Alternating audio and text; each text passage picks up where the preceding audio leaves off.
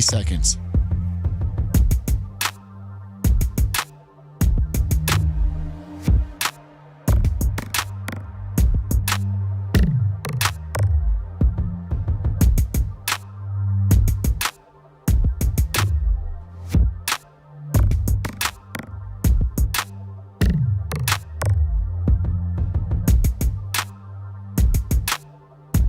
Showtime in 60 seconds.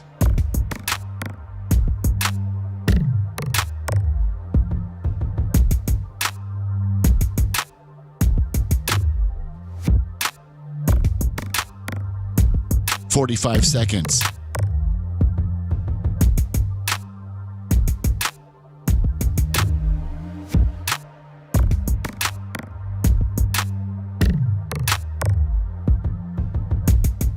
"30 seconds.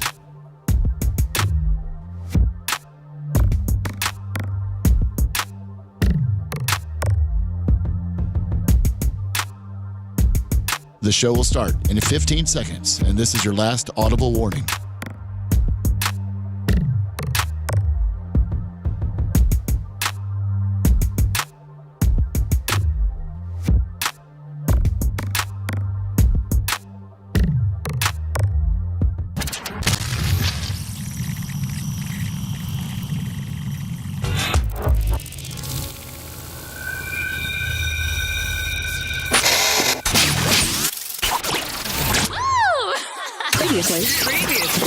Previously on the Bubba the Love Sponge Show. Only 1 in 5 people die when they get shot, so your odds are for you. Oh, really? Yeah, you got an 80% chance of making it. Oh, thanks. And probably some of my girth and stuff might, like I that would help might you with the stabbing, not as much with the shooting. Really? Yeah, you get no one's going to kill you stabbing you. Just wear a shirt that says "Stab me, don't shoot." You're listening to the Bubba the Love Sponge Show. Broadcast rights for the Bubba the Love Sponge Show have been granted to this station by the Bubba Radio Network and is intended solely for the enjoyment of our listening audience. Any rebroadcast, retransmission, or other use of this production without the express written consent of the Bubba Radio Network is prohibited. Welcome. It's the Bubba the Love Sponge Show, live from Tampa, Florida. Wednesday, June 11th, 2025. Some late night training or overnight hours, Lummy, to some great people that really like Clint Grubbs, $100. Woo. Johnny K, $100. Adam Riley. Keith Yager. Is it Keith Yeager? Is it Keith Yeager? No, I think it's more like Yager. I think it's Yager? I think it's YAUGHER. 250 on the Venmo. All right. I said 250, as in $250. And Gooch, Jeff Patterson, 100. And everybody's everybody's paycheck should clear. Woo! Thanks, guys. They've already taken out of my account and it cleared. So I'm so very happy. Thank you. That was the most touch and go payroll that we've ever had. T-shirt will $13. Tuttle. Thank you. Oh, it's a Tuttle. The Tuttle. Oh. The Tuttle deal. Hello, Tuttle. Nice. Hey, hello. What? You can always go to Amscott if you need some money for payday. Like, how would I do that? Like, show them, like what? You got to show them. You got to show them, yeah, like your bank account, which could be all your PayPal, and show that you're able to pay it back the next week. Yeah, about 30% interest. Yeah, hold on. What'd you say? About 30% interest. Exactly. 30% interest. Did you ever have to do that back in the day? Me? Anybody? No, I haven't. I just went to my sister. I mean, she was your Amscott? Well, if it would get that bad, if it would ever get that bad, well, first of all, let me just tell you, it never got that bad. Like, it never got that bad. I've always been able to move stuff around and things like I did yesterday. I moved some stuff around, and then we got some late kickers, and no. So I've never had to go to Amscott. Have you, Tuttle? Oh yeah, it was touch and go for about 6 months there.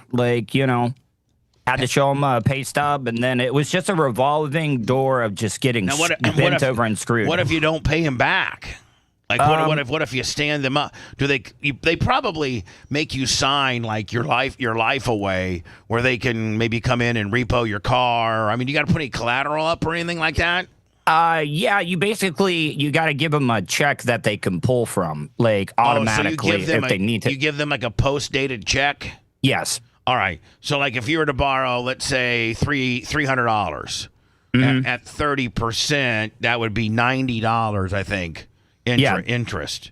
So you write a $390 check and post-date it for like 2 more weeks from now. Yeah, and if you want to keep it up, you got to make sure you pay them back. You always want to have that in your back pocket as an emergency. Boy, I've never walked into one of those places. They're always in really rough neighborhoods, and so I don't think any of us have ever had to go to like a pawn shop or an Amscot, get your money now deal. I didn't do Amscot back in the day. You did? Yeah. I don't remember why. It was probably when I wasn't making a lot of money when I first got into radio, and I was doing a couple other jobs. But I don't remember it being the worst. It was just a cash advance. Like I just for some reason needed money before I got my check, and I was always able Should call AG Wentworth. I don't even know who that is. JG, I think. JG Wentworth. 1-877 like cash The only now. reason why I bring that up, Seth, is because Curb Your Enthusiasm? because of Curb. Curb had a big deal on it. Remember? I do, but I didn't know that they gave you money. Yeah, they do. Yeah. But what they do is is it AG Wentworth or whatever the hell it is? That was JG. JG. Let me find AG Wentworth. Find me. AG Find Wentworth. me the link, the jingle to play real fast. But therefore, like if you got like a settlement coming, you got ran over by a bus, and your settlement's coming, they'll give you like 80% of your settlement, and then when your settlement comes in, it goes right to them. You know what I'm saying? That's what I think AG Wentworth for, is like if you got money coming in, or like maybe a 401k or something like that. Like it's a much higher stakes than like your weekly paycheck. It's on a bigger level, I think, and they take more of it. I had a shared bank account towards the end of mine and Kristen's separation, and I got my bonus check, which was for $5,000. Okay, but I didn't want to put it in the bank because she still had access to it. No, you don't want her to clip you. Yeah. So I went to Amscot, and I actually cashed a $5,000 bonus check, and I felt like a bigwig because everybody in there was just getting their like $1.50 paycheck cash, and I was walking out with like $5,000. Now, when they cash something, they don't take as much, do they? No, I think it was I think it's like 5% or something. Yeah, I think when they cash. Yeah. So, but yeah, I was kind of worried walking out with $5,000. I was like, can you hide it? I have a structured settlement and I need cash now. Call JG Wentworth. JG Wentworth. 877 cash now. All I can think of is Larry David saying this. I have an annuity, but I need cash now. Yeah, so all of this is like you have locked in money coming in, and it's supposed to come to you like in a month, but you need money now. Yes. But it's locked in to come in on the 30th, but you need money on the 11th. Then you call JG Wentworth. JG Wentworth. 877 cash now. 877 cash now. They help thousands, they'll help you too. One lump sum of cash they will pay to you. If you get long-term payments. But you need cash now. JG Wentworth, 877 cash now. I wonder if you call 877 cash now, what you get. Are they still in business? I think so. That's 877 cash now. I'm gonna lie to him. Hello, and thank you for calling JG Wentworth. We're sorry our offices are now closed.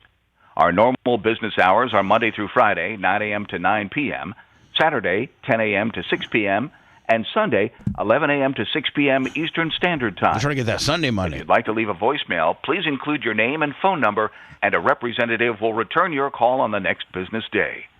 Thank you, and we look forward to speaking with you soon. Please leave a message after the tone. Hi, my name is Bubba, and I got hit by a bus a couple of years ago, and I got monthly payments of about $1,400 that come in on the 30th, but I need some money now, like right now. That's why I'm calling 877-CASH now. Can you call me back at 813-902-8222? Ask for Bubba. I'm looking for like $500 or $600. And then I'll pay you back. I'm assuming that it worked I pay you back on the 30th, but I just need to know what your rates are. But you got great commercials, by the way. Great commercials. Thank you. 813-292-8222. Ask for Bubba. Thank you. It looks like they're between 9 and 15%.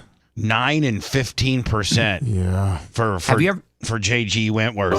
877-CASH now. 877-CASH now. 877-CASH now. It's your money. Use it when you need it. Yeah, I need it now. JG Wentworth. 877-CASH now. If you're JG Wentworth and you've made such an iconic commercial, like most businesses have to make, commercials all the time, different ones, based on what they're doing and selling and what have you. Man, you never got to do it. You never have to do another one ever again, right? I think they have different variations. Don't they have them on a bus? They got them on a bus, and then they got them at an opera house, which we just saw, and I think they got them in different situations. Yeah. I sent you their YouTube channel. Some commercials are so big, like Publix has a Christmas commercial that they've been airing since I was in high school that comes up all the time, and Publix nails it with all their commercials. Well, Publix is, so they have a roller, they have... I have a structured settlement. They're at a roller rink? And call JG Wentworth. 877-CASH now. I have an annuity, but I need cash now. See, they always go into the, I got structured settlements, then I got an annuity, then I got, so, yeah. Thank you, Lummy, for the commercial. I'll pass. Thank you. So, Tuttle, I asked you yesterday to provide the audio of you and Russ talking. Yes, as you went on the show, I think it was Monday as a guest host. Now, were you in studio 4 hours? No. I was only in there because they had a bunch of people missing, and every once in a while they like to bring like an old show member back, and it's kind of like you get to ask yes or no questions. Like I'm wearing some hood at the beginning so nobody can tell who it is, and they protect my voice. So I was only in there for about 90 minutes. Oh, that's it? Yeah. Now, do they do the big reveal then? Who it is? Yeah, like how many minutes do you? I mean, like, is it like a hostage type hood? Yeah, like a hostage type hood. They had my voice. Nobody could get it because my voice was protected. Yeah, they had you on. They ran you. By the way, I'm one of the first radio personalities ever to do that. Just to let you know, to run to take a Yamaha SPX 1000 or 2000 and run it. I did that back in the 92, 93 Power Pig days. What gave you that idea? I was messing with it in the production room. People, how you change your voices. I'm like, well, why couldn't I just make this for callers? Oh. And I asked, Paul Sliwa. He's like, yeah, one or two. Well, and then I asked Mark Chase, who was the boss, and he told Paul Sliwa to get it done, and he told me it'd be done in 1 or 2 days. So, but as soon as they took my voice off protection, they got it the first. Oh yeah, exactly. Answer right away. So then at that they take the hood off. So they leave the hood on for what? 10 minutes. 10 minutes. Yeah. And they run your voice through a harmonizer to scramble you up, and then people start calling up, and then after that it's like a little mini interview as to what you got going on.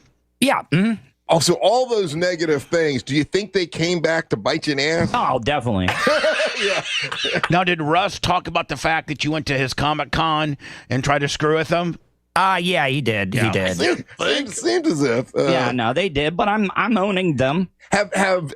Do everybody that you did talk, saying horrible things about, were they all forgiving, or was it just me, or? Bubba the Love Sponge. Yeah, he's forgiven me, like, because I've said some really nasty things. Yeah, you went at him pretty badly as well. Yeah. Now, do you ever talk about being a member of the show or no? Yes, yeah. I sent you 3 clips. I know. Well, you're still doing like radio. Don't you still do with Bubba the Love Sponge? Yeah, I do.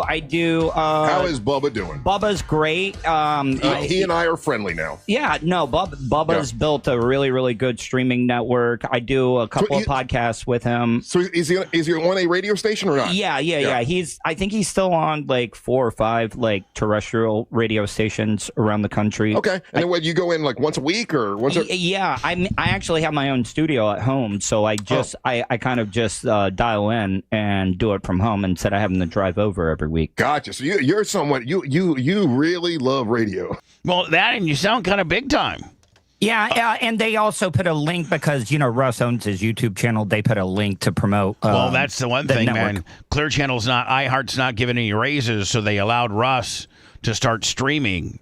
I think he's got like 25 or 30,000 subscribers, and he's slowly building it up, much like we did. And that's one thing that they gave him in contract negotiations, because they're not giving raises. So they allowed him to repurpose what goes on Real Radio on his YouTube channel, which is smart for us. But, Russ, I just got to tell you, it's a slow burn, kid. It's a slow burn. Jennifer Henderson on the PayPal. All right. PayPal, Venmo, Cash App, all at the Bubba Army. Jennifer from Connecticut. Thank you, Jennifer. Thank you. Appreciate it. Bubba ended up Baker acting me because I talked about it on there, and it was the best thing that he ever could do for me. Sure it was. Like, did you a favor. I got to thank Bubba a lot. At the time, I was mad at him for Baker acting me, but he did you a favor. It was the best thing that he could have done for me, which I know it sounds kind of weird. No, it doesn't sound weird. It actually makes sense because you weren't going to do it for yourself, No, and it gave me a chance to just reevaluate things because during the pandemic, I was having to take care of my mom and dad because they were high risk and stuff, and that's what I was just doing. Now, but Tuttle, after I Baker acted you, I think you still went back to your old ways. Like I think that you still. I don't think you've been sober and drug free. I mean, we don't count pot. Because pot's not a drug. Pot is, just nature's. It's just a nature. It's a very good thing. Mm-hmm. And but I was sober. No, hold on. So from the time I Baker acted you, because you came on the air one morning and you were acting all weird, and I'm like, what's wrong? This is when you were part of the studio cast, and I think Janessa was here. It was what? Me, Janessa, you, and was it Lummy? It was, what was the lineup? Me, you, and Janessa? Yes. That's it? Yes. Phew. I apologize to those that used to listen to the show back then. That's zero content. Phew. So Thanks, anyway, Bubba. No problem. I'm saying I'm including myself into there, bud. Okay. I mean, it's not like I'm saying it was just, it was 2/3 suckness and 1/3 brilliance. I'm saying the whole thing sucked. So what I'm saying is you come in here one morning all bummed out, and this is when you're living with Lummy. Yeah. On over there on the Verbo situation. Yeah. This is when he first bought the Verbo deal on Ola. This is Lummy. I think you are new into Ola. I don't even know that you began to refurbish it. Had you? No. It was a couple months in. So Tuttle supposedly tried to hang himself with a ceiling fan. Now, Tuttle, I've always wanted to ask you this.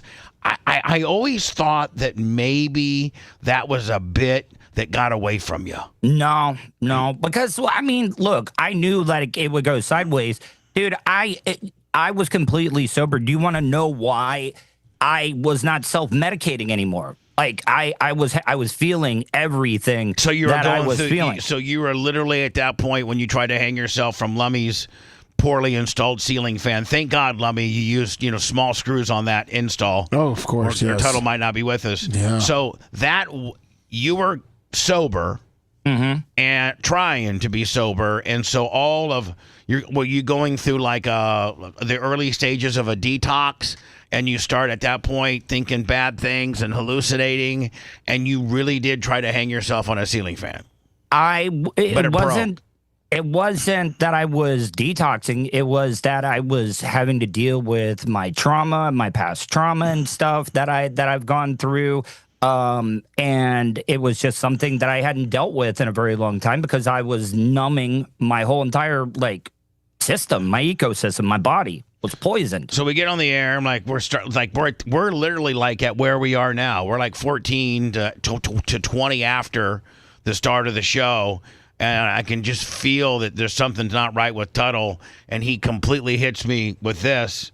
I tried to hang myself last night at Lummy's house, and then I went into the mirror, and I looked into the mirror, and I did not recognize it was like a monster.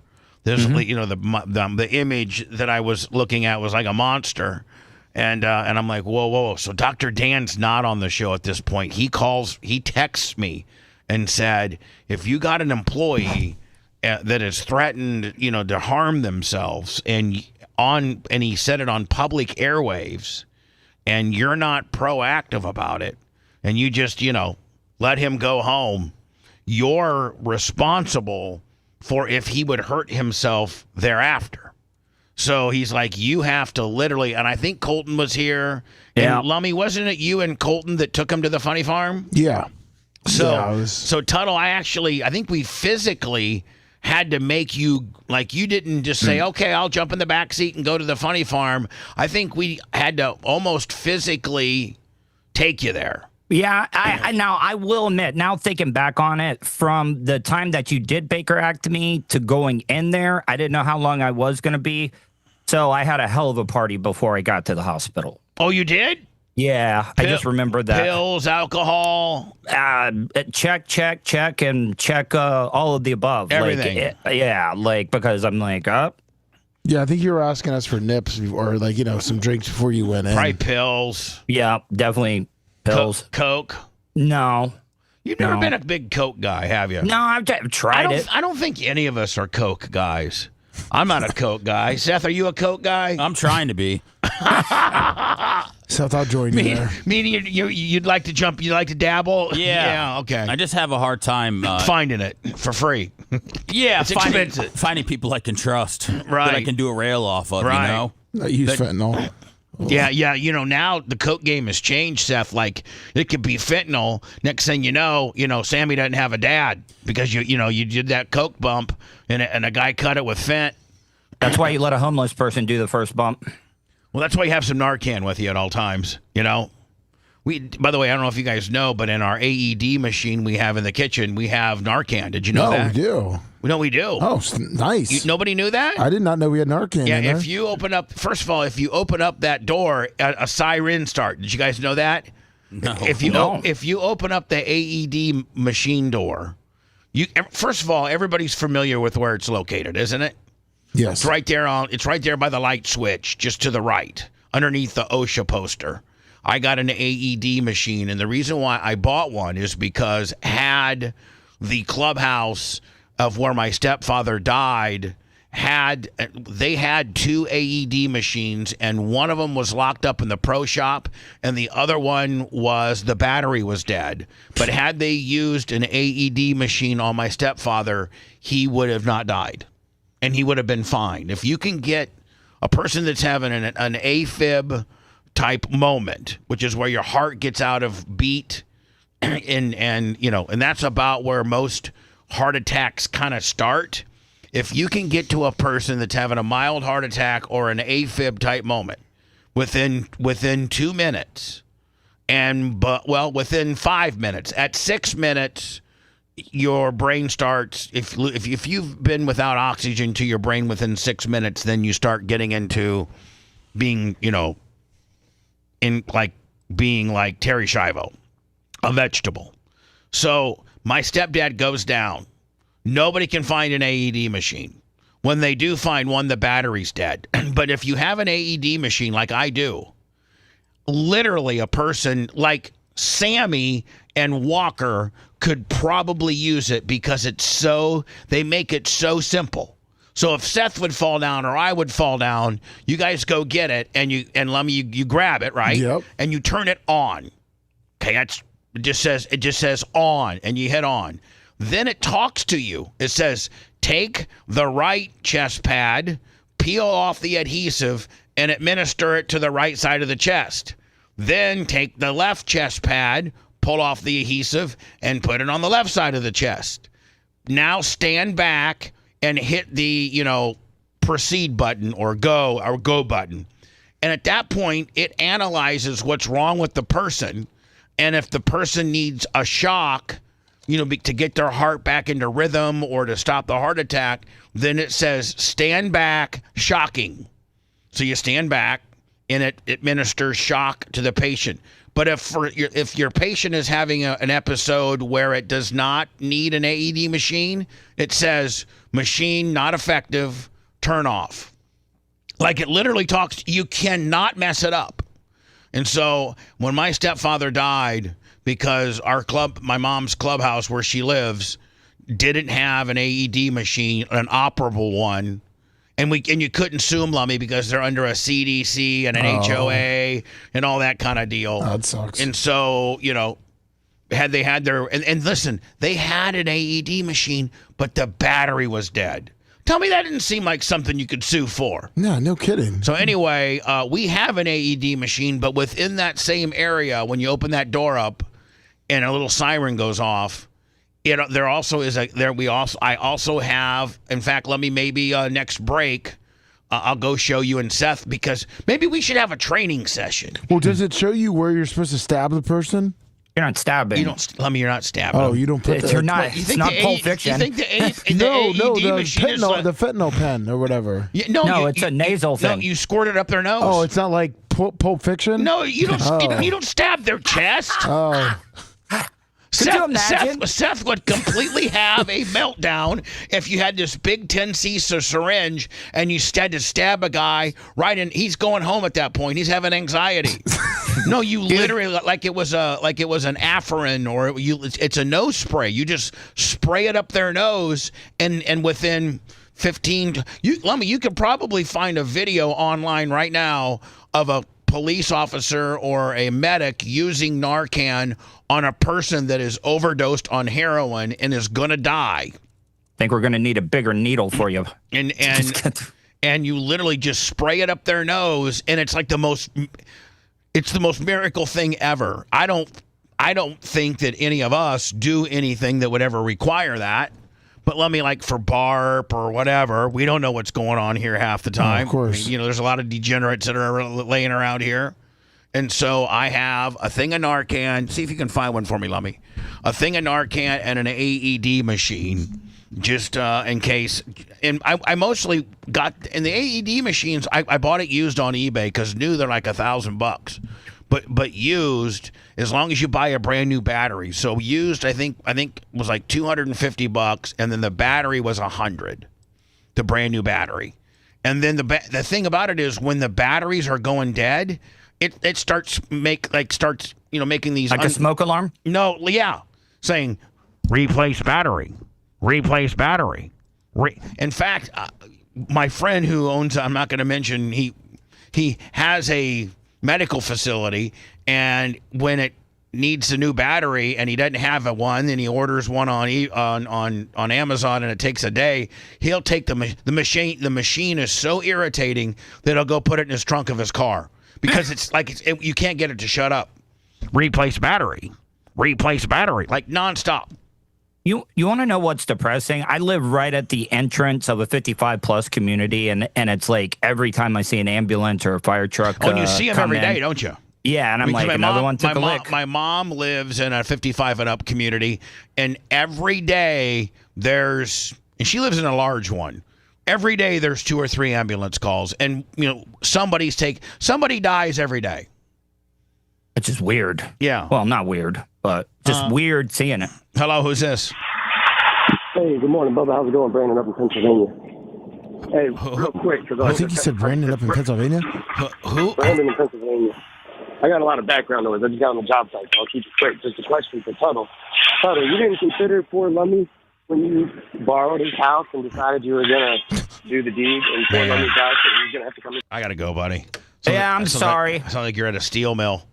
Sorry, and it's muffled, man. Listen, I could take your call, but if it's completely I can't understand a word you're saying. Like, hey, Tuttle, you're going to Lummy's house. Ting, ting, ting, ting, ting. Anyway, don't you think you owe Lummy an apology? You owe him an apology. Sounded like he was using a bullpen to get a beam into a hole. Yeah. So anyway, I don't know if you guys know, but we have an AED machine here, and we also have Narcan. Hopefully, we never have to use either. Would we sell any one of those in the garage sale that we're going to do? No. Saying. That goes with.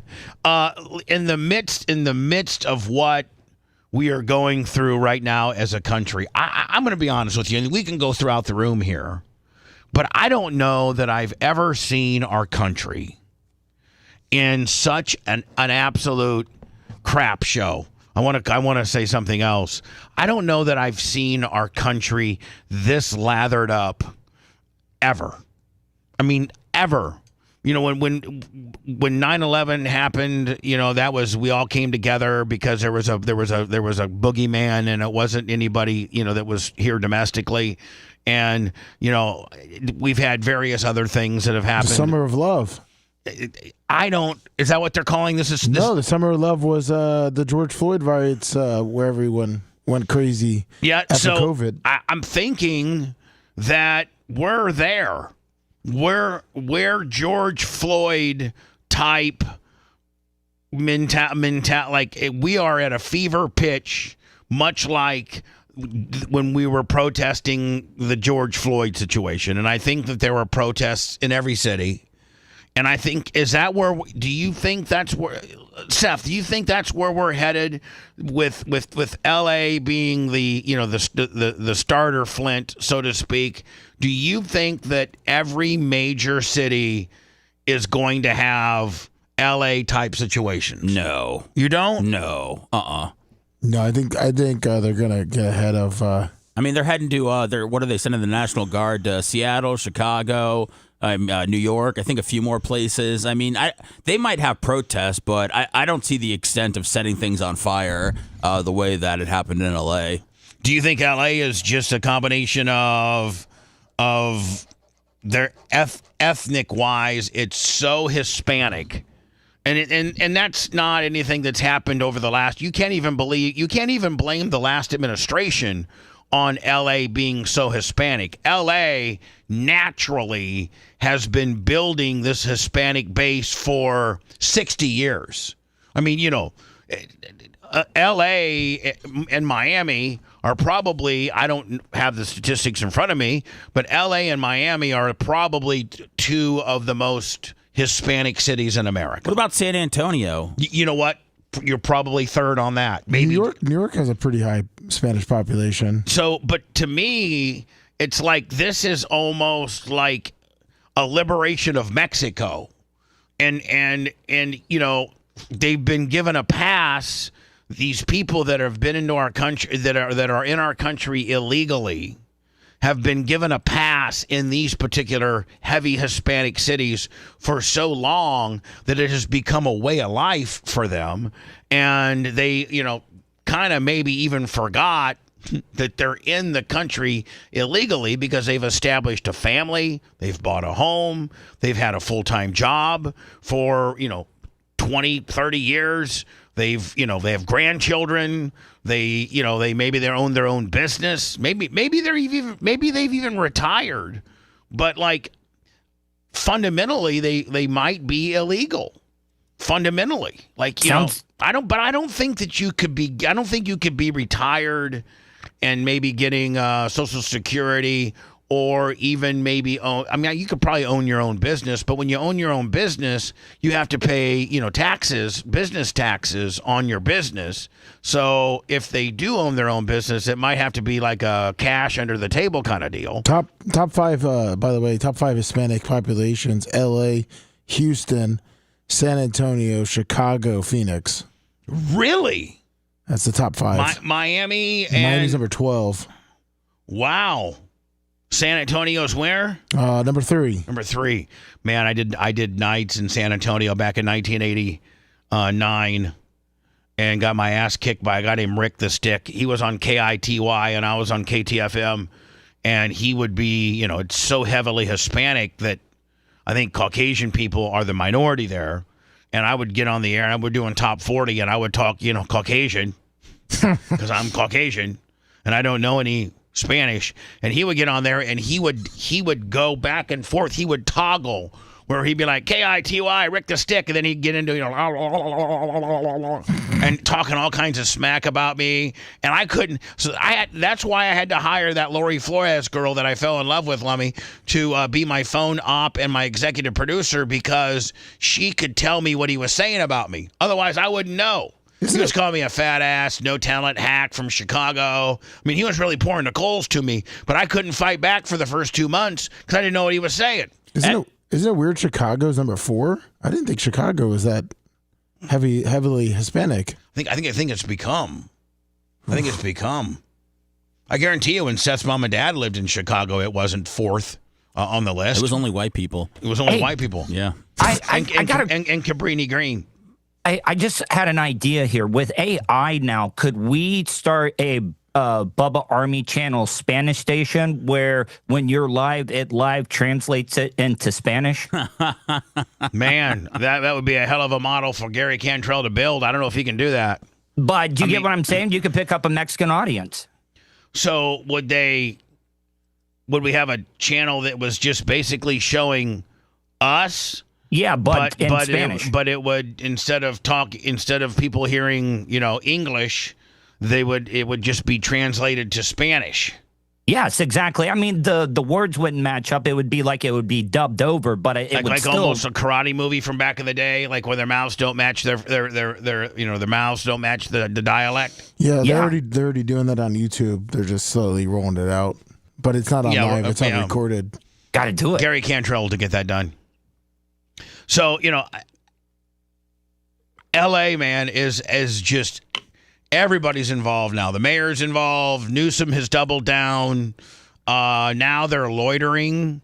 The Apple Store, CVS, and some others got loitered yesterday. Is it a loiter or looting? Or is that the same? Looting. I'm sorry. Okay. Loitering is just me and you hanging out in the corner. We're not supposed to be there. Yeah, that's happening too. But the looting is a problem. I hate it, man. I hate it when it's hurricanes. I hate it when it's any. That's the lowest of the low, man. It is. Even as a man, if you look yourself in the mirror and you got to go loot, and meaning you're going to go down to somebody else's business and take something that's not yours, under the guise of the fact that the guy can't, or the owner of the business can't be there because they've shut it down for a natural disaster and or, unsafe. I mean, I got to think that the Apple Store and the CVS, they're right there in the middle of all this protesting and cars burning down and things like that they've probably been ordered by the police to close. And that, or they're open, and there's just 1,000 people. It's the middle of the night. Is it the middle of the night? Yeah. I mean, there's a lot of those stores aren't. So they're throwing bricks through the window, breaking in. Yeah. It's stupid to rob Apple, though. All the products are useless. Yeah, I got a report on that. I sent you the No Kings website too, so you can see all the locations. You sent me what? The map for the No Kings, and it's. Let me. What's this right here? Oh, that's the Narcan stuff. Oh yeah, look at this. Watch this, man. This stuff's a wonder. In fact, cops hate it because now people will just OD, and they know that if somebody can get them some Narcan, they won't die. So it's not thinning out the herd. Where you realize, we really need to, people that want to do so much cocaine or heroin or opioids that they do it in excess and they're going to kill themselves. Now we have this magic Narcan that literally you can be dead, and you hit a person with some Narcan and they're fully functional. They're ready to go out and mow the lawn. Watch this. A drug overdose could have been deadly for 2 teenagers. And cops hate it because they'll bring back the same guy 3 times in a week. Jeez. Because, there's no, that'll learn you. Sheriff's deputies in Los Angeles say they received a medical distress call for 2 17-year-olds. The teens weren't breathing. When the officers arrived, they found family members performing CPR on the unresponsive boys. And CPR didn't do anything. CPR doesn't do anything when you've overdosed. But watch, now you can see them both laid out, look like, corpses in what looks to be like a bedroom. Two 17-year-olds. Obviously, I don't know what they overdosed on. On a bedroom floor. Hey, Lopez, bring Narcan here! Authorities believe the teenagers ingested fentanyl or some type of opioid drug, so they started administering naloxone while continuing to perform CPR. Hey, do you have another Narcan? Give us another one. Naloxone, also known as Narcan or Evzio, is an emergency treatment for narcotics overdoses. If given quickly, the naloxone can reverse some of the effects from the drugs. He's breathing. He's making noise. The teenagers were given 3 doses of Narcan and were taken to the hospital. The boys have been released to their parents. This is Inside Edition. I mean, jeez, they were dead. You know, chest compressions weren't working. They were dead. And you squirt the magic juice up their nose, gave them 3 shots of it. Next thing you know, they're boom. They're probably walking the streets. They're probably rioting right now. Yeah. Now, let me. What this is is it? the No Kings where they're going to be doing the protest. Oh, you mean the Walmarts? Yes. Yeah. I probably need to get into that next. People aren't really. I mean, I haven't really talked about it, but Walmart. Rather than what Walmart needs to worry about? Father's Day. Here it is on Wednesday.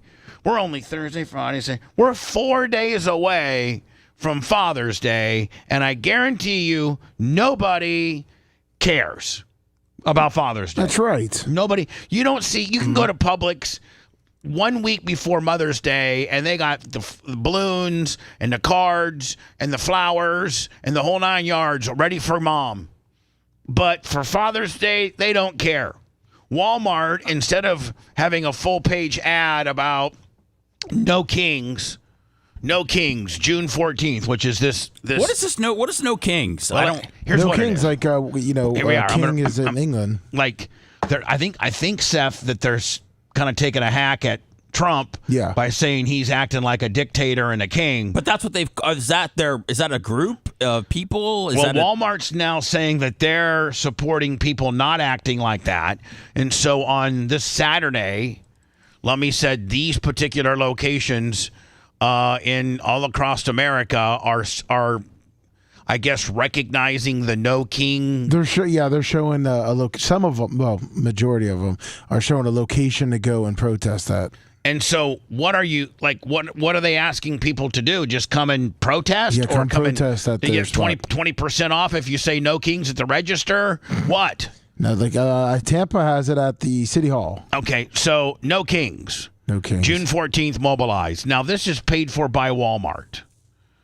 We are a people of principle and honor. We honor our commitments and stand by our allies.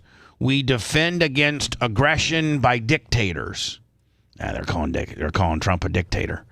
We uphold and defend the Constitution. We care for veterans and children. We respect our neighbors and trading partners. We support a healthy national and international economy, a community, and environment. We are the world leader trusted to uphold the stability of the rule of law. We, the people of the United States of America, the honor, dignity, and integrity of our country are not for sale. Our government is for the people, by the people, for the people. And then I guess they have a little QR code. Maybe you scan it, and it shows you where you're nearest. How mad do you think Walmart is though that this? Because she's not a true Walton. Oh, she married into the family. She married into the guy that died in the plane crash. Right. So this bag, by the way, the woman that is organizing this on behalf of Walmart. Now, does this have anything to do with Walmart, or is this her own deal? This is her own deal. So this has nothing to do with Walmart, because I think these locations here are not Walmart. No, they're not Walmart. They're at locations that are sponsored by the No Kings thing. Courthouse. So where does Walmart come in? She just she got her billions from Walmart. Yeah, she just happened to be married to one of the Walmart guys who died in a plane crash, so she got all of his Walmart money. I think this is pretty stupid, to be honest with you. Protesting? No No King deal. Yeah, and I think protesting in general is pretty stupid. of this latest, what we're protesting now, I think is kind of stupid. I mean, like, listen, the LA, I mean, it's like it's almost Mexico versus LA, Mexico versus US in Los Angeles. Like the Mexican flag has become their flag of rally that they're rallying behind in LA. Whereas this LA heavily illegal immigrant situation just didn't happen. It didn't even happen during the Biden deal. I mean, I'm sure that a ton of people, the 12 or 13 or however many million they say the Biden let in through our porous borders, not all of them ended up in LA. Probably the majority of them ended up somewhere else. This LA being the hot spot of illegal immigrants, in particular from Mexico, that's been you got to blame that on everybody. Everybody from where we are today on back to when Latinos first started settling in Los Angeles, which I would say was probably during the 50s.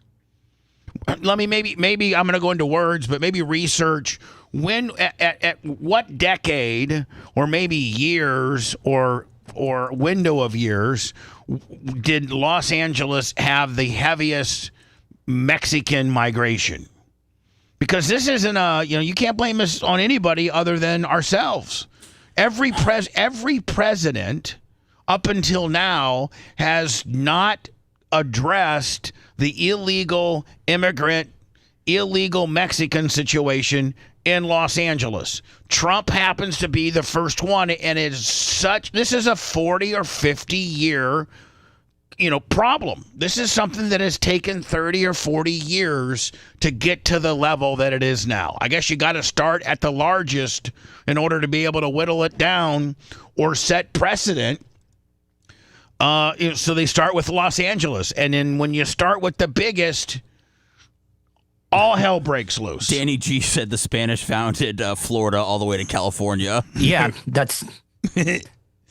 All right, so maybe you can look that up. I also got some phone calls, 813-90-BUBBA, and it looks like Simone Biles is back, is kind of now, maybe Shakespearean off what she was really screwing with Riley Gaines, and Riley Gaines. She's one of the best grifters in the game, man. She got about 20 social media posts out of Simone Biles recognizing her. I was getting ready to say that she is. Riley Gaines isn't the most necessarily honest and clean as the wind-driven snow individual either. She was lucky enough to get in a dressing room with a male pretending to be a female, and now she's made a career out of it. Absolutely. But Simone Biles was not perceived. I think she really tarnished her image and brand by going after her. Yeah, but her demo's not the upper age MAGA at all. I mean, it's not. I don't think she lost it. I don't think she lost anything at all. You don't think she did? She lost me. I was a huge fan of Simone Biles. I really liked her. I really thought she was attractive. I thought she was probably the best gymnast we've ever had. If you decide to hate somebody because they speak out in support of trans people, I'm not mad at Simone Biles because she's supporting trans people.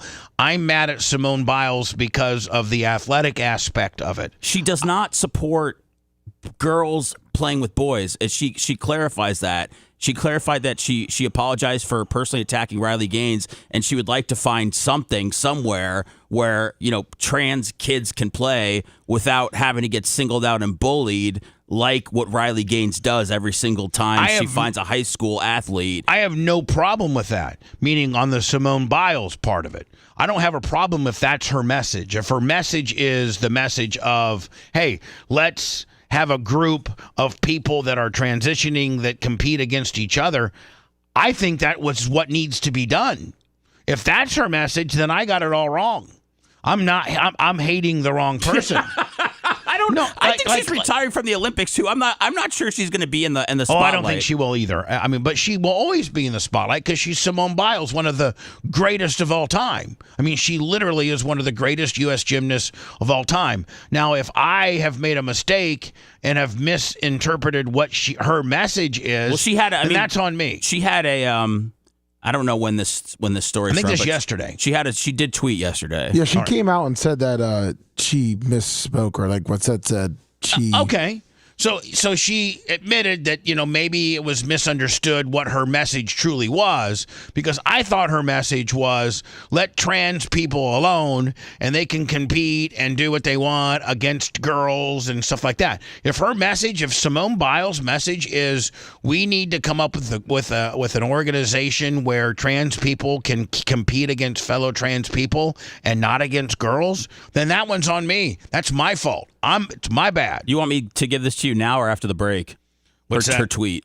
After the break. Okay.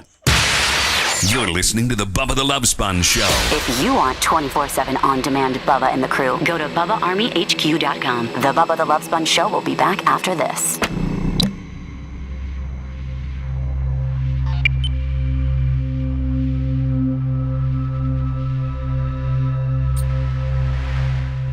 Yeah. Okay.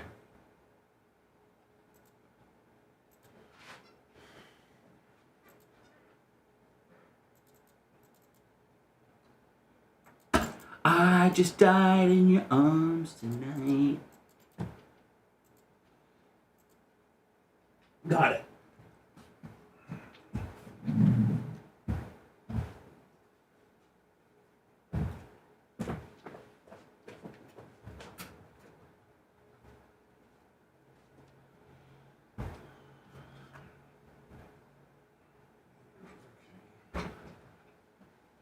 Thank you, Jennifer Henderson, on the PayPal. Appreciate you.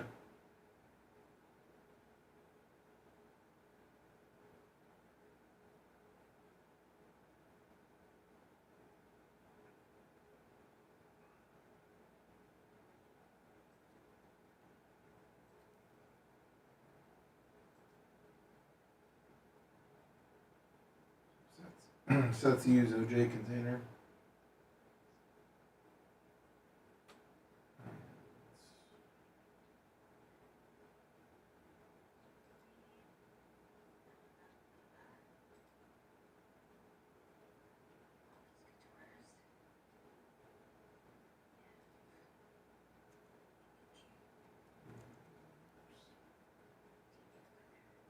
Organic G.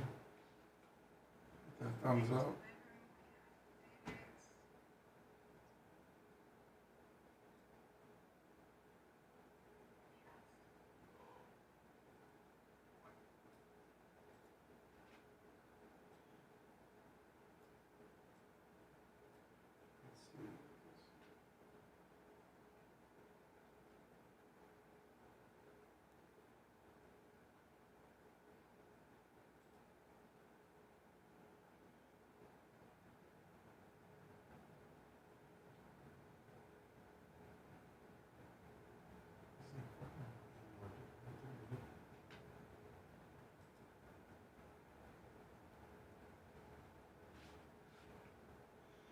Much.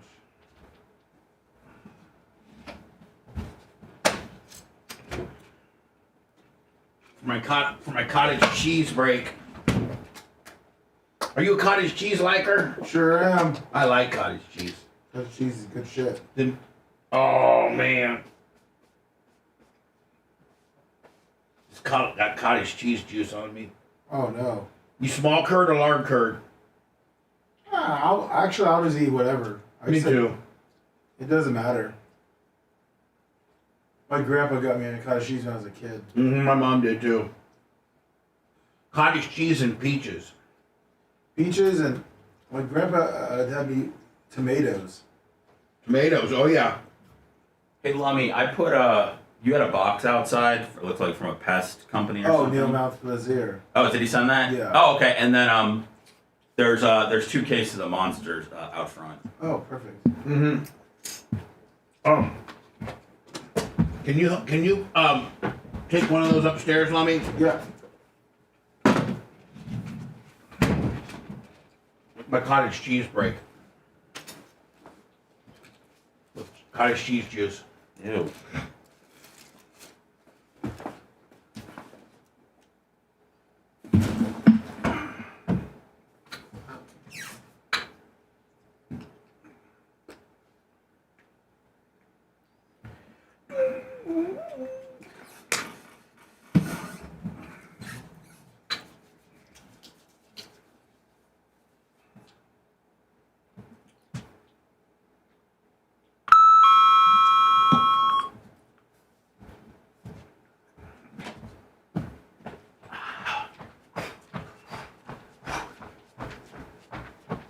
What are you doing, bud? I'm sitting down too long for that break. Our studio's large enough for you to go. If you went up the stairs one time, you could really fucking. I started to get squirmy.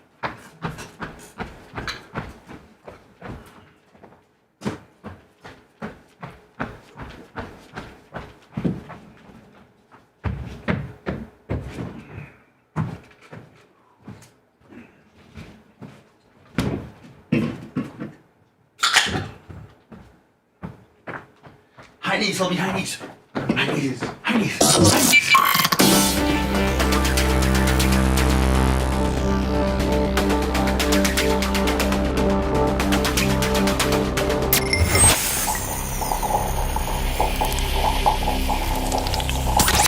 Broadcasting live from the Aquabito studios, aquabito.com/Bubba. It's the Bubba the Love Sponge Show. Lummy, now I have people in my life that I know that are Hispanic sending me data that might make or let people understand or wrap their head around this situation that's going on in Los Angeles right now. Until 1850, parts of California were part of Mexico. Mexican people lived there before white people. Some with parts of same with parts of Texas. Some Mexicans are multi-generational Americans. Well, I listen. If your family goes back to 1850, and you have lived in America, whether it be somewhere in Texas or Florida or California, I'm thinking that you got the right paperwork, and you're legal. Those are the ones those are the ones that are likely protesting. No, I got to tell you, when I'm looking at the protesters in Los Angeles, it doesn't look to be like anybody that comes from 1850 and are multi-generational Americans. It looks like a bunch of woke-ass kids that have no idea what they're protesting while carrying a Mexican flag. Just like those that protest Israel with a Palestinian scarf on and have no idea what they're really protesting. They just want to hate Jews. They just want to be anti-Semitic because that seems to be the cool thing to be on campus right now for whatever reason. Those are the ones that are likely protesting. I don't agree with you. Not illegals that are going back. They're going to be going hauled back. Illegals are trying to live under the radar right now and keep their nose clean. Well, then that would say that everybody that's protesting, if you're an illegal and I would say that probably nobody in the protesting world is an illegal alien because that's the easiest way to get yoked up, right? Well, I mean, you put a mask on and you get out there and mix it up. I don't know if they're going to be able to find you that way. And then you go, Then you go to them. Then you go to loot. You're looting an Apple phone and looting some stuff at CVS. Hello. Hey, Bubba, it's Dave, West Palm. Hi, Dave, West Palm. Usually he's got some pretty good stuff for us. Hello. Hey, what I was thinking, it's a leadership problem in L.A. If you take a look, you go back as far back as even the L.A. fires. I was just reading that since the fires, they've only issued 55 building permits for thousands and thousands of these homes that got destroyed. Hold on. Dr. Dan's uncle, his relation, lost everything in the L.A. wildfires, and he has his insurance company, teed up, ready to rebuild his home, and he cannot get a building permit. They will not allow him to rebuild his home, fully insured, ready to go, but they will not allow him to the permitting process to start rebuilding. So I agree with you. It's very much a leadership problem in Los Angeles. That's what the majority. I think it's a leadership problem in all of California. I mean, from Gavin Newsom not being prepared for the wildfires in his water reserves to them not issuing building permits to rebuild from the wildfires to them not cooperating with federal authorities that are trying to remove illegal immigrants. Not good immigrants that do the right thing, but bad people that have committed crimes.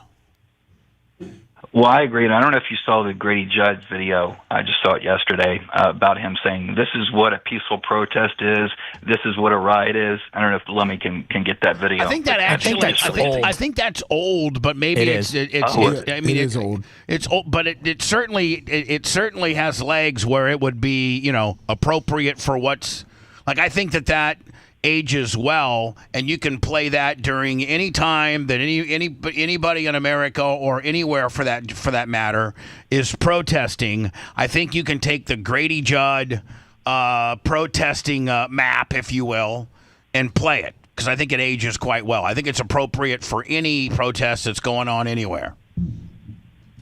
And one last thing, and I'll let you go. I was listening to the Clement Cush thing yesterday. But I didn't hear any of the thing about the Vegas. You were going to play the uncensored Vegas thing, and you guys got sidetracked and talked about something else. Yeah, and I've since lost it. So we've moved on. Obviously, the guy who killed the two people that he turned himself in. So it's pretty much in the news. And with this whole LA thing, it's not even really a news story anymore. The guy turned himself in. He was talking a whole bunch of crap. We were going to play that, but we talked about other stuff. That was a little too newsy for Clement Cush. We wanted to give you a little bit more insight. Yeah, that was good. I liked the show. Anyway, let you guys go. Bye. Thank you. Now, this is how maybe part of the Simone Biles. Well, maybe she tweeted this after this. I don't know, but this is the story. Because I recognize the craziness on the other side, too. Now, just be patient with me, because I thought for a second when I watched this, well, hold on. They're supposed to be doing a Simone Biles story here, and I got Bill Maher on my TV. But I guess they use it. They use this to kind of get themselves into the Simone Biles story. And I call them out on their just as much. It's just that if I had to balance the two, the left, yes, is still less fundamentally, existentially threatening. And it actually affects way less. The left just got the woke got too far. You know what I mean? And it is bad. And it has affected lots of people. That's HBO's Bill Maher going after the left for alienating Americans and basically threatening people by going woke. And now this Olympic gymnast Simone Biles attacking NCAA swimming champion Riley Gaines for speaking Hold on. I don't know that Riley Gaines was an NCAA swimming champion. She was. Well, she technically was. She won? She won. I mean, I guess you could say the SEC championship is a NCAA championship. Okay. It was my understanding that she placed like fifth in the NCAA. That was a Leah Thomas race. Yeah, that's what I'm saying. And that's what this is all about. And her team won silver. Right, Seth, what I'm saying, like this Riley Gaines' grift has been based on the Leah Thomas, situation. It wasn't. That's what this whole thing's about. Yes, right. She finished fifth, though, right? She finished. I want the bitch that finished second to be mad. Yeah, that's the girl that ain't got a grift. Not the girl that finished fifth. Hell, she doesn't even get on the podium if you throw Leah Thomas out of there. She was in swimming. There's other I know, but I mean, what was her best finish in the NCAA finals? If you're going to call somebody an NCAA champion, I would think that you're going to have to. I think she's got something because Keith Olbermann called her out before on not winning anything. She finished second in a team. Okay, she finished second, but was she competing against Leah Thomas? No. Okay, so again, that's I agree with Seth in the fact that she is used. Doesn't apply to her as much as it applies to the 4 other girls that would have gotten, or the 3 other girls that would have gotten first, second, and third. This really applies to the 3rd place girl, to the 4th place girl. Gaines' highest ranking individual event finish nationally was 5th place. Right. So she sucks. So at the end of the day, if you take Leah Thomas out of it, she's a 4th placer. That's not even on the podium. They only go 1 through 3 on the podium. Gold, silver, bronze. To protect women's sports. Not that I don't agree with her message, Riley Gaines' message, that men that are transitioning into girls should not be allowed to play sports. All the girls, Riley Gaines just went out and became the voice of the girls that were mad. I understand. Well, she also doesn't suck. I wouldn't say she sucks at swimming. I wouldn't say she sucks, but I don't know that. I wouldn't call her an NCAA champion. Hold on. Let me ask you a question. Take the Leah Thomas situation out. What would she? We wouldn't be talking about her. She's a fourther. She got 4th place. I would much rather, and I know that she's the spokesperson for all girls who got screwed over by the Leah Thomas participation, and maybe she's the prettiest. That's why they've used her as the spokesperson, because she is attractive. But I would much rather the 2nd place girl raise hell. That girl that girl really has got some standing to raise hell. Yes, now Outkick contributor Riley Gaines is back with us. Riley, always great to see you again. So she is pretty hot. Maybe that's one of the reasons, because 2nd, 3rd, and 4th aren't that hot. That's a bad angled man. What's your reaction to this? Biles is calling you a, quote, sore loser, trying to compare you to a man. Do you think Simone Biles would accept losing a gold medal to a biological male gymnast? No, of course I don't. And I say that pretty confidently, given the timing of which she has come out in support of men and women's sports. She is done competing. Why didn't she say this in 2020 or 2021 or 2022 or the last Olympics? It's because she now can say this confidently and emphatically because she knows she won't have to compete against a man or a boy. It's the same thing Megan Rapinoe did. It's actually the definition of pulling up the ladder behind you. Done competing. That's a new expression. Seth, you want to pull the ladder up behind me, buddy? Not yet. No one's getting up here but me. Well, I want to be up here with you. So I'm going to get up, and then you pull up behind us, okay? Just me and you up here. Only wiener boys allowed. Easy to say. We can sword fight, okay? Oh, God, can't wait. The thing you think to be virtuous or kind or inclusive, but really what Simone Biles is advocating for here is exclusion, and it's exclusion of women and girls from the women and girls. Here's the problem we got. Simone Biles let this get away from her in her initial outburst of this whole thing. It got away from her. The grifter, Riley Gaines, jumped on it. Fox, of course, jumped on it to support Riley Gaines. It's right down their whole big alley. And then it's just turned into a complete crap show. It's like Los Angeles almost. And then somebody got a hold of Simone Biles and said, "We got to back this down a little bit. We got to clarify your position, because when your position, in which I have Seth's tweet and I'll read, but I think that was after this Fox thing.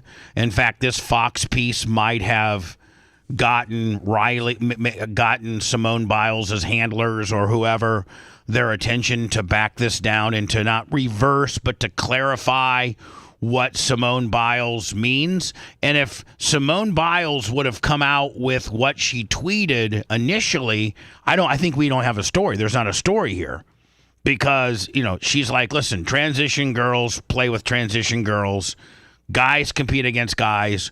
Real women compete against real women. And transitioning people have their own little sliver of a pie in that lane that they stay in. Nobody, including you, Lummy, the most conservative person on the show, would have a problem with that. If I said, hey, Lummy, girls are going to compete against girls. Boys are going to compete against boys, and people that are transitioning are going to compete against people that are transitioning. Great, right? Yeah. I don't got a problem with that. Nope. Category. You know, Riley, didn't Simone Biles tweet in 2017, quote, "Good things guys do not compete against girls, or he'd take all the gold medals." Boy, they're really digging up stuff. Yeah, I mean, they're going back to 17. Yeah, I don't know how 2025 Simone Biles has reconciled with the fact that 2017 Simone Biles is a truly disgusting bully by her own standard, again, based on the tweet that she referred to me as those things. Again, I think it goes to show you that wokeness, it really blinds the ability to think logically or rationally or to be able to engage. And how about Fox, like almost race baiting here? But let me ask you this, because this comes up every day, and people are. I had no idea people were so passionate about women's high school sports and sometimes college. Have you personally talked to somebody who is for men or boys playing in women's sports? Have you met somebody? No. Because I am not for that. Nope. Tuttle is not for that. Nope. Nobody who you would consider a snowflake or a liberal. Your mom? Nobody's for that. So who are we fighting against here? We're just looking for a place where trans athletes can play, whether that's in their own league or whether that's not at all. But there's not one person here that's fighting for boys or even boys transitioning to play with girls. Nope. Nobody is. No, regardless of your political affiliation, nobody is fighting that fight. Except, like I said, Fox and all these people that are looking for content to rile people up. Now, it is a thing, like that California situation where the guy got first in the high jump. And well, of course, if you're a parent, you're going to want your kid to be, you're going to want your kid in there. Yeah, but so what I'm saying is, we have isolated incidences of this happening, but 99.99995% of all people, regardless of political affiliation, want boys to be able to compete against girls. Nobody wants that. It doesn't even have a red or blue stamp on it. It happens to be a more of a blue matter, but it's in a very isolated situation. And it's almost like we're making such a big deal out of such a very isolated situation. And in these situations, like there was a couple in Maine and there was a couple in California. I don't think the California ruling was correct. I think that was wrong. But, again, I think you make an interesting point in the fact that none of us want boys to compete against girls, period.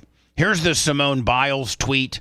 I don't know if it came after the Fox deal or not, and I think she kind of Shakespeare's off or rolls back or clarifies what her intentions and message was supposed or wanted to be. I wanted to follow up from my last tweets. I've always believed competitive equality and inclusivity are both essential in sport. The current system doesn't adequately balance these important principles, which often leads to frustrations and heated exchanges. Agreed.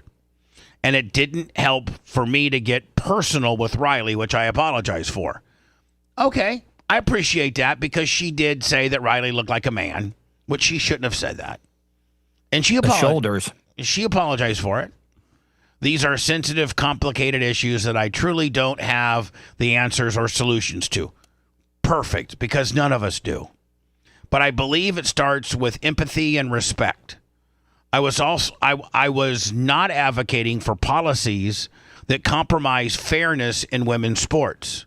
My objection is to be singling out children for public scrutiny in ways that feel personal or harmful. Individual athletes, especially kids, should never be the focus of criticism of a flawed system that they have no control over. I believe sports organizations have This is the most important part of the tweet that people need to take heed to. I believe sports organizations have a responsibility to come up with rules supporting inclusion while maintaining fair competition. We all want a future for sport that is fair, inclusive, and respectful.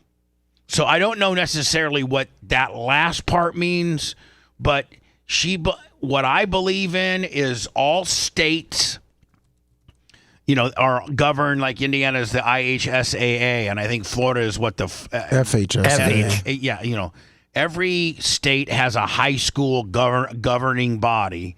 These governing bodies need to specifically address this particular situation. And, California did, and their ruling was that guys that are transitioning can compete against girls, but girls can, like the second place girl also is considered first place as well. So there's two first place. There's the guy that kicked all the girls' ass, first place, and then there's the first place girl who's really a girl. Now, I don't think personally that is a way to fix this problem. I don't think that that's a way to fix this problem. But it's a state issue. I know the president has gotten involved. I don't know if he can make it a federal issue or not. I don't know. I think he's tried. I don't know if some federal judges have rolled it back and said we need to send it to the state. Well, wasn't he trying to do something? Because didn't he get into it? Was it the governor of Maine or something? Yeah, the governor of Maine, or the woman. Yes. Yeah, he got it. Yeah, he's trying to make it a federal deal. I don't know if he has the authority. I think he thinks he does. But then again, I think Donald Trump thinks he can do everything.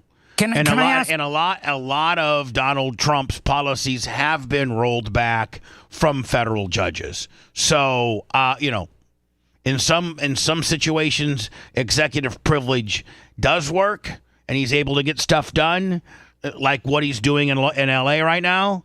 And in some instances, he's been overruled on the federal judge level. Locally. What were you going to ask?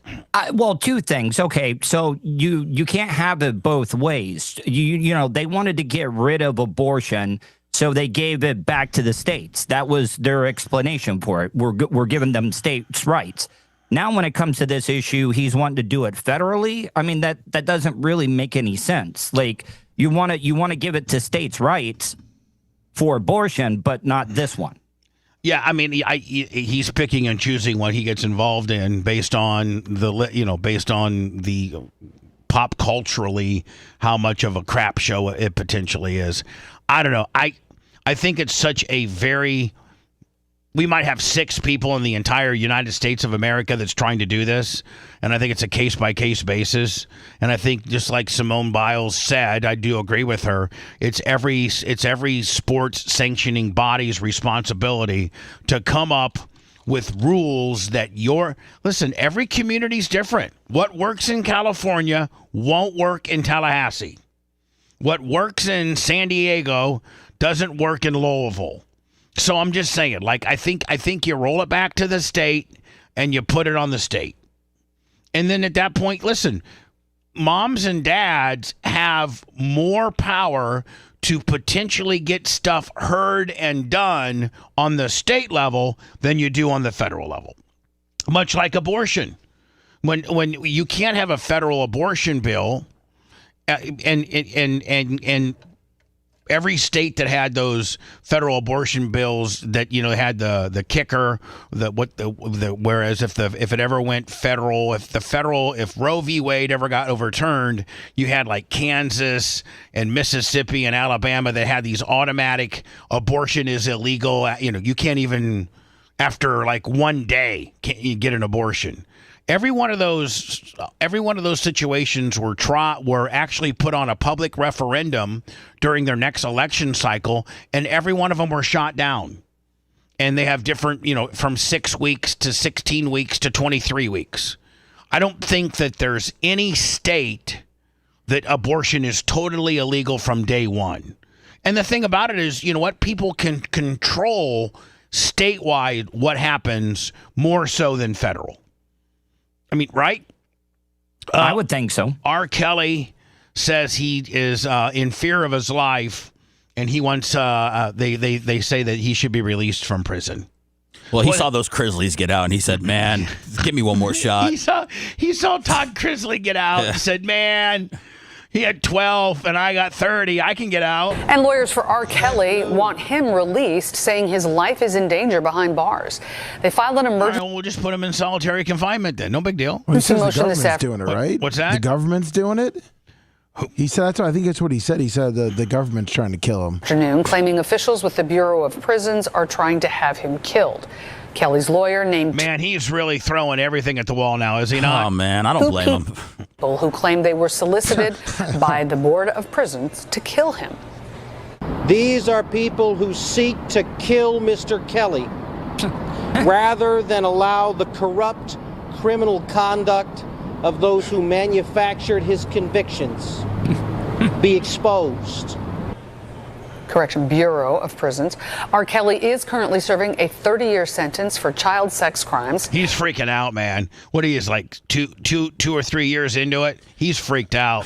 Prison. Oh, yeah. I got to think prison sucks. Tuttle, you basically, when you were in rehab, it's just like prison, isn't it? What? Yeah. It's just like prison. You mean like Seth. jail or like prison? Like jail. I've been in jail. And Funny Farm. So, like, your jail was like 4 days, wasn't it? They got you on a Thursday and you couldn't get out till a Monday? Yeah, and I was in solitary confinement for the first 32 hours, and that sucks, man. What do you just sit there and just sit there? Yeah, you got a pad, you got to lay on, you got a toilet and a metal sink, and that's it. Oh man. And it's a small ass room. Can you jerk? They do have cameras because I was thrown into the mental institution part of the jail. So there were cameras. I could have given them a show. Do you think people get horny when they're Baker acted? I don't know. I think I'd be so depressed. I have a little acorn. It doesn't want to come out and play for nothing. No kidding. And I just can't sit there and do it without having something. I got to look at some porn or something. You can't use your imagination, man. Not really. He's very desensitized, Tuttle, from all of the things he's had done to him over the years sexually. Thank you for being my spokesperson with my sexuality. I appreciate it. I know, poor I mean, Merch Bubba, but if you're stuck in, like prison for the next 20 years, you might have to close your eyes. Yeah, and think. I would learn how to do it without You'd be any gay for the stay. I wouldn't be gay for the stay. I might be gay for the stay giving it. You give up that big old ass. I might be a top. Hold on.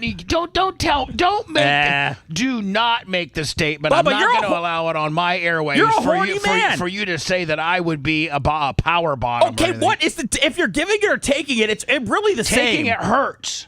No, but it's still stimulating. Okay. What? Seth, are you saying that Joe Exotic is more manly than Bubba? Because Joe Exotic is the one giving it. I'm giving it. I mean, if I'm let me just in a Riley Gaines. I don't even know what I'm supposed to feel anymore. I'm giving it. I mean, I got to think that taking it would hurt. Like Ty J, if I was Ty J's bitch. But not everybody's mate, you know. What if you don't have a choice though? Like I've heard prison horror stories. I would fight to have my choice. They'll knock you out. You'll wake Sentence up. for child sex crimes. His lawyer says they're seeking a presidential pardon. We did ask the Bureau of Prisons about the... Dear Donald Trump. Oh, man. I am, somewhat of a supporter, but I think sometimes that you act way too crazy. And, If Trump's like, I did like that song, I Believe I Can Fly. I liked Ignition a lot. It was a really good song. Oh, man. If Donald Trump do not pardon R. Kelly or P. Diddy, you're done at that point. This is crimes against children, man. Yeah. Trump, that's not. Yeah. This also is an immigration deal. Remember when he was doing that concert in Africa and he was telling all the girls to bring their passports and their shots? Yeah. And he was like trying to get them all in? Do you want to come back to the America with Rob? His lawyer says that... Do you got your passports? Do you got your shots? Do you want to come back to America with Rob? They're seeking a presidential pardon. We did ask the Bureau of Prisons about the allegations. They said they do not comment on pending litigation. Yes, we are trying to kill R. Kelly. Thank you for asking us. If you love that segment, then check out BubbaArmyHQ.com and do a deep dive on past shows. The Bubba the Love Sponge Show will be right back.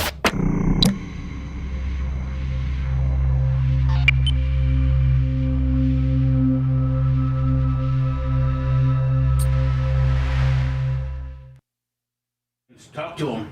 Nice Wednesday. Thank you. And Tuttle's stories of the past really, really, really affect me. Ancient art, acupuncture, Largo. I mean, in a bad way?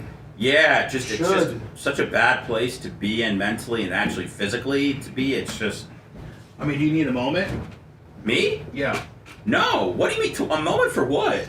To observe Tuttle's. No. I can handle it. I just feel. I'm glad it's. I'm just. It kind of resets your plight and the fact that you don't got it so bad.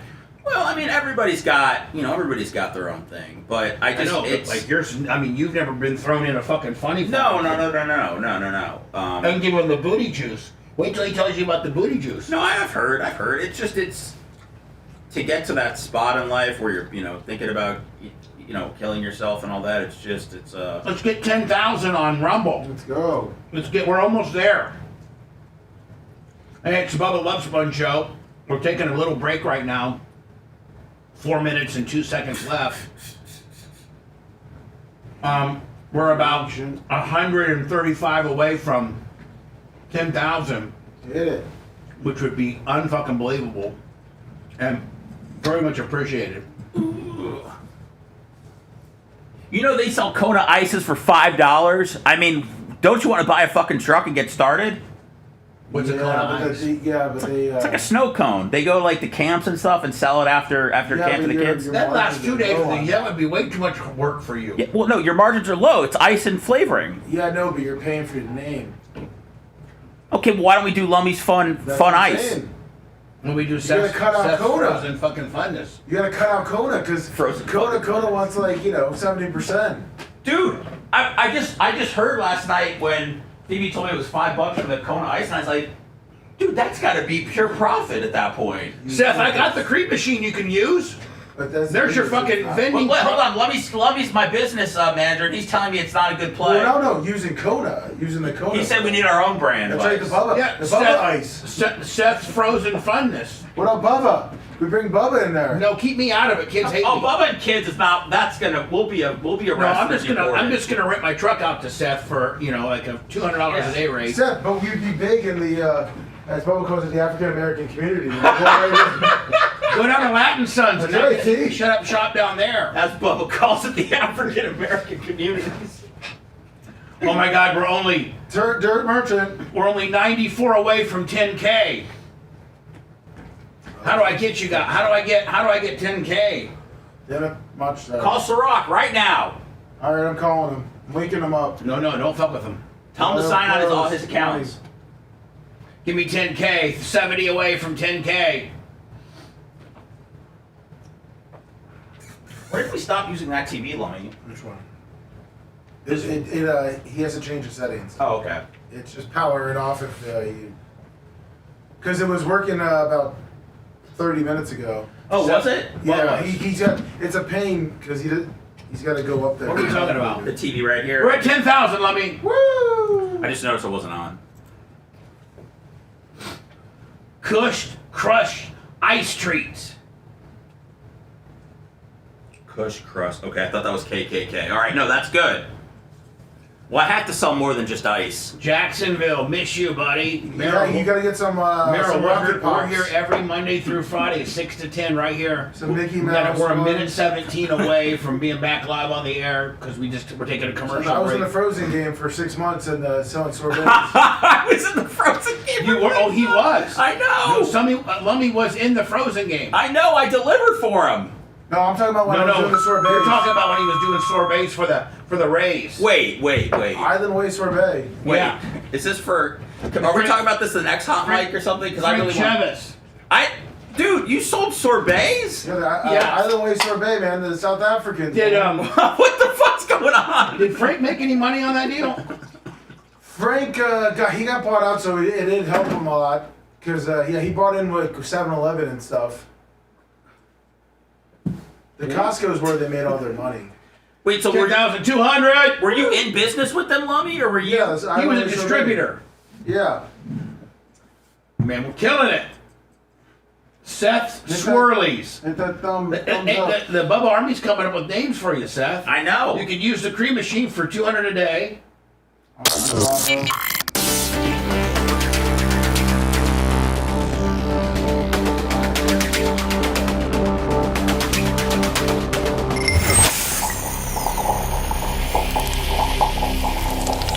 Broadcasting live from the Aquabito studios. Aquabito.com/Bubba. It's the Bubba the Love Sponge Show. Welcome to all the new Rumble people. We are still on the front page. Big Box Willie, thank you so much. Sirach, I know we got a meeting today. Appreciate you. Sirach. 10,400 and going up. The longer we stay on that homepage, that big box Willie, I mean, it just gets crazy, does it not? It just keeps counting up. So ABC, the network, has decided instead to televise the Trump military parade, which, by the way, Trump is having a military parade to celebrate the 250th birthday of the United States Army. And the last time that we've had a military parade was in 1990. 1991. 1991 under George Herbert Bush. And you said that was like a celebration, Lummy, of the Gulf? Yeah, was it Desert Storm or the Gulf? I can't remember. It was the Gulf War, is what they called it. Yeah, and it was basically the last time that we've had a military parade was, in 91, and it wasn't necessarily to do anything other than, I guess, celebrate our victory in the Gulf War. Right? Yes. Yeah. So when is this one? This one is Saturday. Oh, this Saturday? Yes. Oh, wow. In Washington, D.C., and it said the parade in Washington, D.C. this weekend isn't celebrating the Washington, D.C. Defenders' recent conference championship victory over the St. Louis Blackhawks. It's a parade to celebrate the 250th birthday of the U.S. Army, or depending on what you ask, a $45 million military demonstration of President Trump to cosplay as Kim Jong-un for the day. I sent you the 1991 one. I mean, it just looks so fun with tanks rolling down Washington, D.C., the little kids in the... Are they throwing beads off the tanks, or is this a beadless kind of parade? No, I don't think that they throw beads. I don't see beads. I see I see Schwarzkopf giving some little kid an ice cream. Because I'd be willing to spend a couple more million for beads. The National Victory Parade. All right, this is... Highlighted Saturday.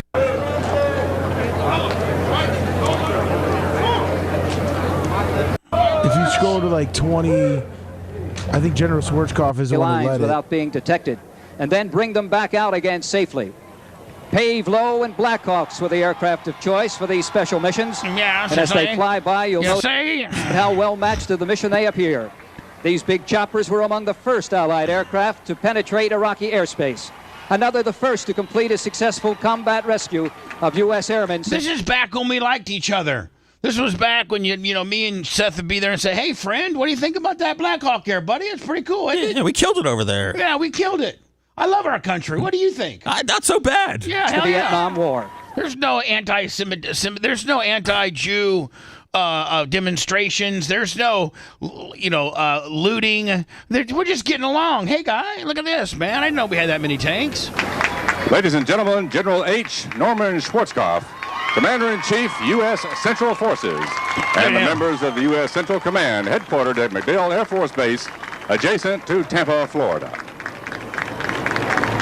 Central Command is the headquarters for U.S. military affairs in 18 countries in the Mideast, Southwest Asia, Spain, Belgium, Netherlands, Syria, Canada, Niger, Turkey. Damn, Barbara Denmark, Bush looked the same her whole life. Her whole life. She was looking hot there. The United Arab Emirates, New York again on Monday.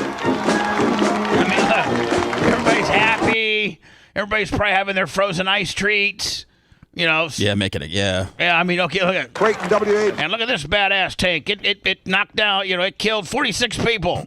Sure didn't. Former Army Chief coming of down Staff the road. That's who commanded the tank battalion under General George S. Patton Jr. back in World War II. These announcers are wild. Oh, yeah.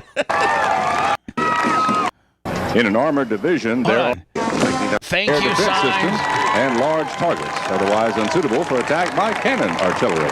And each launcher vehicle has a crew of 3. And look at the crowd, man. You can't get a crowd like that now because there's so many things to do. Like, there's the internet? Yeah. There's going to be a bunch of people at this one then. No, but what I'm saying is, back in the day, Lummy, your dad and I would say, hey, we're going down to the military parade. Sounds good. Let's go, Dad. Because there was no internet. There was no anything. And there's only 4 channels. There's only 4 channels. Launcher carries 12 rockets, each with 644. Transportation Company, the 115th Mobile Army Surgical Hospital, and the 372nd. Stayed behind. There's no barriers either. Yeah, there's no barriers. They just had a few people here. Well, I guess if you want to run up on the military, that's on you. Yeah, you really got to be. You're going to be right there with Tuttle and the Funny Farm if you want to roll up on a guy that's got an M16 with 2 tanks behind him, right? I mean, with 500 of his buddies right beside him. I mean, go ahead and run up on that dude.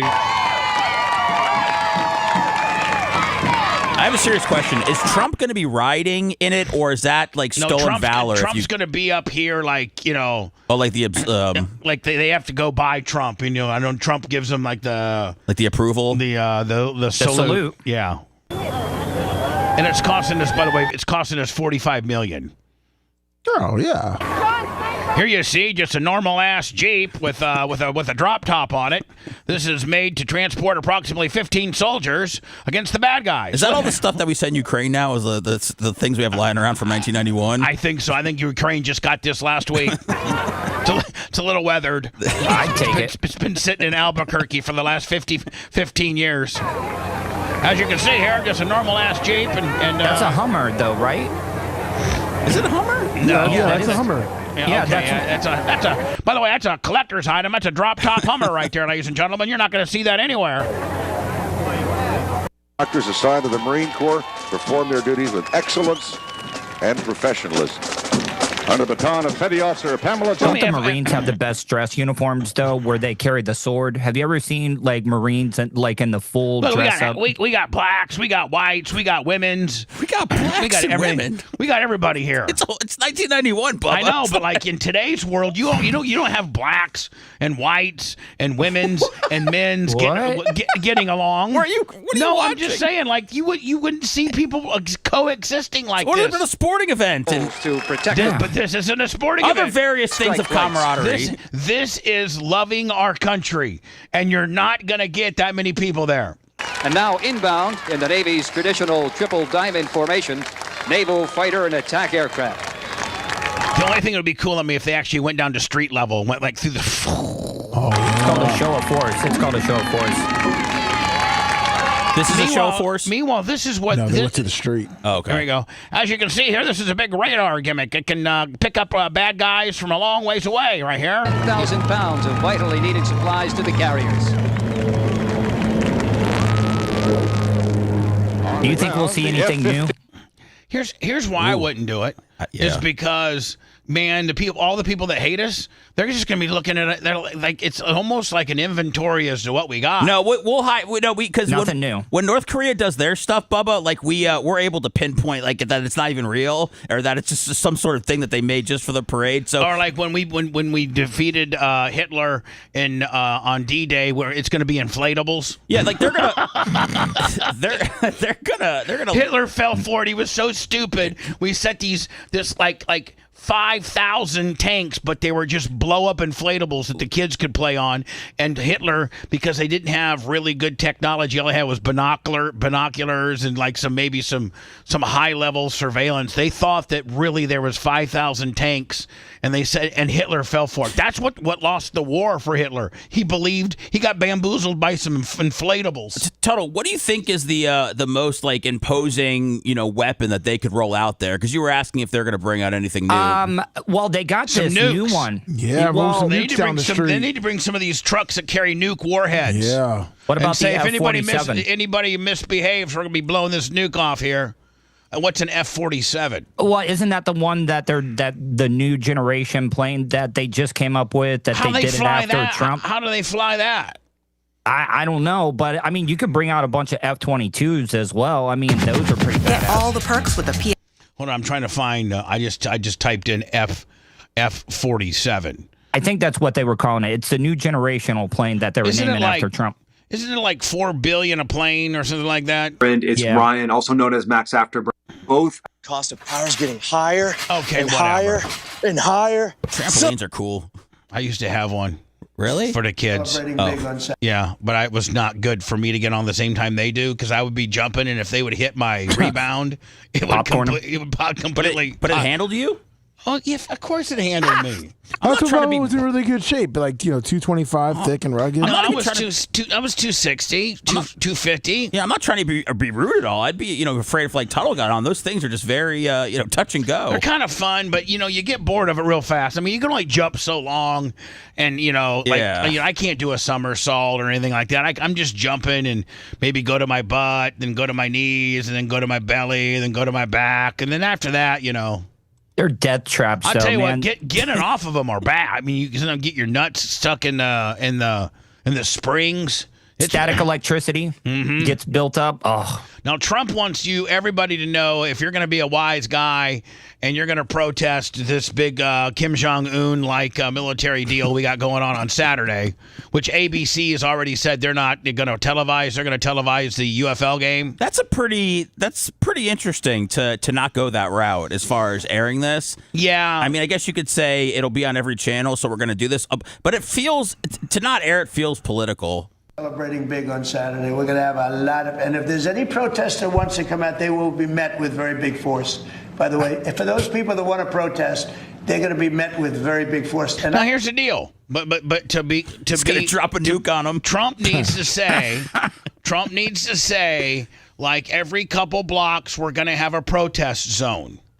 And, you block it off with cones and barriers, and you have to allow people to peacefully protest. If I'm over there with, I guess, but it's D.C., there's got to be a lot of, touchy areas. I know, but within the parade route, you have to be, our country that's part of the First Amendment, is being able to, protest and have your First Amendment right. So, I mean, you're not throwing Molotov cocktails, you're not throwing rocks, you're not throwing bricks.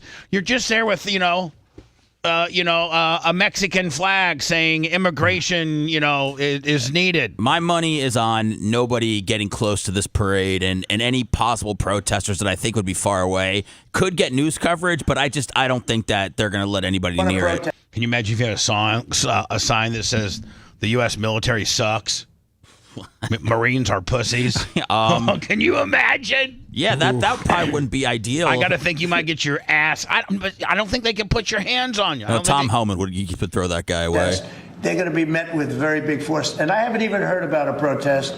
But, this is people that hate our country. But they will be met with very heavy force. I mean, I love our country, but I hate you, Donald. Would that get you a throat? Would that get you yoked? If you said that to him or just out loud? No, like if I was at that parade with a big sign that says "I love our country, but I hate our president." Oh, you mean like inside? You mean with? And like right on the parade route. Oh, okay. Would that get you yoked? I don't know, man. It shouldn't. It's just First Amendment, right? I do still think we have freedom. I don't think that. Yeah, but I think that'll get you. I mean, if you're throwing stuff, yeah. But if you're just got a sign, as long as it's not obscene, where it's using the F word or anything like that, I think you can pretty much have a sign that says about anything. I think it's a bad day to protest against America. I mean, yeah, ABC's so against it that they're it's playing Flag Day too.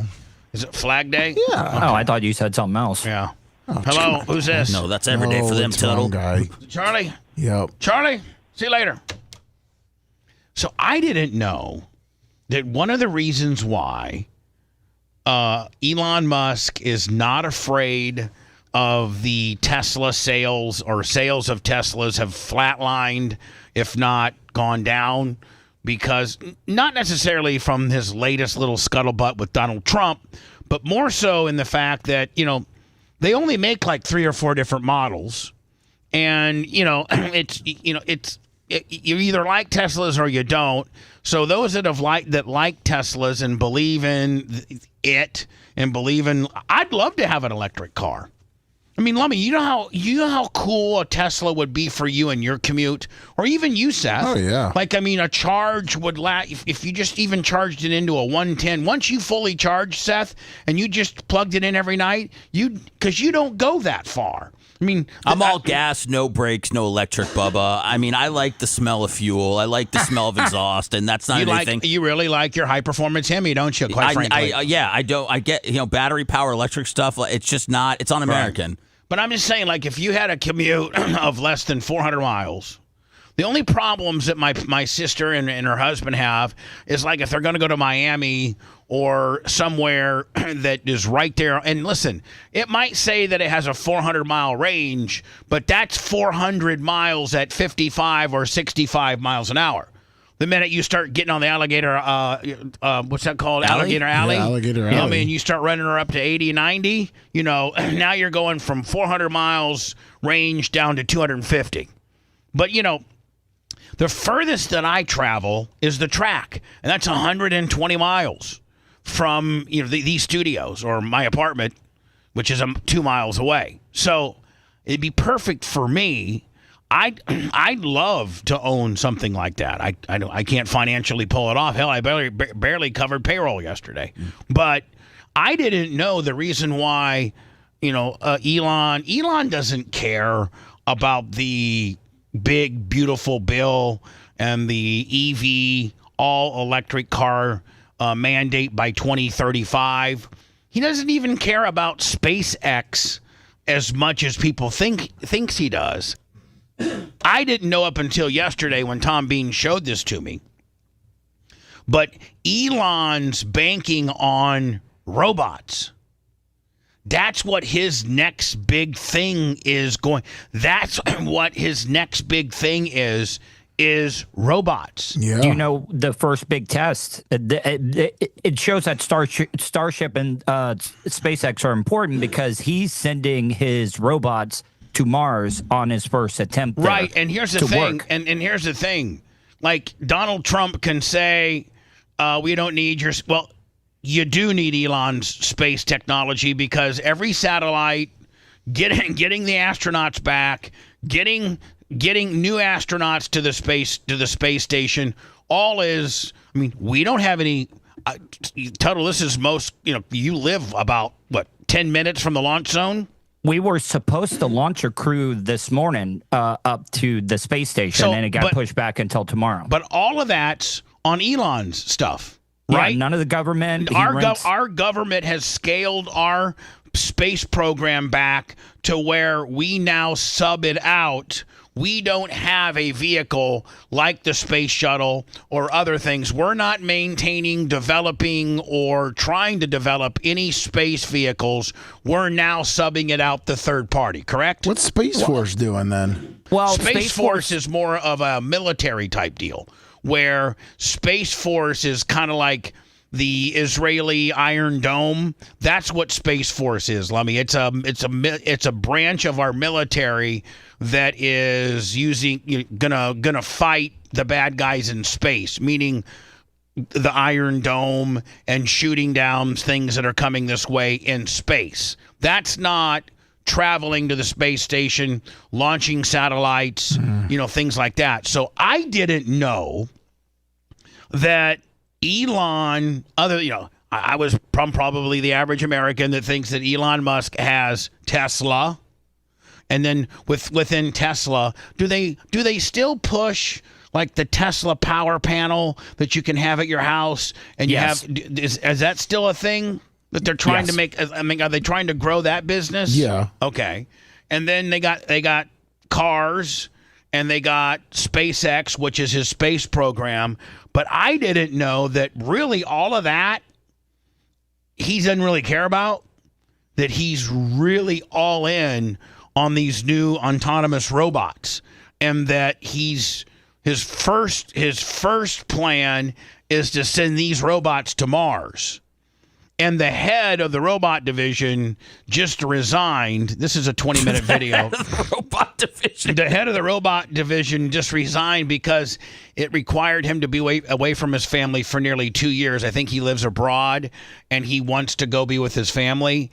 And so this is kind of a video about kind of the Tesla Bot 3 Gen update. Can I say that I'm rooting against the robots?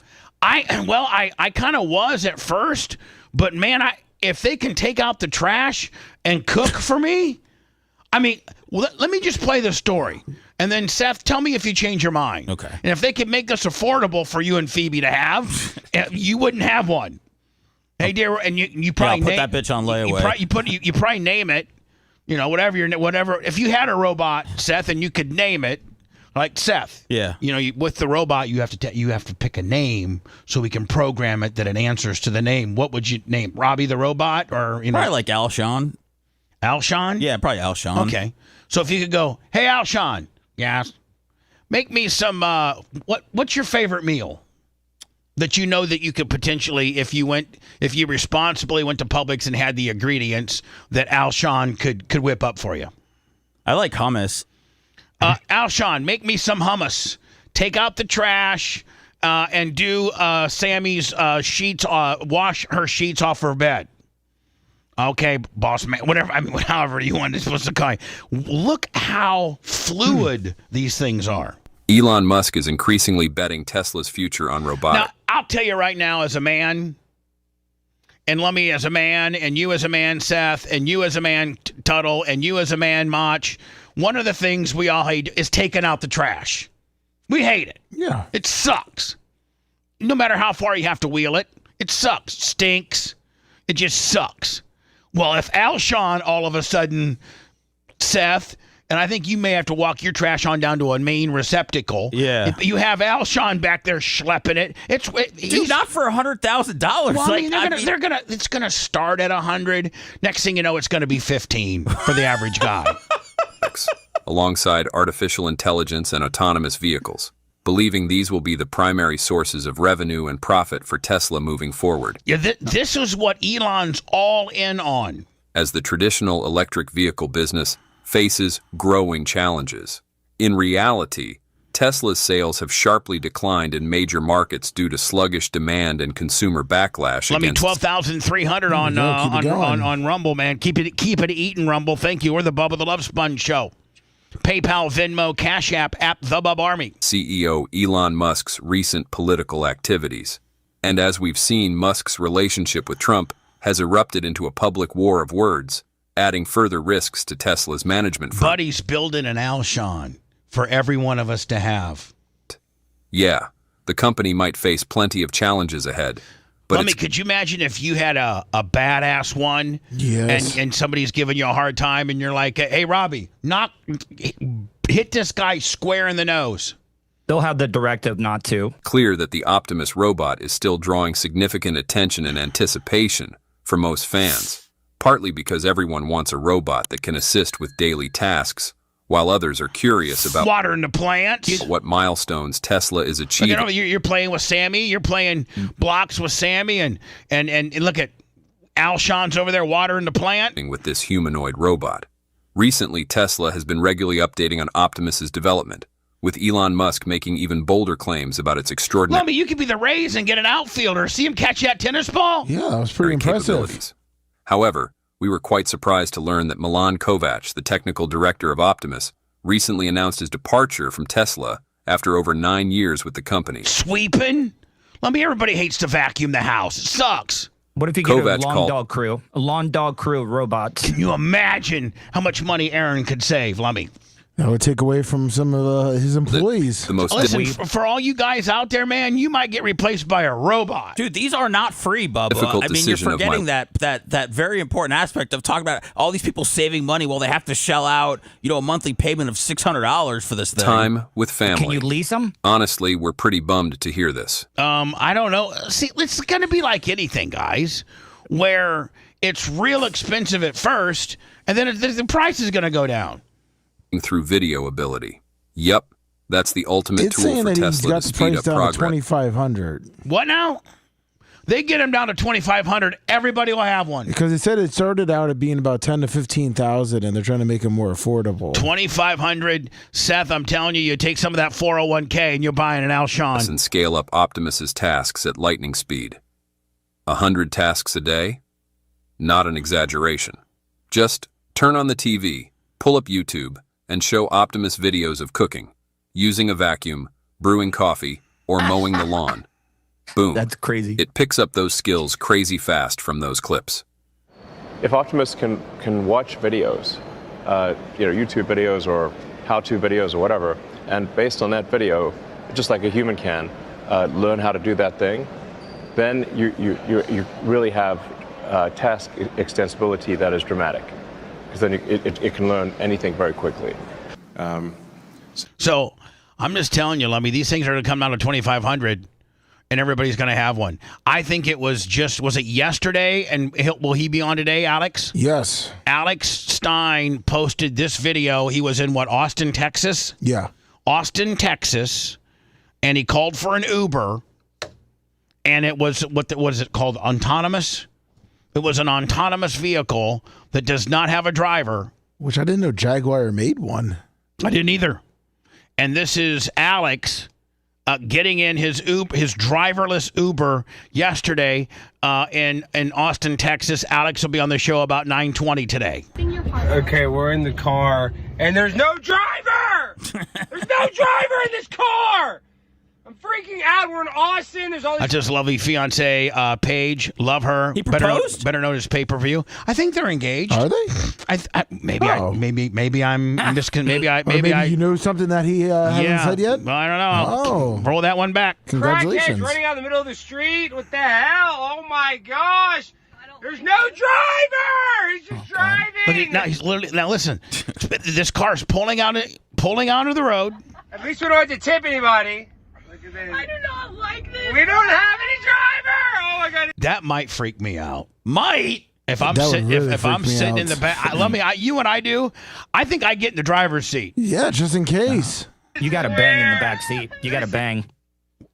Oh yeah, you could be doing anything in the back seat, banging, getting oral, whole 9 yards. Yeah, that's why I will never be driving in one. I think Seth would join me on that one. Can you imagine the people before you? What's that? The people before you just got done, like finished everywhere. Yeah, people just use it as a motel. Yeah. On the highway. Just going to church. Oh my gosh, I do not like this Waymo bullcrap. And it's going the wrong way, I feel like. Is he just the one? You're going the wrong way, you android! Take it to the Vulcan now! Okay, we're in the car, and there's no driver! I feel like Sam Kinison. Yeah, you're right. Yeah. Right? Yeah, there's no way it's pretty scary. Well, I mean, Lummy, it's here. I know. Like there's no way. It's here. It's happening. How many marriages will get split up because of these robots for like stay-at-home moms and stuff, and a guy that's working all the time? I don't think that these robots, these ones that Tesla are going to buy, are going to have any sexual parts. What, dude? If they watch a porno, if they watch a porno like Elon said, that, and if they got a hand, all you need is a hand. They don't have mouths or vaginas or penises, but they got a hand. Yeah, and just listen, emotionally being there. You can do. Listen, a guy can. Let's just be honest before I go to words. And when I come back, I got this hot teacher who's now doing 6 years for blasting a 17-year-old. Now I'm gonna talk about that story. Boy, none of these stories ever slip past you, Bubba. They never do. I'll dig as deep as St. Xavier High School somewhere in Cincinnati, Ohio, to get one of these bastards. But I'm telling you right now, I think we will all agree, if you're a man, you can achieve an orgasm through hand. Correct? Yeah. Whether it's somebody else's hand or your hand. Most of us got men, adult men. I'm speaking to adult men now.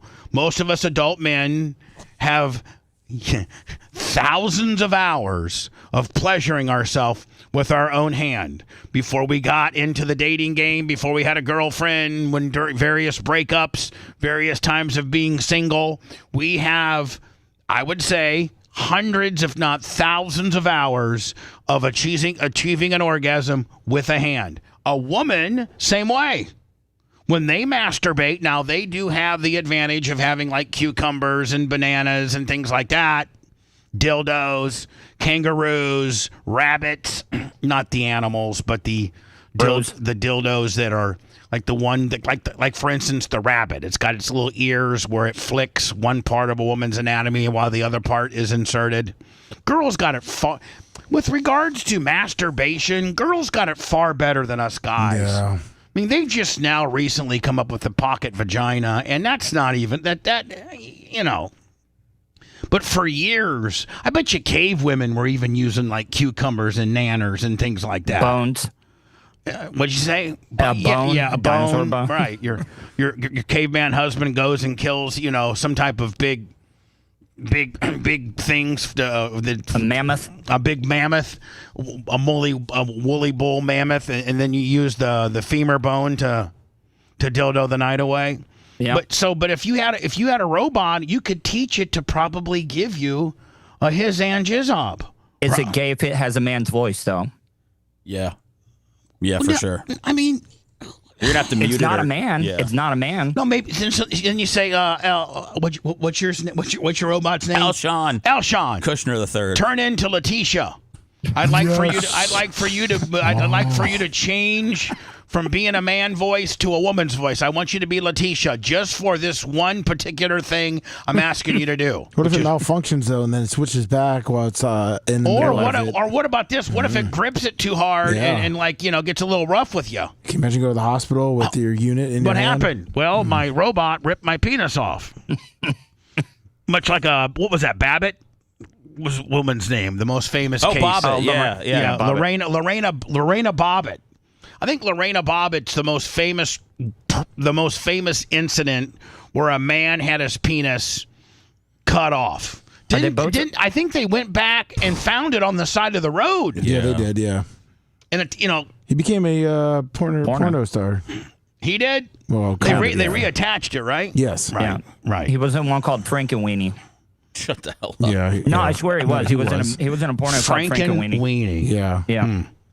Well, when we returned, I got the female teacher blasts a 17-year-old dude.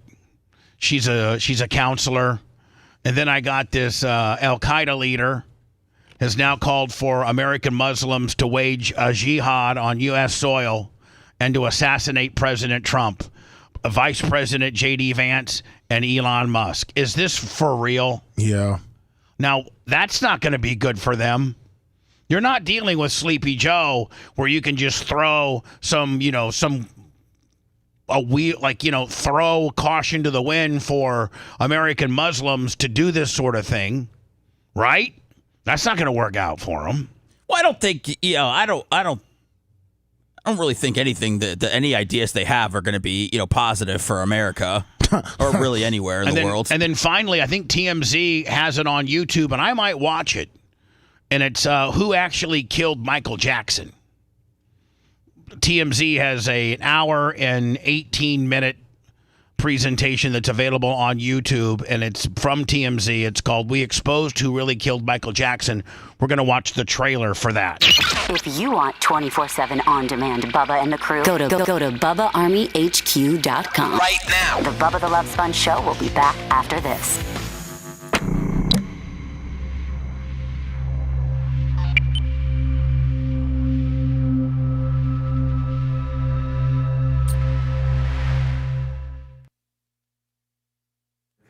Really likes America. Yeah, no, I'm not. Al Qaeda didn't have any good publicity going before they said They've had some military parades though with our stuff. Al Qaeda? Yeah. They got all that stuff that we left there. Oh, that shit. Yeah. They did a parade like a year ago. I think and by the way, they did a parade a year ago, and half of the shit was broken. Yeah, half the shit crashed while they were trying to fly it. Oh man, that's right. I totally forgot about that. I think maybe we need to position our show as a ministry, because Julie Green Ministries, she's got 250,000 followers just because she has like a daily inspirational word. Ooh, Rumble? Yeah, and me, how long is she? Oh, she's alive right now. Well, I got Energy Wednesdays on mine. Oh, this chick, Live with Julie? Yeah, Live with Julie. See, it says Julie Green Ministries. Yeah. Maybe we need to go Bubba Army. We need to be like Bubba Army Ministries, like where we're like religious. And then if we're religious, Seth, I think that then we're a tax exempt company, right? That's what the rich people tell me. Yeah. Bubba Army Ministries. I like it.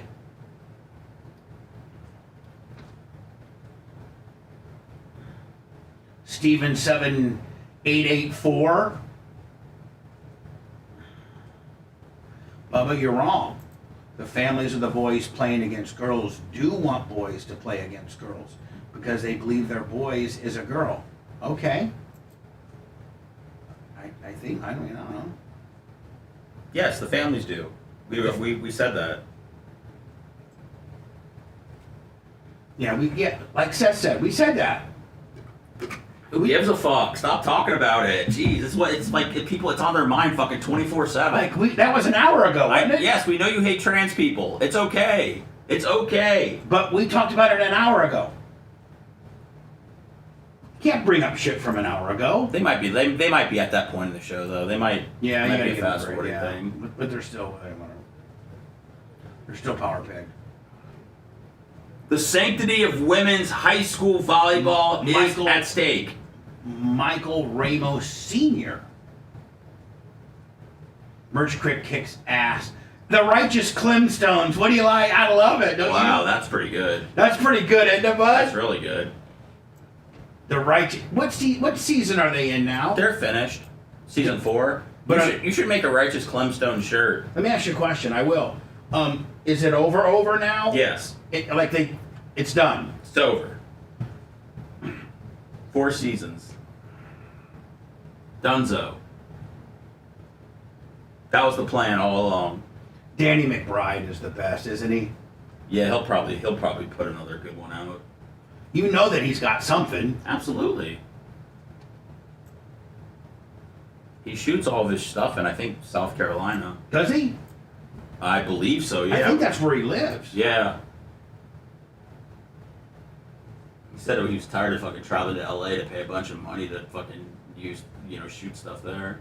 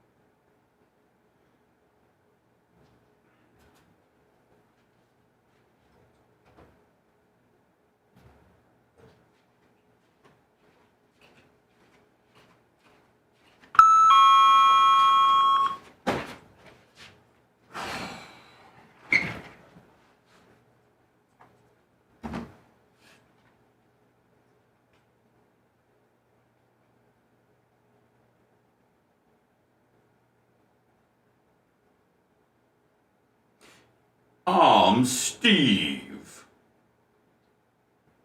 One of the best characters ever is Steve Janowski on Eastbound and Down. Yeah. Would you not agree, Seth? Yeah, he's in Gemstones at the end. He makes a cameo. Did I mention 100 from Fish on the J? I don't think I did. No, I did not. I must.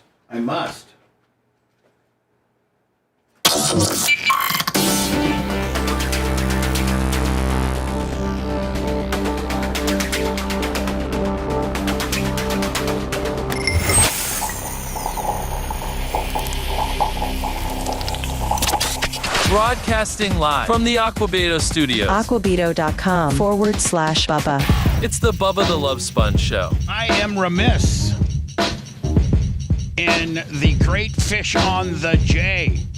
$100 in the PayPal, Venmo, Cash App, all at the Bubba Army or BubbaArmyTips.com.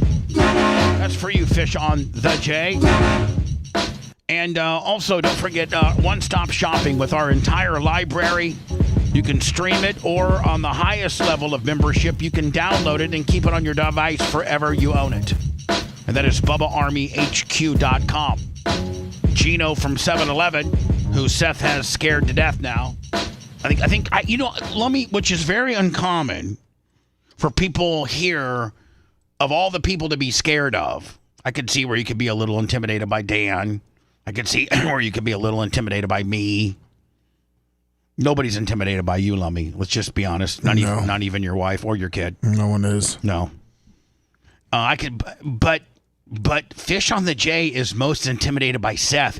Seth's got him completely buffaloed. Wait, he's scared. He's scared of Seth. Our intern or Fish on the J? No, our intern. Oh, okay. You said Gene on. Did I say Fish on the J? You did both. Yeah. I'm so sorry. Fish on the J is not scared of you. Okay. But Gino, on the other hand, 7-Eleven, knows how much of a slinging D you are, my friend, and knows to stay out of your way when you're in there pushing your weights. Well, we worked out the last time he was here. We worked out together.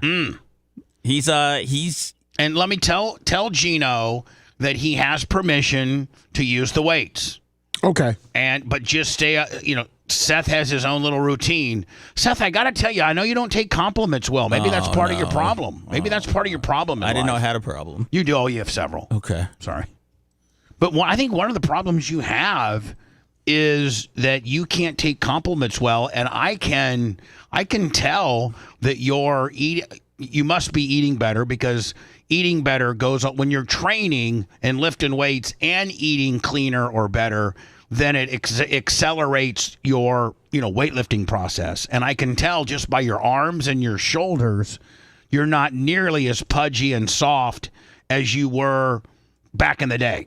You're probably 25 pounds down and 50 pounds stronger on various exercises. Am I correct? I don't. This is wow. No, this is. Are you keeping progress? Are you keeping a? He doesn't ever weigh. He doesn't ever weigh No. himself. But can't you tell just on the machines that you're making advancement on the weight? Like what you started with, maybe. When did you start this kind of dabbling around on the weights? Maybe. Consistently. Maybe 2 months ago. Yeah. 8 weeks ago? Yeah, I don't weigh myself. I'm not, when I go to the doctor, that's when I check in, which is every few months. I'm going to the doctor today. Yeah, you got to get your blood. Got my milkshake blood thinned. Yeah, but this is I hate talking about this stuff. This is the biggest. This is the biggest. I'm not so worried about my strength. I mean, I feel better overall when I'm like lifting weights and all that. But do you feel stronger do you feel stronger? I feel, yeah. That's what I'm saying. Yeah. And you probably within the weights, because we don't have free. Well, we have some free weights, but you have dumbbells. We do. We have dumbbells, straight bars. We have some free weights, but a lot of machines where you are adjusting the pin, adding 5 or 10, 15 different pounds. You've probably made huge gains on where you were. Like, I know you like that blue chest machine that you can do like 10 on the inside and 10 on the outside. Yeah. Well, you're probably advanced a couple pins down from where you were. Yeah, it doesn't take too long to get whatever strength you had back. So I mean, I feel good. I feel like I'm on the right track. How about Gino? What's he pushing around? He's just a teeny tiny little guy. 200-300 pounds easy. He's cut, dude. Yeah. For real? He took his shirt off and started doing a flex off. Tell him not to work out with no shirt. That sweat will get on my upholstery. He said he wanted to get cut. So I'm gonna have to leave the cleaner spray and some. I have that whole roll of paper towels against that one wall. Seth, where that one wall where the tricep extension is? Oh, yeah. It's that big roll of paper towels. I'm just going to leave you guys your spray bottle just so that you can wipe. Just all I ask is for you to wipe your stuff down. Yeah, no problem. I'll have him do what I used to do when I was an intern and just start having him clean the gym every other day. You know what? Let me remember when Pantera and you boy had to go over, and I think even Tuttle had to actually drive over to the Clem gym, mop it, and wipe all the machines down. Yes, every other day. Well, listen, I think that Gino, and change the laundry. Yeah, and do laundry. Yes. So I think Gino needs to vacuum once a week and mop once a week. Okay. And wipe down the machines. And wipe down the machine. Well, you should wipe down the machines after every use. No, but I'm talking about when he, even when he's not using the gym. If he wants to use the gym, he has to wipe down all the machines. Yeah, and mop once a week. Vacuum and mop. Do you want him to wipe down your massage chair? No, do not touch the massage chair. Okay. That's not made for wiping down. Okay. Only one person's been authorized to get into there, and that's Seth, before he is sweated. Seth even knows not to get in my massage chair after he's sweating. Yeah, I wouldn't do that. But that's my baby, and I've only allowed Seth to be in it. Have you been in it yet? I don't know if you could fit in it. I can't fit in it. I'm What do you mean you can't fit in it? Seth, I can't fit in it. I think he could. He's a giant. You are. I think you could. I don't want to break it. Macho, have you ever sat in the massage chair? Oh, yeah. Oh, yeah, I have. Oh, yeah, I break it. Can't massage my muscles. Oh, yeah. It turns itself off after it goes down my back one time. Oh, yeah. I've thought about coming up here on the weekend and taking it for a spin. Yeah, it is so nice. It really is. Former St. Xavier High School teacher sentenced to prison for sexual battery of a student. It's amazing how, based on where you do your teacher blast. Now, listen. I've been very, very honest and transparent by saying that I probably have the wrong opinion of this, and it's probably borderline sicko / wrong. But I picture myself as a 16 or 17-year-old boy that I used to be in Warsaw, Indiana, and all I ever wanted, and I think all of us former 16 and 17-year-old junior and senior boys that didn't have a full-time girlfriend, all we ever wanted was some vagina. And I wouldn't even be picky. Not even be picky. Like, you'd even take a big girl. Yes. There was, in fact, I lost my virginity. I had to go to the big girl route. And I'm talking big. Like, I'm talking 260. Yeah, this is the one that I'm talking knows about. right? I rolled around my senior year at 235, and I lost my virginity to a girl that was 30 pounds heavier than me. On your dad's... on my dad's creeper in his garage, and that thing was screaming. And no one knows that thing her was name, right? Nobody, not even my family.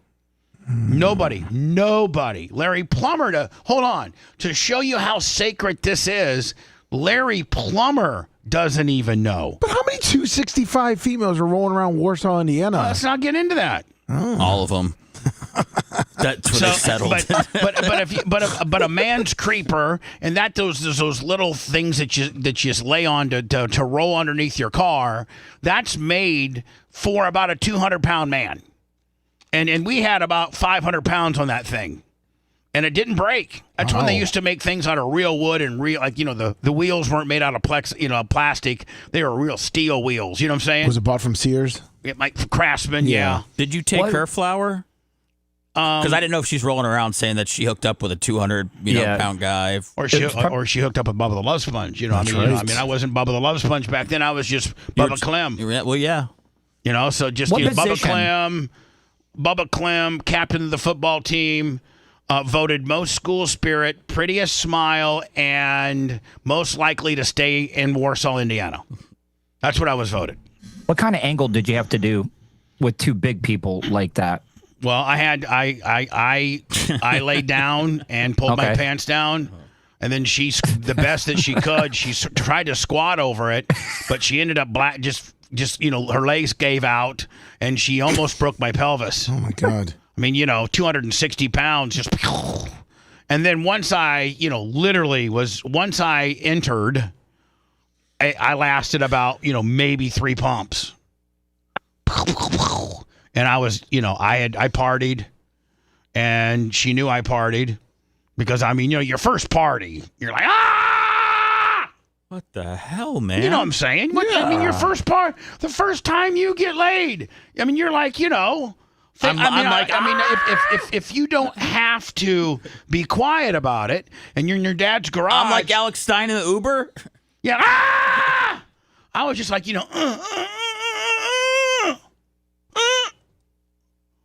and then she took the party home with her. Well, she took. Whoa. What? Yeah, she took the party home with her. You kicked her out? No, meaning I know you did, but I'm saying meaning, there wasn't any protection. There wasn't any anything. Whoa. She took the party home with her. I didn't know that that could be a really bad thing. I didn't know that 3 weeks later she could have come back and said, "Hey, we're gonna have a baby." I would have been so embarrassed to have been the guy that got her knocked up. Well, she was a really not famous, but she was recognized as a fat girl, a big fatty. What year? What month was I'm this not in your talking. senior year? No, Lummy, you're not going to start whittling it down because you know me better than anything, and you'll go back and listen to old tapes, and you'll go back and try to whittle it down. I'm not giving anybody any additional information, and I'm not even telling Larry Plummer. I'm not telling the merch crick. I ain't telling nobody. I just wasn't sure if there could be a little baby Bubba out there that you didn't know about. She had her period. Are you sure? Yeah, Sometimes well, those fat chicks are hard to find. I can't even say the reason why I know. It's just, she ended up having a kid like 3 years later was her first kid. It's like 3 years later with a guy that she had a relationship. I guess she lost a bunch of weight and started looking better. And she had a kid like 3 years later. She didn't go to college. She stayed in Warsaw. I was already at Indiana State. I heard that she had a kid. And I was like, thank God. And I was like, is that her only kid? And they're like, yeah. I was like, okay, great. But like, listen, when we're every one of us guys right now that's either watching this program or like if you're going to be intellectually honest, if you don't have a girlfriend, and you're gay or you're not gay. Your sexuality doesn't really matter more than the fact that you want to get an orgasm. Once you learn what an orgasm is, oh man, then it's almost like it's a turning point in your life because you're ruined. You are officially ruined because it took a lot. Because before that, you don't know what an orgasm is. You don't know how good it feels. You don't know how bad you want one until you get one, and then you know what, it's Katie bar the door, man. It's nonstop for the longest time. And while the hundreds of hours that we have spent masturbating, we are thinking about, instead of doing it myself to a Hustler or a Cherry or some type of magazine, I would wish I had a real live person. And if you're gay, it would be a man. And if you're not gay, it would be a girl. And everything in between. And at that point, you're a minor, so it doesn't even really matter what the age is as long as it's probably over 14. And so, to have a teacher, and the reason why I always talk about these stories. Now, I am completely, yes, I'll raise my hand right now and tell you that I am absolute, hi, I'm Bubba Clem, and I am an absolute dirty hypocrite when it comes to this particular topic. I am a hypocrite in the worst way. Judge me however way you want.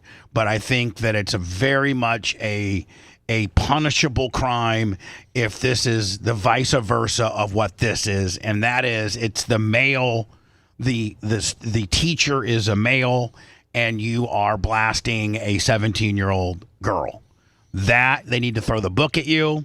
You need to be in prison because adult men have the physical ability to hold down or potentially, I don't want to use the word rape, but potentially physically have your way with a girl. You're naturally bigger than her. You can physically control her, and you can get in you can mind screw, 17-year-old, 15-year-old, 16-year-old girls are, their minds, you can really get in their head.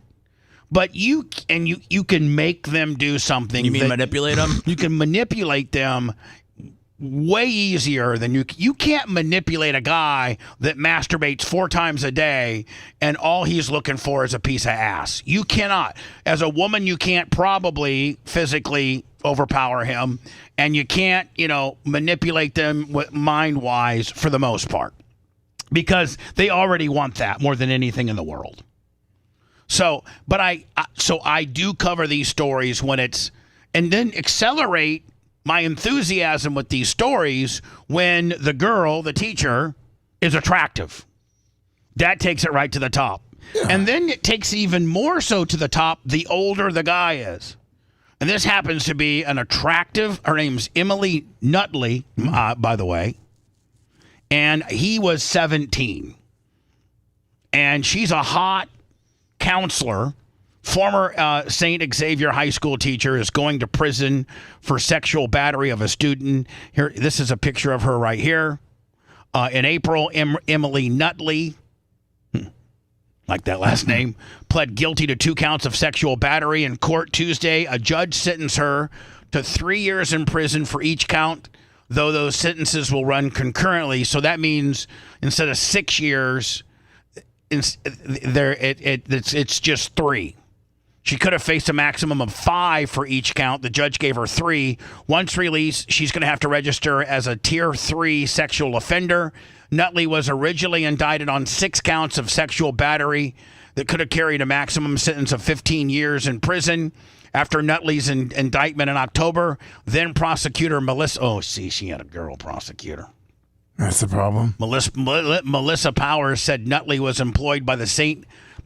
Xavier in the fall of 2023 as a supervisor of a program to assist struggling academic kids. The 17-year-old student Nutley had a relationship with had been assigned to the program.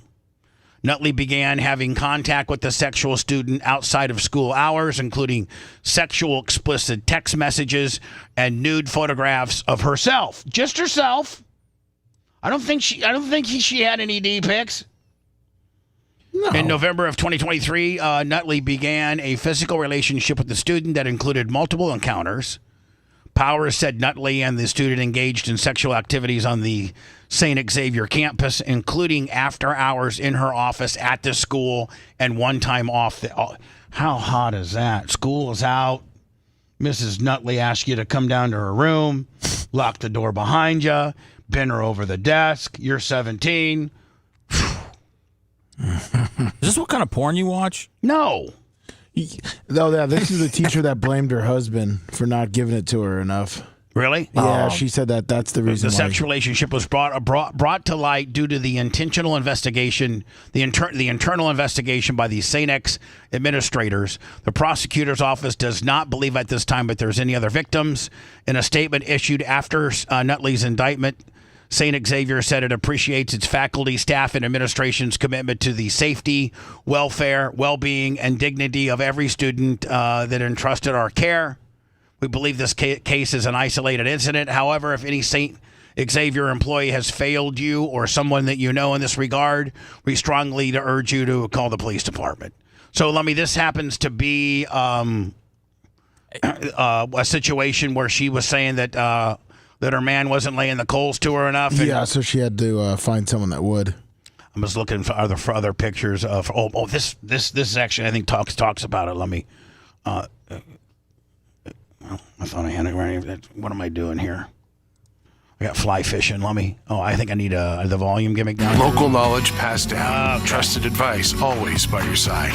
Sports. We want to see how the news covered. Of course. Your high school counselor will be sentenced tomorrow after admitting. Look at that mugshot. Phew. She was done up. Let me see if we can become pen pals. Oh, perfect. I'll get on it. He had sex with a student. That's right. Today we got our hands on the prosecution's That girl going to Soul Train afterwards? Holy Kiz Amel-Tizzo, look. Kiz Tiz. Look at the Kiz Tiz. Wow. It's really up in there. She looks like she came right from the Jefferson set. sentencing documents, and they reveal a lot of new details about the case against Emily Nutley. I just can't stop looking at her yellow Kiz Tiz. Anybody else looking at the Kiz Tiz? I have to know. Wait, are you saying camel toe? Yeah. I'm dumping, Moose knuckle? I'm dumping all that. Moose knuckle? Just let's go with Kiz Tiz. Kiz Amel-Tizzo. I think that covers it. Sure. Tied in all the right places. WLWT News Live's Brian Hamrick joins us. Brian, it describes Nutley as a child predator who should spend years in prison. Yeah, she should. Yeah, actually, it's an unflinching report. This is like an old Tuttle. This guy looks like an old Tuttle, doesn't it? This outfit, yeah. This is a line that kind of who's dressing these people in Cincinnati? Do they all think they're going to some 70s concert? Look at the jacket. Are you guys going to Tony Orlando and Dawn after the set? Well, let's be honest, though. We're talking about him. If I was a reporter, I would be wearing the loudest outfits that you could ever imagine. The coolest stuff, right? Yeah, just but with a little spaghetti meat, with your shirt kind of opened up like halfway down a little bit.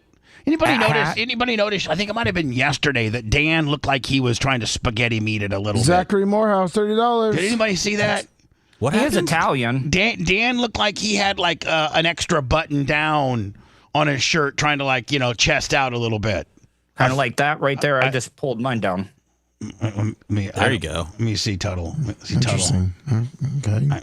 I haven't quite. I don't know if my feet's caught up. Are you paused? Let me see. Well, you can always watch. Yeah, there you go, Okay. Tuttle. Probably a little bit. We got you cropped in the box. Maybe Mamacho can do a full-on one-box Tuttle isolation where we can see, like if you were trying to be like 70s spaghetti meat kind of deal, There's an ISO up on the TV, Bubba, if you can't see it on your computer. Oh, okay.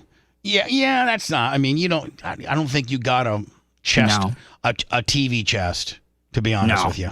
Goes to the, speaks to the tone. Like most pedophiles, Nutley preyed on the most defenseless person she could. She preyed on a 17-year-old horny kid that does bad in school. That's right. She was giving him answers to a test. Yeah. That's directly from the report. It's a revealing insight into the prosecutor's Quit being so hard on her, poor little thing. Position.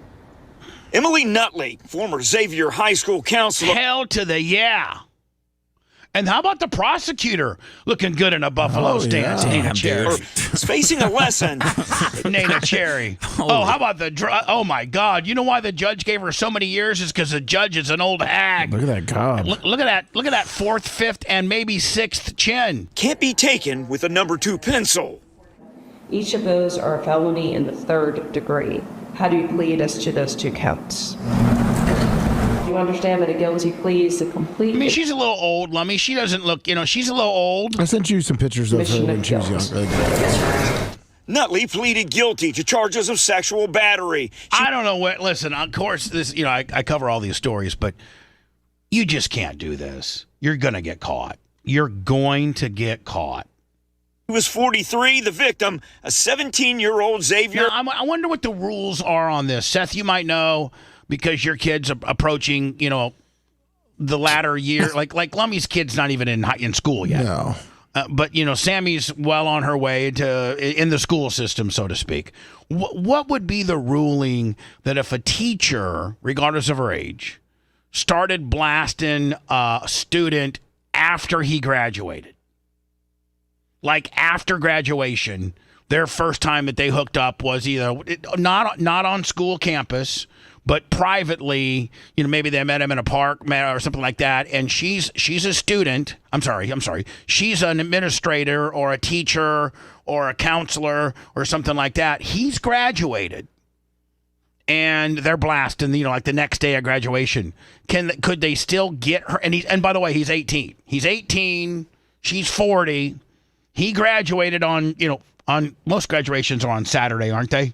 They have most graduations are on Friday or Saturday, and on that next Monday they blasted. I think that might be all right. I think that's okay because she's not in a position of power anymore. Yeah, high school student. I want to know that one.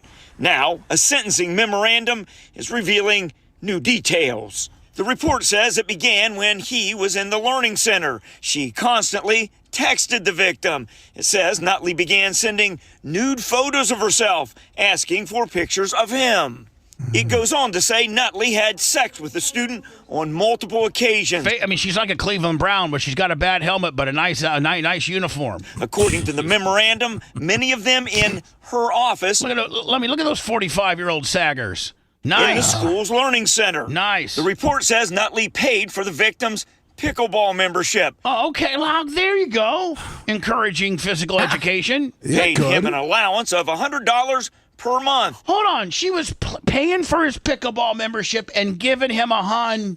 Well, I guess she was paying for him to keep quiet. And sent him answers to a test coming up. I can't think of a better situation. Why do we know about this? Because if I'm getting paid $100 and blasting, I'm and not even telling my friends. Whoa, and answers to the test. Because he tried to end it because he was trying to get another girlfriend. Well, listen, you know what? That senior it's the cheerleader that might be a little hotter than 35, 40-year-old Nutley. She's not giving you a hundo. She's not paying for your pickleball willy, and she ain't giving you the answers. She might be giving you some 17 and 18-year-old hotter ass, but the total package comes with Nutley. It goes on to conclude everything that happened to the victim is 100% Nutley's fault. Nah, it takes two. Like Rob Bass. It takes two to make a thing go right. I mean, especially with the dude. It takes two. Are you blaming the minor? No, I'm not. But Sounds like you are. But I'm not. But I'm not. But I'm not blaming her 100%. She didn't hold him down and make him blast her. That's what she's saying, and it's her husband's fault. So, high school counselor who's described by the report as a textbook example of a sexual predator. Yeah, now the report says that the victim this is Tuttle at 50 that got back on the bottle. Xavier and the victim's family all want Nutley to spend. How old are you, Tuttle? In real life, I'm 45. Okay. 10 years in prison. Prosecutors are asking for 5 years. The sentencing is tomorrow. Reporting live, Brian Hemrick, WLWT News 5. Yeah, I sent you a picture of her and her husband, and does it she's say like a little bikini? Does it say? This is her family. Obviously, she's got 3 kids. Goober husband. Poor kids. Oh, those kids are getting picked on. Poor goober ass husband. Look at him. He's all goobed out. He's probably you know what? He's probably Snook Slayer's assistant. He looks younger. He looks. Oh, you think she maybe got? She likes him young. I mean, he's definitely not 40 something.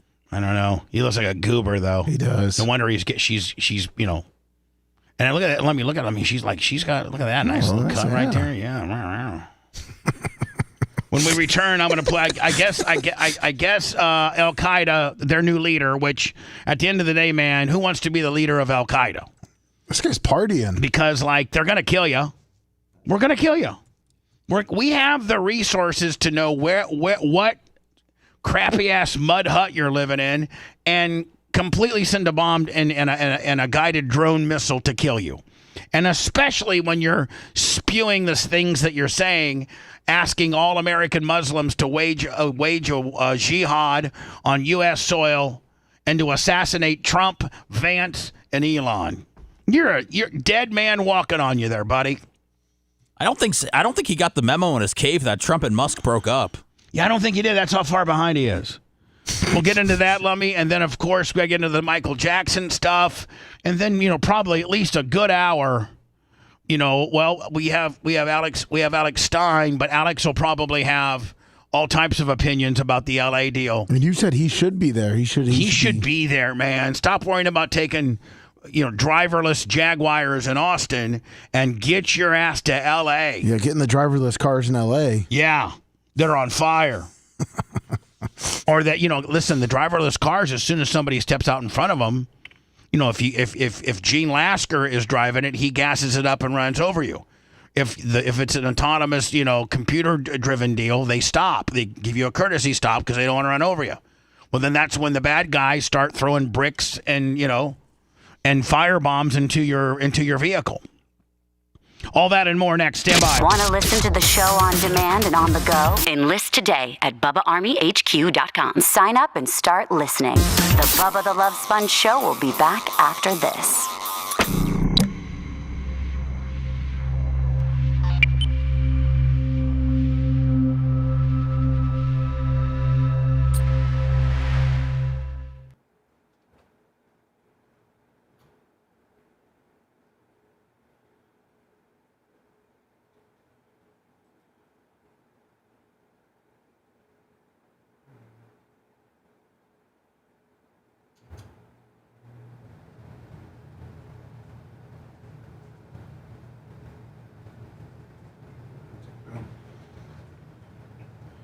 Hello, Cretin. Cretin, thank you so much for what you did for us. God love your little soul. Yeah, thank you Cretan. Thank you for being able to check it out.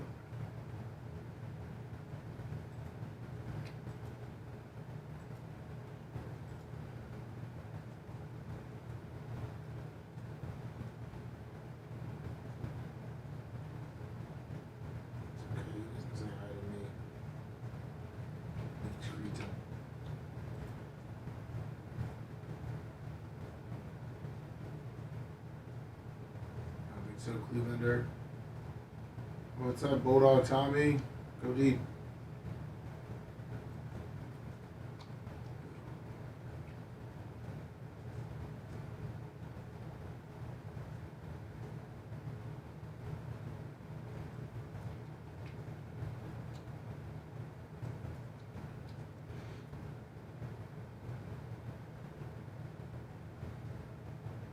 No, I have not. The Havoc.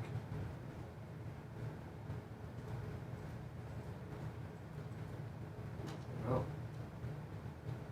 What's up, Finn in Orlando? Yeah, I think they're just waiting on what, Z?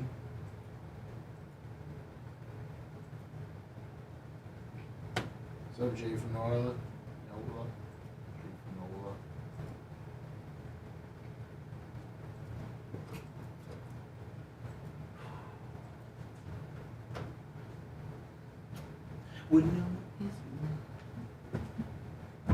Probably longer for Bob. What's up, DJ Brown? Acting kinda crazy, ain't calling me baby. Why the sudden change? What's to tell you right now? John Kostika. Johnny K, what'd he do? What it do? What it do? What'd Johnny K do? Johnny K's the man.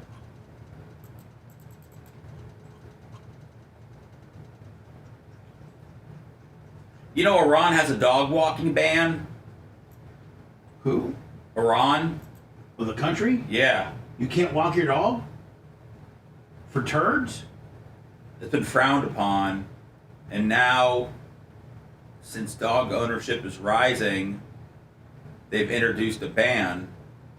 It was on Sunday. Dog walking is a threat to public health. The Iranians are fucking dicks. In 2021, 75 lawmakers condemned dog ownership as a destructive social problem. Wow, but these motherfuckers hate dogs, dude. I mean, what? What more do you need to know? These motherfuckers hate everything. I know, but dogs is a level of... They hate everybody but Muhammad. I mean, you know, if all they do is like Muhammad. You can not be a dick and still be Muslim. It looks like they were going around just killing pets if you wouldn't give it up. Really? Mm-hmm. What the fuck? Minute.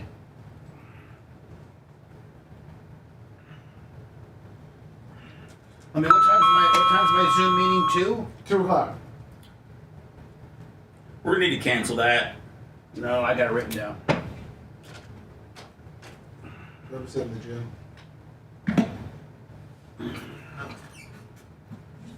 Is it okay to do a job interview in your car if you're driving? That's no. I would say, yeah. I mean, I think everybody. There's no rules of being respectful anymore. Oh, So- well, I mean, what if, I mean... So, like... But, I mean, if... I've always thought about that. We need to talk about interviewing from your car, because when I went to court about, the guy who fucked up our gate...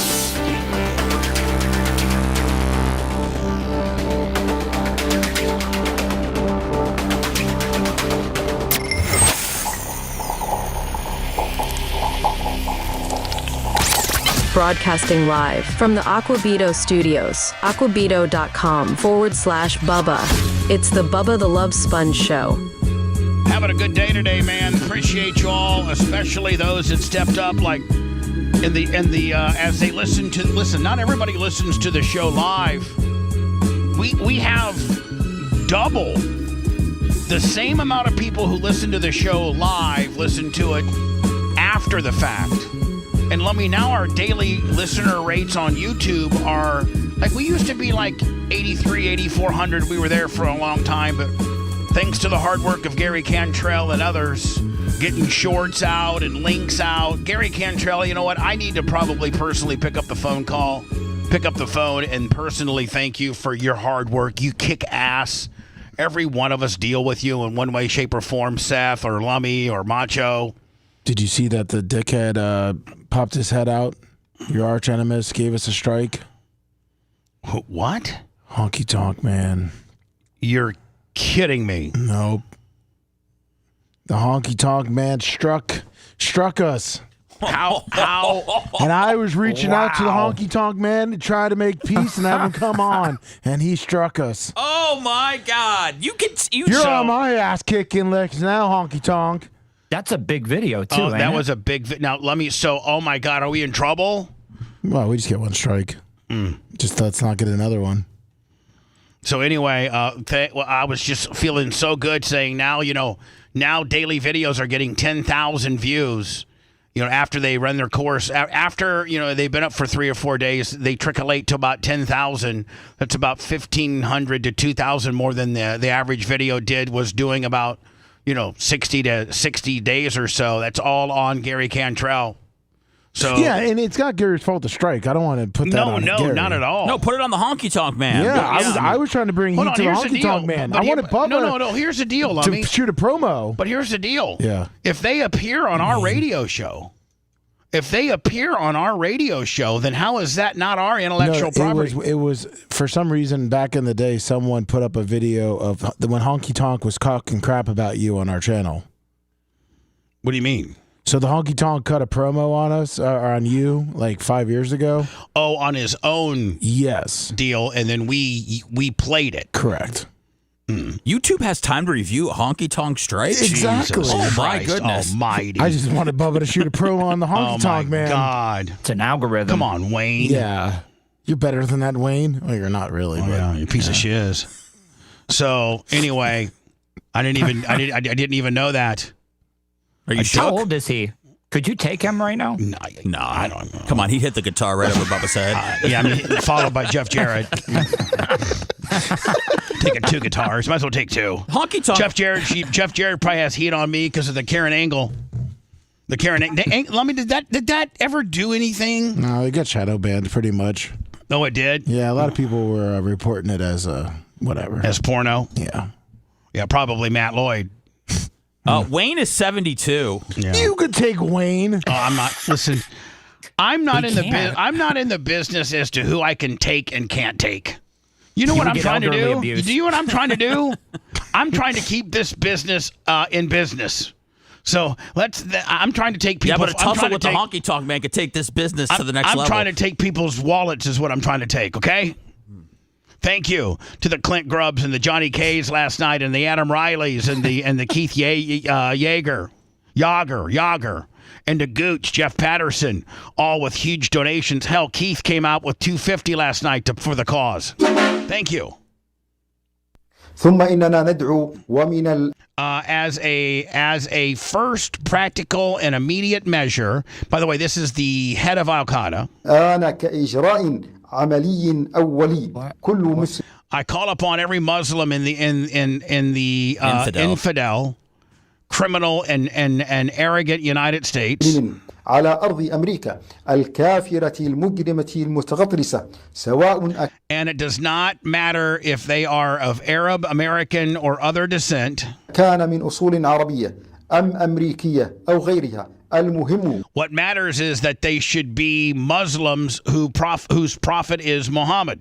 Listen, I don't have any problem with Muslims that live in our country that praise Muhammad. I think Muhammad is kick ass. Are we activating a sleeper cell by just playing this? I don't know. Maybe perhaps. محمدا عليه الصلاة والسلام. And there are 4.5 million Muslims in America alone.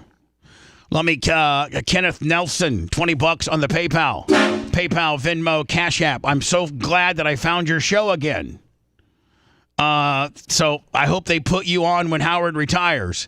They should, because SiriusXM has publicly said they're trying to get back to the consumer that is on the road, like truckers and salesmen. They're trying to get back, instead of this podcasting stuff that they're doing.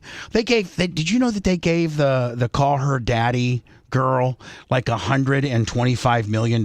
Yeah. And they gave the Conan O'Brien, they gave him $100 million, and they gave Smartless. They gave Smartless $80 million. The Kelseys. They gave the Kelseys like $60 to $80 I'm million. sorry, Sirius didn't, but they got paid. So Sirius has the Smartless. No, the one with Call Her Daddy. Call Her Daddy got over $100 million. Conan got over $100 million. And then what was the other one? That with Smartless with the guy from Ozark. Bateman. Bateman, and they got like 60 to 80 million. Those three were SiriusXM. SiriusXM thought business model from their new CEO, however long ago, 3-4 years ago, that they needed to have these podcasts, available. But they don't realize that in 1606, which was the birth of the new era of Sirius, with me and Howard as your anchor. Howard 100 and Howard 101 as your big sexy anchor of a radio of personality. And I was lucky enough to be the afternoon drive guy on Howard's ancillary channel 101, and that pretty much was the foundation that they built. Personality. Throw in Opie and Anthony. Throw in Scotty Farrell. Throw in the great who was the guy that died from Los Angeles? Oh, Jay Thomas. Jay Thomas. Throw in the great Jay Thomas. Throw in the guy from Shade 45. Throw in a bunch of these personality, Rich and Covino. And you had a bunch of formerly on terrestrial radio personalities now doing uncensored radio, and it was phenomenal. We had the best 5 or 6 year run we could ever have, and that's what you need to do. You need to be getting me back. See if you can. I don't think you can reunite Opie and Anthony, but certainly one of the two or both on individual. Ron Diaz. I'm sorry, Ron Bennington. Fez has passed. R.I.P. Fez. Rich and Covino now. I don't know if they would come back. I think they've reinvented themselves on Fox TV. But, so they've, I guess, just recently have said that they need to maybe go back to personality-based radio. Well, I got news for you. There's not a lot of people out there that are good at that. And I was so good at that I was on the highest stage. I'm sorry, I was on rung 2. Rung 1, the top of the ladder was Howard. He took me under his wing, and when he needed the next best personality to be on his channel, afternoon drive, it was me and my guys. But instead, SiriusXM wants to pay, 8 or 9 figures for some chick that talks about how she likes to, she just talks. I like Call Her Daddy. But I don't think it's as strong as Howard Stern. No, I just don't know how you make that $100 million back. God. بلغ تعدادهم 4.5 مليون مسلما في أمريكا وحدها. I'm saying to all of them, revenge. Listen, buddy, I don't know what you think you're doing here, but our president is an absolute nut job, and he will find out where you're living, and I guarantee you will be dead by the end of June. Yeah, he did say go after their families. So. Yeah, you will. If Donald Trump has threatened to throw his military force to people that are protesting the military parade on Saturday, what's he going to do to some stinky Arab that's telling you to kill him, his family, J.D. Vance, Elon Musk, he's telling 4.5 Don't forget million. little Mark Rubio. Little Marco Rubio. He's kind of being a bitch about it, sending other people to do his dirty work. I'm saying to all of them, revenge. جميعا الثأر الثأر.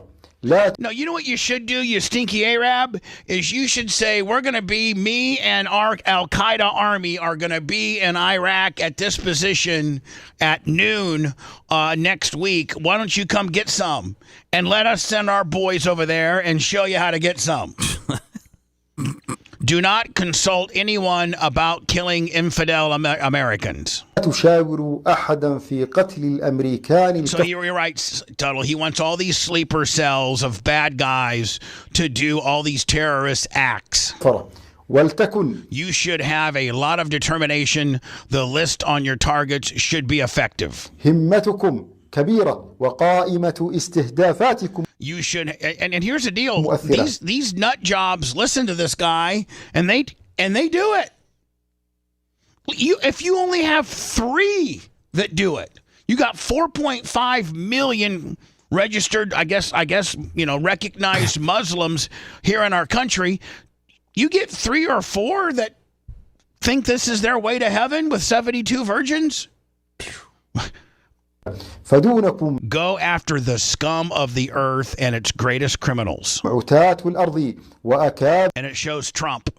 This is Trump and his VP. This is Elon Musk, his advisor. And his supporter in terms of finance, administration, and technology. And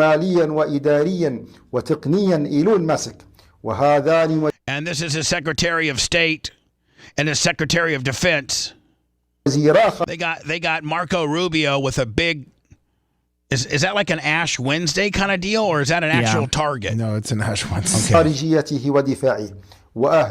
Go after their families. See, that's where you just screwed yourself. There? Well, I mean, what about the whole video? All of those who have ties or are close to the politicians in the White House. You know what you just did, buddy? The Muslims have been living, pretty much with no problems here in our country. You just got them put on the extradition list. If you're going to start spewing stuff like this. This could bring America back together, though. Is that going to stop the LA riots? Bring the LA riots right down to zero when we got Muslims that are trying to kill our president. Yeah, we need a war to distract ourselves. Let me play the this is the trailer that's been TMZ has come up with a who really killed Michael Jackson hour and 18-minute deal that you can find on YouTube. Here's the minute 16 trailer. I'll go into words and we'll start breaking the LA gimmick down with Alex at 20 after. Are you a Michael Jackson fan? Yeah, I was. Okay. I have Michael Jackson on my playlist. Oh. You can't take away. I mean, I've always been one of those people that can separate the art from the artist. I don't know what he did. I don't know how many kids he blasted. I don't know. I don't think he did. I think he was just a child. I think he did. But he was a hell of a musician. Yeah, he was. I really like Billie Jean, buddy. Beat It, Thriller, Pretty Young Thing. Man in the Mirror. Man in the Mirror. He was convicted of killing Michael Jackson, but that's not the real story. There's a lot of folks to blame. TMZ investigates who really killed Michael Jackson tonight on Fox. Well, they play this on Fox, Lummy. Yeah. Well. Did you finish? They would ask Dr. Klein to write a prescription because they were having a party and a bunch of people were coming and they wanted to have pills and lots of them. They said Michael Jackson was the biggest doctor shopper. Like, he would literally, let me roll around with an assistant and go through like 15 pharmacies in one day to be able to feel like his Vicodin and Percocet Willie. Party favors. We had some powerful patients that would come in and say, I need to get 90 Percocet. See, am I right? Yeah. for I've been with people that say that before, brother. Saturday night. And then you go to the party that weekend and there's a candy dish with Percocet. With perks. Damn. 10 325s. Didn't that what that non-generic one wrestler Yellowbirds. What? Didn't that what that one wrestler that lived with you for like a week say that Hogan had the candy dish? Marty Jannetty or whatever his name Marty, was? let's move on, Lemmy. Okay, It's Marty Jannetty, and you're going to get me sued. Got like it. that. Sorry. What the? And it came from the office by trading drugs for access to Michael Jackson to say that you know him. Go backstage. Act like a big timer. the invitation, the inclusion. He just wanted to be in that group. And listen, I have been with famous people that have that type of whip with doctors, that doctors would write them exorbitant amount of prescriptions for opioids just based on having to say that that person's your friend. Let me go into words, but Lummy, I am, as you know, that I am part of SAG-AFTRA. Yes, I'm a card-carrying SAG union member, and I'll just close it out now. They now, they have like these certain initiatives when the writers went on strike, and just what show you can write on and what show you can't. They have all types of newsletters that they're sending you all the time, and whether you want to be part of a Zoom call or a Zoom meeting, or the actual nearest SAG chapter here in Tampa is in Miami, and they have like quarterly meetings if I wanted to go, and I don't go to any of them. They're stupid. They miss you. And now I guess they now have demanded that all movie sets that are, SAG union, which is all the big ones, have to have an intimacy coordinator. So like if there's a kissing scene or a bedroom scene or anything like that, they have to, by law now, by union law, have to have an intimacy coordinator. Like, are you there to make sure that the tongue only goes in a half inch? Like, how does that work? Well, I mean, that's creating jobs. And how woke is that? Why can't the two actors figure it out amongst themselves and be like, listen, how if you're a guy and you're supposed to do a kissing scene with a girl, you say like, what are we doing here? How comfortable are you? How deep you want me to go? Are we just faking it? Like what? Or do you have to have somebody call that shot? You're covering. Cut. Mr. Clem with a half inch too much on his fat ass tongue. I think She it's to didn't cover like the it. studio's asses. It probably is. But now, just to let you know, you heard it from my show first, that all major motion pictures or reality shows or TV shows or Netflix series or anything that's shot. You mean like even softcore? I think so. I don't know about. I don't think softcore porn is regulated by SAG. I don't think. Okay, I think that's just like. I just wanted to just put it out there. It's still something people consume. But when you do, Seth, make that major motion picture and you want to be it to be union, and you want a kissing scene, you're gonna have to have an intimacy director. Well, we don't do kissing in my soft course. You don't? No. That's the number one rule. Just straight to suggestive. Yeah, gonzo. Just straight to the sex. And then some light acting. Like Bang Bus or something? Yeah. If you liked that segment, then you'll definitely like the new redesigned BubbaArmyHQ.com. We'll be back to the Bubba the Love Sponge show after this.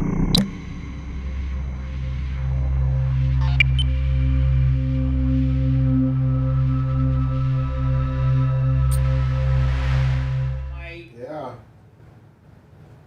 Pretty Young Thing. Beat It.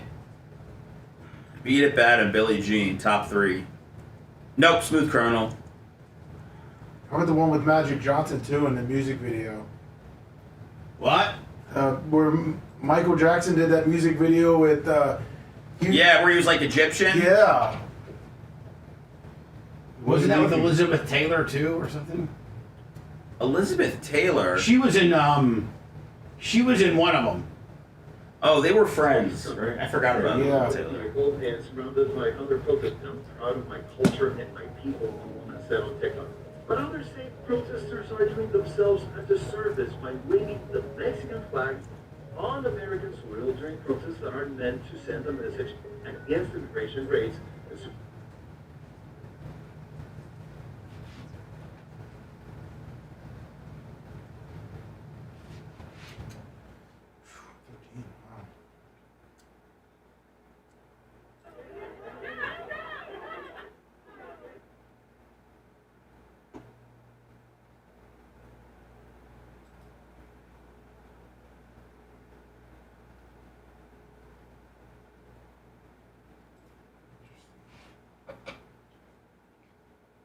TJ from Jersey, 53 months.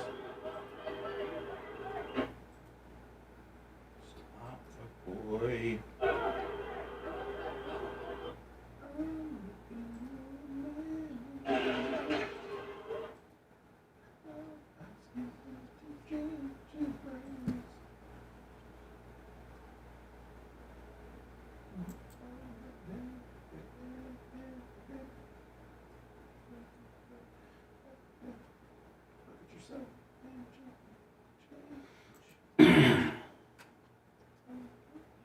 Many businesses have now been affected by or vandalized, looting. Many businesses have now looting.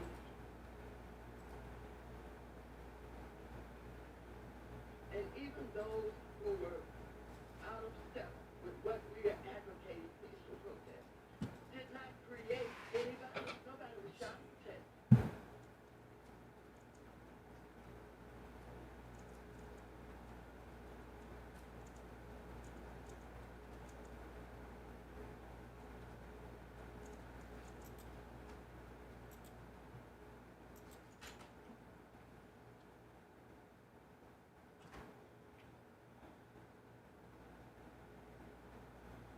I hate the New York Post. They fucking, okay. You go to fucking play it. I guess you gotta fucking go like that. But then.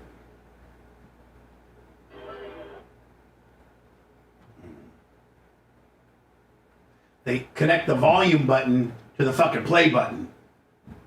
923 on the likes, YouTube. Get him up there. Give me a G-ball, please. Don't make Tuttle feel bad for himself. PayPal, Venmo, Cash App, appreciate y'all.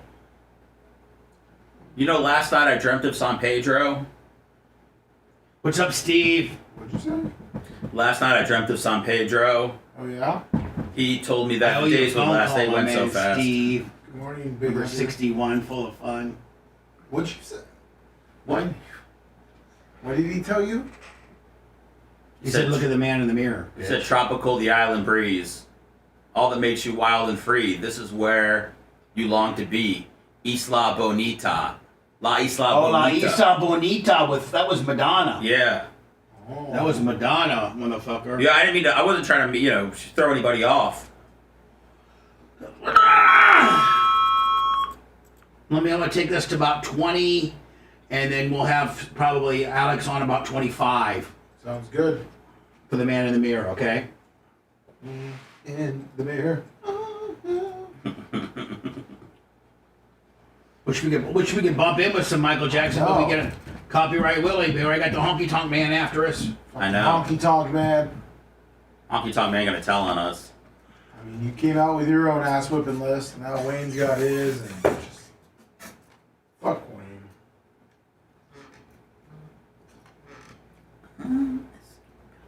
Man in the mirror.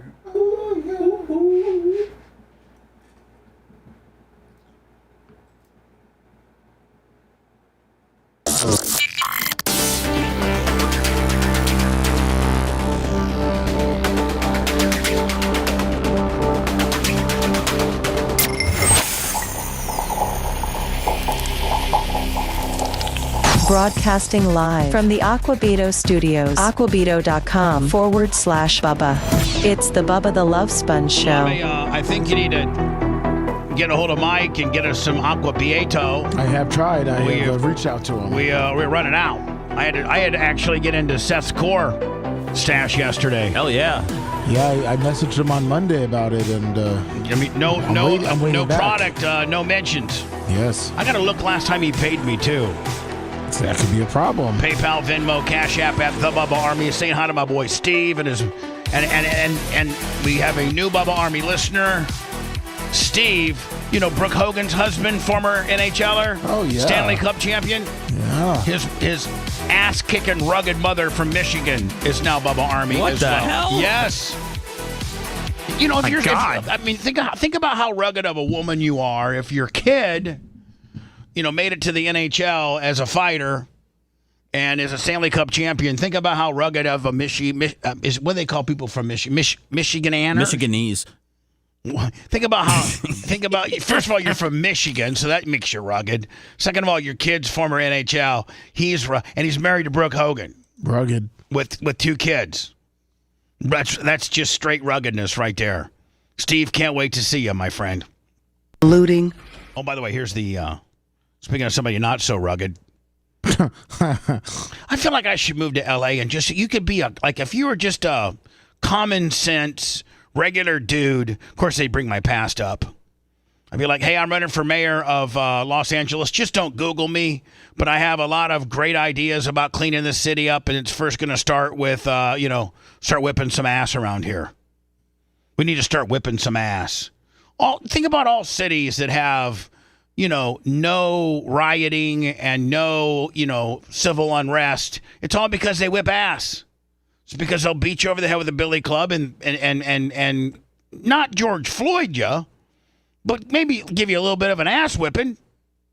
How many times have you seen the bad guy and you see his mug shot and he's got like a fat lip with a black eye because he, because Pat McGovern and Chad Geary whipped your ass on the way, stop resisting as they curb you.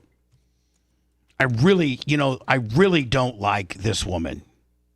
Just like I didn't like the mayor of Chicago. Remember that? Lori Lightfoot? No, Beetlejuice. Oh, my God. I think this woman here is like the sister of Beetlejuice. They could be scissor sisters. Looting. Many businesses have now been affected. Have you looked at your city, bitch? Mayor Karen Bass? Have you seen how bad the looting has gotten? Looting. Many businesses have now been affected by... Remember when they said, we don't need the National Guard. We don't need any additional support. Well, I think you do, and you did. Vandalized. Last night, there were 23 businesses that were looted. That's not being a good mayor. What, Johnny 3-Star in the back there? What the hell are you doing? What are you advising your guys to do? And I think that if you drive through downtown LA, the graffiti is everywhere and has caused significant damages to businesses and a number of properties. Oh! Well, wasn't this the same person along with Gavin Newsom that was saying, get to hell, Trump and your additional support, get the hell out of our state? You don't know what you're doing. We don't need all your presence. We don't need all your military. You know what? The federal building's okay. You know why? Because we surrounded it with National Guard and shot you with a rubber bullet when you got too close, including journalists. You can't put protesters and looters in the same category. So my message to you is... Well, the looters are... It's a whole nother... One starts with the... One breeds the other. Possibly, yes. But I think looters is it's a whole nother category. It's a whole nother category of dickness. Yeah, I don't think it's anybody that's concerned about immigration at all when you're going to, steal cell phones. But they're using that immigration... to get to loot. Yeah. If you do not live or work in downtown LA, avoid the area. Boy, that's a real efficient mayor, isn't it? Avoid if you're such a horrible mayor where you're telling people to avoid any part of your city because it's unsafe, then you're an ineffective mayor. You have an ineffective police department that's ran, inevitably you're the head of it. And if any part of your jurisdiction is unsafe for people to travel to, and you've had in one 24-hour period 23 businesses that have been looted, you suck as a leader. Law enforcement will arrest individuals who break the curfew. Oh, now we got a curfew? We got a curfew. I thought we did it. I thought everything was going to be okay. This is a peaceful protest. There's no cars that are getting burned down. There's no looting. That was just a day ago. And you will be prosecuted.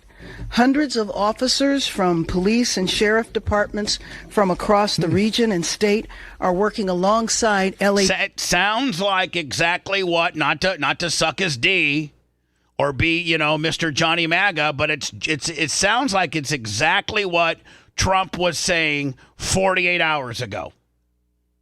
If you start acting up, you start acting a fool, you start lighting fires, you start pushing on cops. Don't remember the actual slug line is what we used as a tagline. If you spit, we hit. APD through a unified command structure. The curfew will be in place tonight from 8 p.m. until 6 a.m. So you gotta lock up. You gotta basically lock up your citizens. In Los Angeles proper, they have to be in their homes by 8 o'clock. That's how dangerous your city is. When just 48 hours ago, you're like, we don't need Donald Trump. We don't need the National Guards. We don't need these 700 Marines. Yeah, you do, bitch. Because now you got a curfew. Now you got 23 businesses that got looted, and your city is an absolute crap show. Here's Maxine Waters, and she wants to. Do you know? No, she's alone. Can I not be racial here, but be racial? Go for it. I can't wait to hear this one. Yeah. Why is it that the common denominator amongst being inept with what's happening in Los Angeles is you're an African American female? You know what? I'm asking for a friend You haven't seen Nancy Pelosi, that lives in New Smyrna. What? Nancy Pelosi is also kind of... Okay. You know what? Female. I got 2 blacks and 1 white female that are completely oblivious as to what's really happening. You woke-ass bitches. Protest, and even those who were out of step with what we are advocating, peaceful protest, did not create any violence. Nobody was shot. Nobody was killed. So is that the barometer that we're using for violence? Lighting cars on fire, throwing bricks through cop windows, destroying 8 or 9 SUV police black and white police cars. That's not violence. Just because nobody's shot and nobody's killed, that's now our barometer as to everything's going to be okay. Get it in your head. And so when martial law is called, what are you going to say? I missed the point. Don't miss the point, you all. Don't think that somehow because... Who the hell voted this dumb bitch in the office? Oh, she's been in forever. My God, get her out immediately. They called out the... Put the woman with the white goggles in there. We got to have a black girl. She's got to make far more sense than this bitch. National Guard, there was violence. There was no violence. Really? I was on the street. I know. And I went from downtown detention back out into the community, talking to people what happened in Paramount. With 46 bodyguards. What happened in Compton, what happened in Inglewood. So, first of all, get it straight. And don't just rely on what you're being told or the few incidents that you saw. Really? I'm not supposed to look at this? This doesn't matter? This news story doesn't matter right here? Oh, Adidas. This doesn't matter? I might have to go in with him. Maxine, don't look at this. Don't pay no attention to this. This is a safe Los Angeles?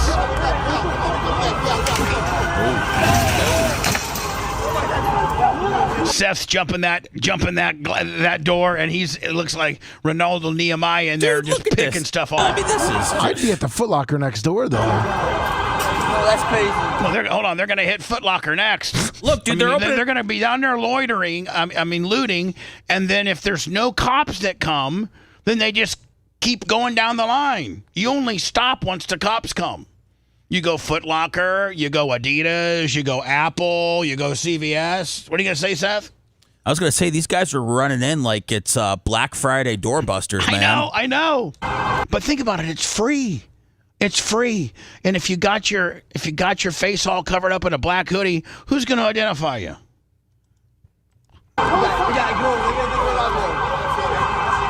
I'd roll in there with my black Maxine Waters sweatshirt, and fully goggled, let me like fully N95'd up with welder's goggles, and go in there and get me some new kicks. Jesus,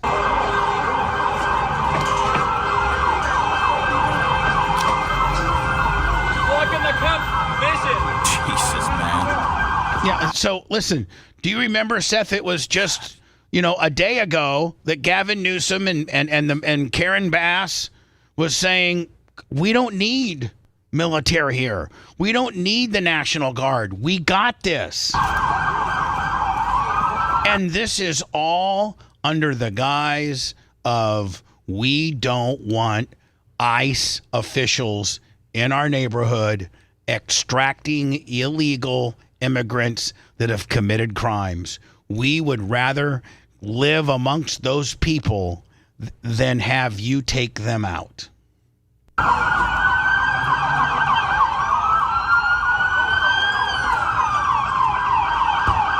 Oh, that guy had a getaway. Look at all the clothes that guy's got. What lake? That's not even a cow. That's New Mexico Lake, Arizona. Oh. Look at, and listen, somebody owns this store, or somebody's a franchisee of Adidas, or maybe it's Adidas corporate. I don't know, but think about the hundreds of thousands of dollars that they've lost.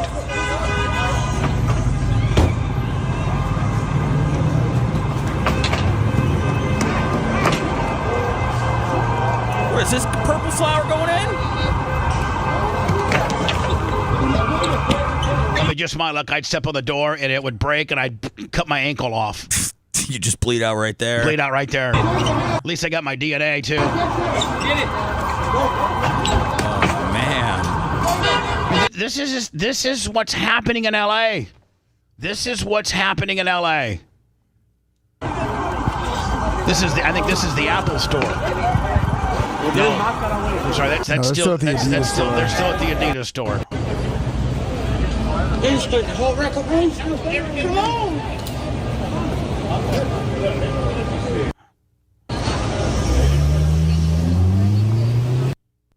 They're really, really dumb if you try to loot an Apple store. And this is New York.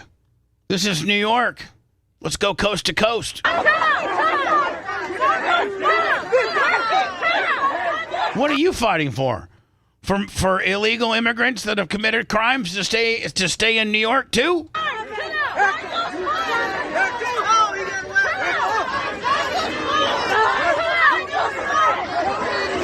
If I'm a cop, I'm like, man, I didn't sign up for this. I need to be at home watching Netflix, blasting my old lady. DeSantis was on Fox and said there's a signing bonus for cops that want to come to Florida. Oh, he did? Yeah. Any New York cops who want to come to Florida? He said any, from California. Any cop that wants to come to Florida, bitch, I got a signing bonus. We're filled up. We don't need any more people here.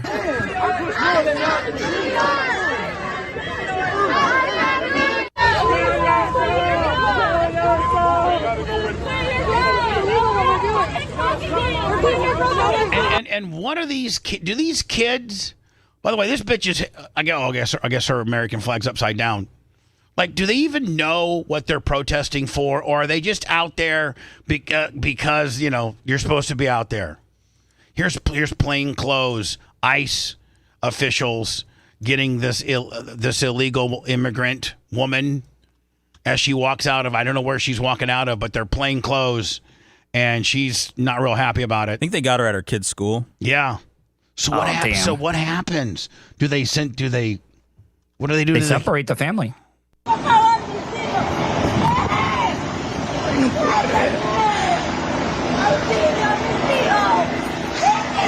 Listen, little Pedro, you need to go home with your uncle. I'm going back to Mexico.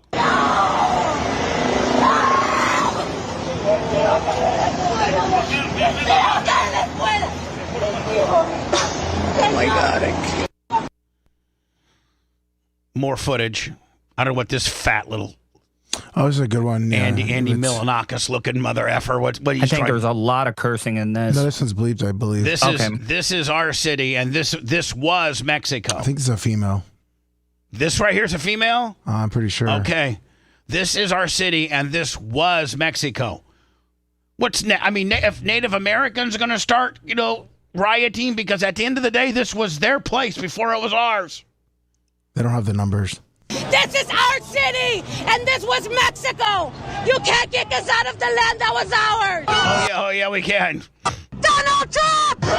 Fascism! Let our people free! Let our people free! Suelta nuestra gente! Bueno. What's the windblower for? Just for the fucking tear gas to blow it back at those motherfuckers!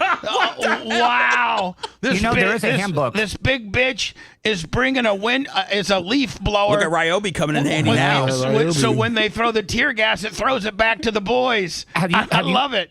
Have you seen what they do with the traffic cones now? No. Okay, so when they throw the tear gas, they take the traffic cones, put them over the top of the tear gas, and pour water into the top hole to diffuse them. Oh. So that's how they're fighting the tear gas. Bring it up!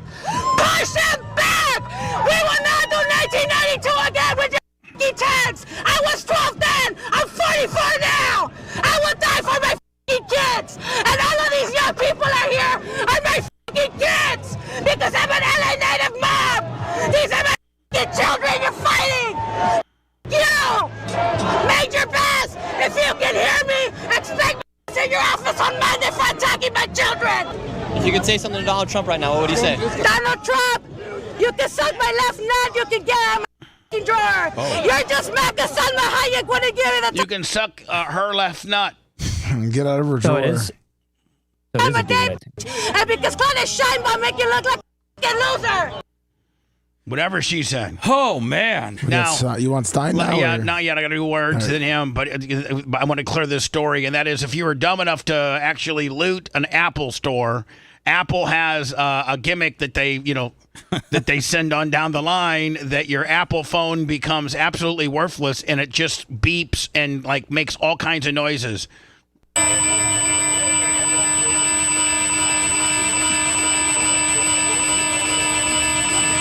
Man, that would be I would so break that. And it's a homing beacon, too, by the way.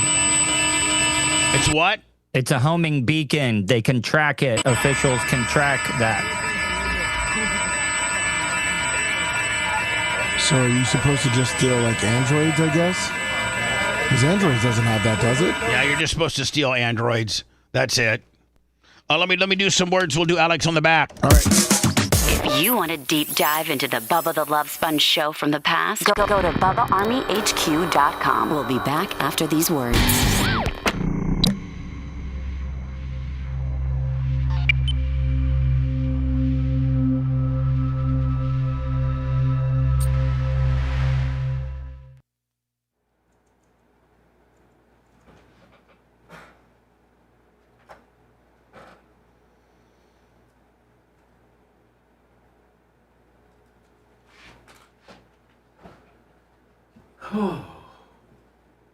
Oh, wow. Right now, I thought that was Wow. I got a picture. Let me, the Fat Man Dunks just shipped. Did they? All right. Oh, man, you should see them.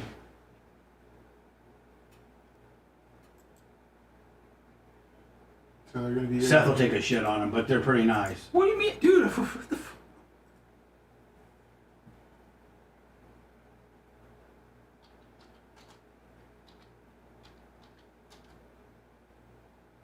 I don't have $125, okay? You got you all employees got free ones as long as they didn't list them on eBay. You could not make that promise to me.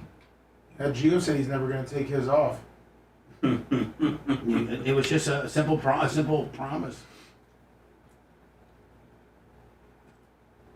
I mean, that's a good looking shoe right there, Seth Kushner. Oh, pretty shiny. Looks way different than... Oh, yeah, it looks way different from the... Look at that right there. That's the full side profile. You may change your mind. That's too late. Maybe I ordered you a pair. You never know. Father's Day gift, Seth. I'm gonna send my boy Steve some. I bet you he'll wear them. I thought it's not going to be here for like 5 months. They're gonna be here. They're gonna be here. They'll be here in 3 weeks.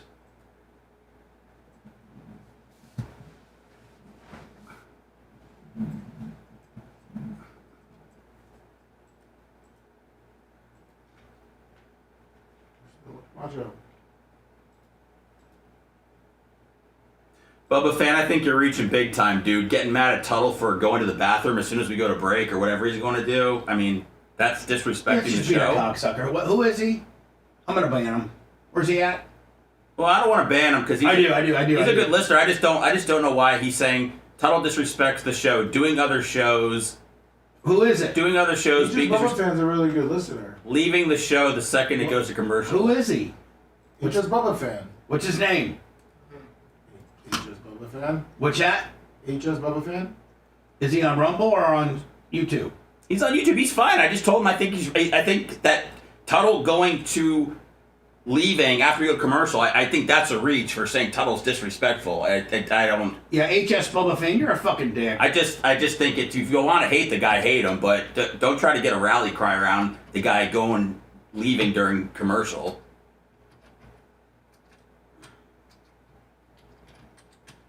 And you're lucky Tuttle didn't see it, because Tuttle would be. I don't think Tuttle can see Tuttle chat. sees chat. Tuttle absolutely sees it. Yeah, well, you're lucky Tuttle didn't see it, because he cut a fucking promo on you.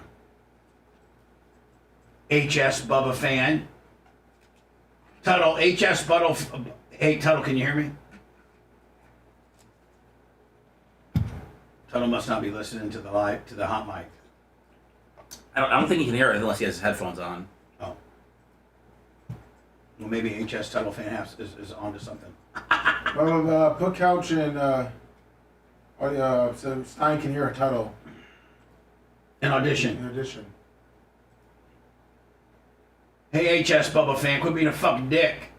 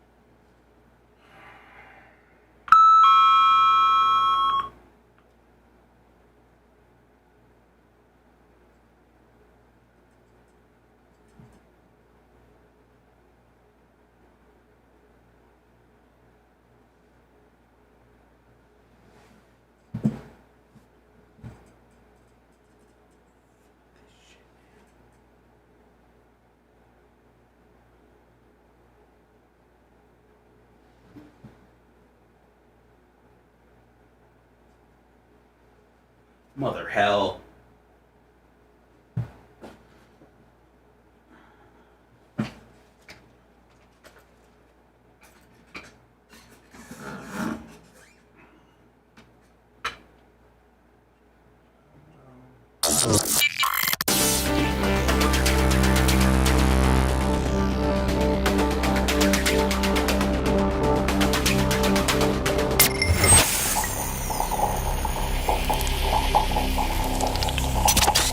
Broadcasting live from the Aquabeto studios. Aquabeto.com/Bubba. It's the Bubba the Love Sponge Show.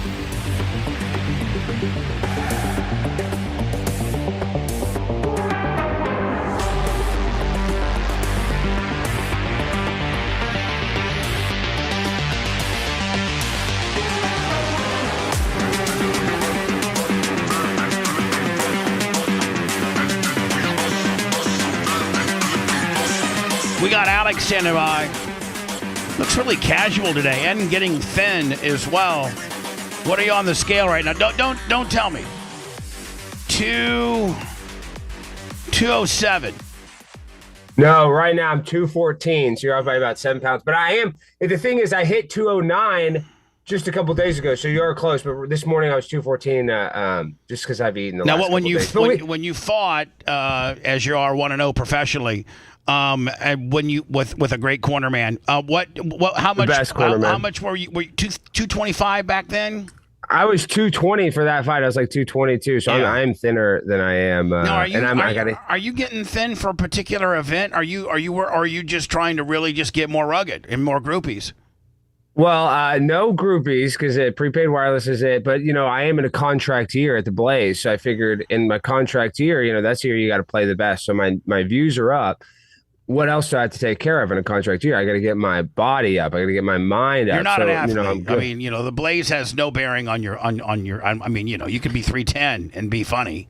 But I thought you wanted to look good for Charlie Kirk's thing too. Well, that I have a lot of stuff I want to look good for prepaid wireless, but Sure. I just think in my last year, if I'm going to be negotiating, I got to go in there and negotiate with the Blaze. I think it's all about prepaid wireless because there's such an age gap that if she's going to date an older dude, man, she's going to have her older dude dialed in because she could get any like 24, 25-year-old hot gym rat to want to rail her because she's so hot. So you need. She is. But it's funny, and I'm not kidding, and she's going to get mad at me for saying this. I believe that prepaid wants to be fat. I do believe that, and that's going to be a controversial statement. But I feel like she wants you fat, so there's not so many crickets, sniffing around the buckle brush. And I'm always working out, and I'm always being annoying about what we're going to eat. So I think that she prefers the fat Alex. If I'm just speaking, I think she appreciates the in shape Alex. I think that she just doesn't really appreciate sometimes the dick Alex. Extracurriculars. No, yeah. Nobody appreciates that, right? I mean, you're a handful, nonetheless. I am. And speaking of that, I saw the clip. It was going viral yesterday. It was getting some traction. You're trying to go to 3 days a week, and this is going to be the Seth Kushner show potentially. I mean, I thought that was pretty big. Big clip. That's inevitably where I want to go. I don't know when that happens. It might happen in 3 years, it could happen in 2 years, it could happen in 5 years, it could never happen.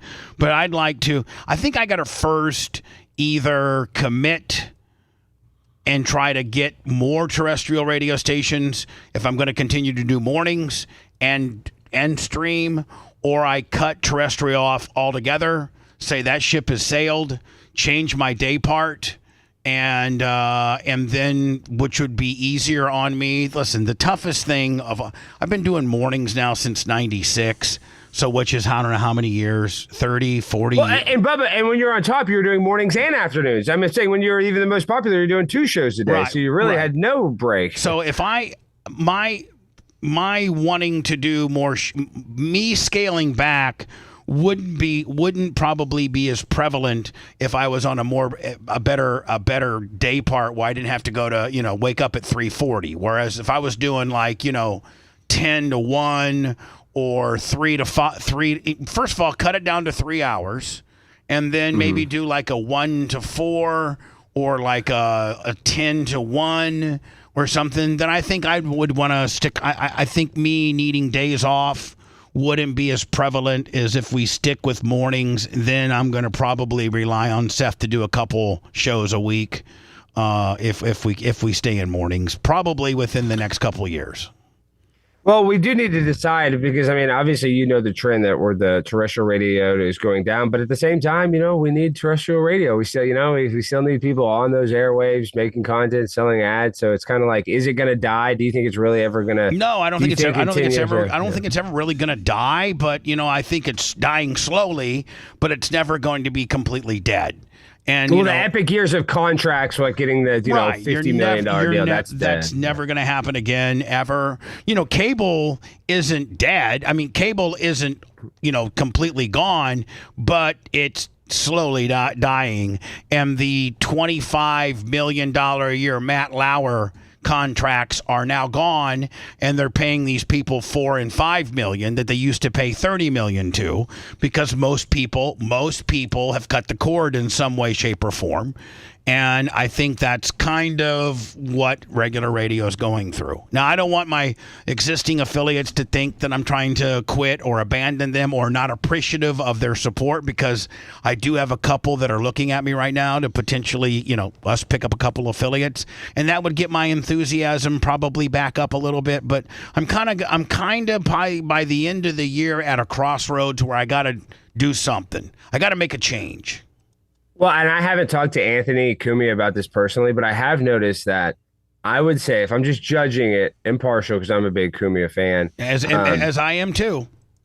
He's now, after his first thing, he's syndicated. I think he's on over 20 different airwaves.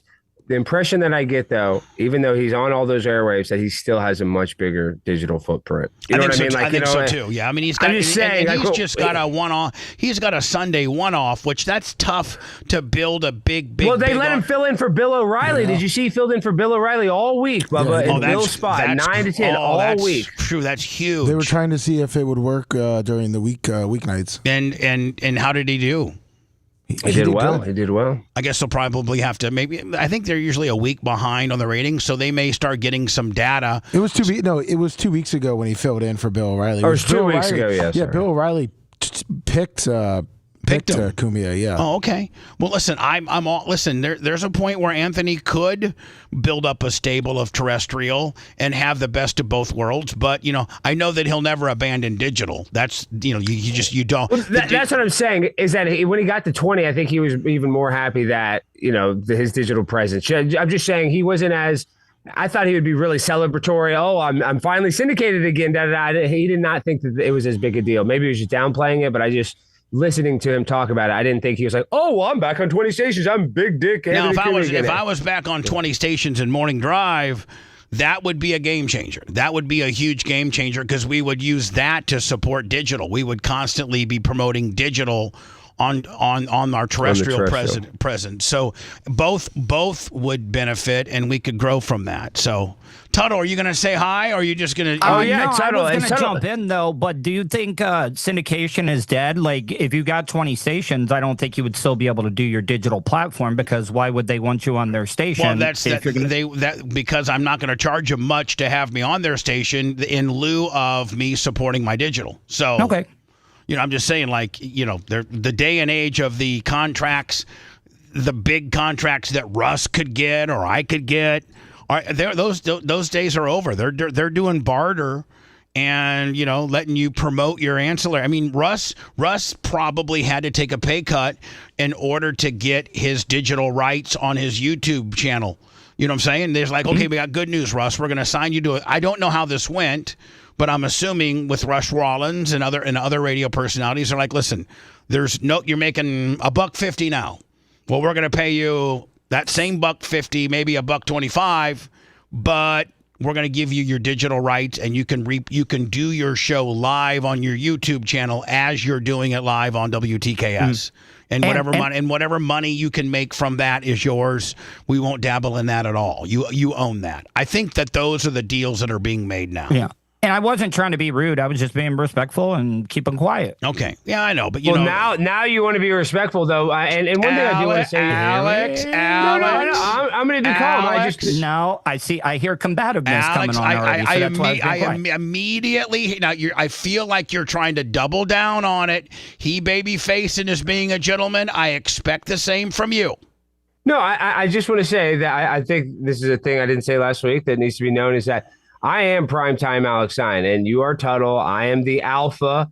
You are the beta, and that I should have been more communicative to you. Okay. So I think I was saying I do take some responsibility. No, and Bubba, I'm just thinking from now on, because I'm damned if I do or damned if I don't. It's probably just best for me to bow out at 9:30 on Wednesdays. I think that Alex could have put that differently.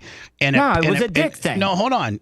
How is that a dick thing? I'm going to tell you why. I'm apologizing and saying hold on. Let me just tell you. When you call a man a beta and you automatically denote yourself as an alpha, that makes a guy feel like crap. Hold on. Whoa. Let me have this. Because now I'm pissed. Because Tuttle, you can have it, but let me be quiet. Everybody be quiet. Alex, had you said in that particular exchange, it was kind of my world, it was kind of like my deal, I probably should have communicated better, because you would have, in that particular situation, I was the lead in that scenario, and I should have communicated better. Tuttle, I'm sorry. That's not making anybody an alpha, making anybody a beta, and I think Tuttle would have been able to digest that better by saying, you know what, I appreciate it.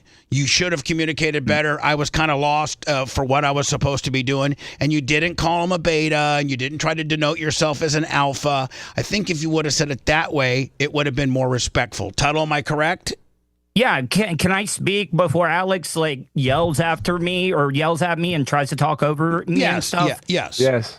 Alex, you need to tread lightly because you don't know who I really am. You know me as the character. You think I'm a nerd. You think I'm a beta.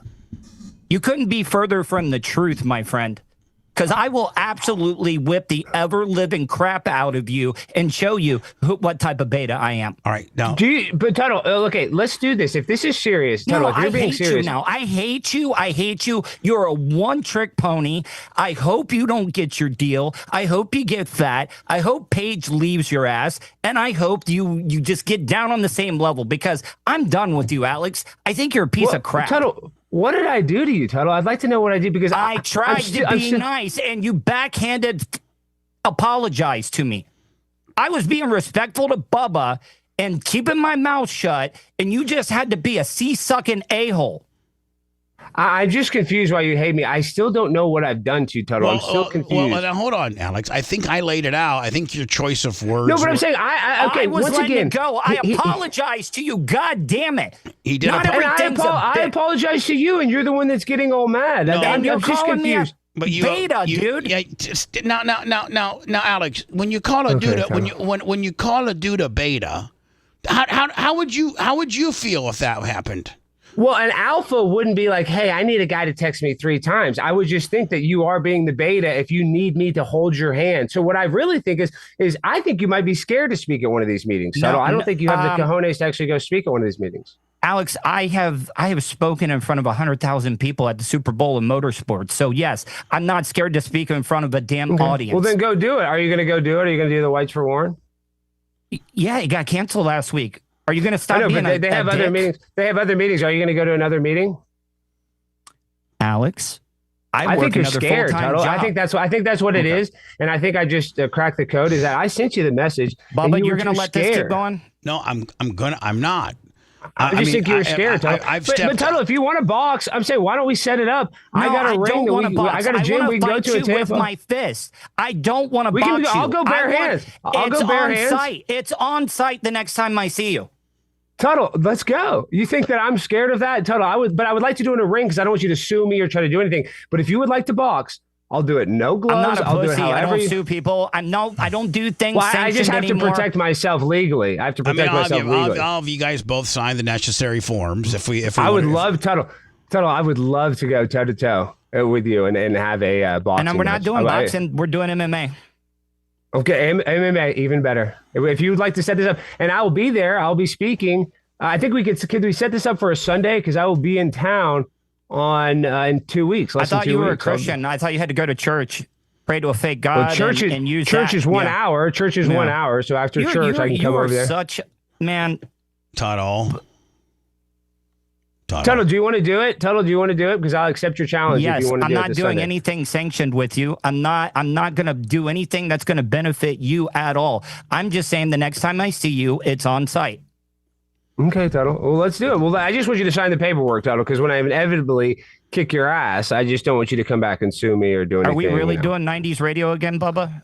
For real?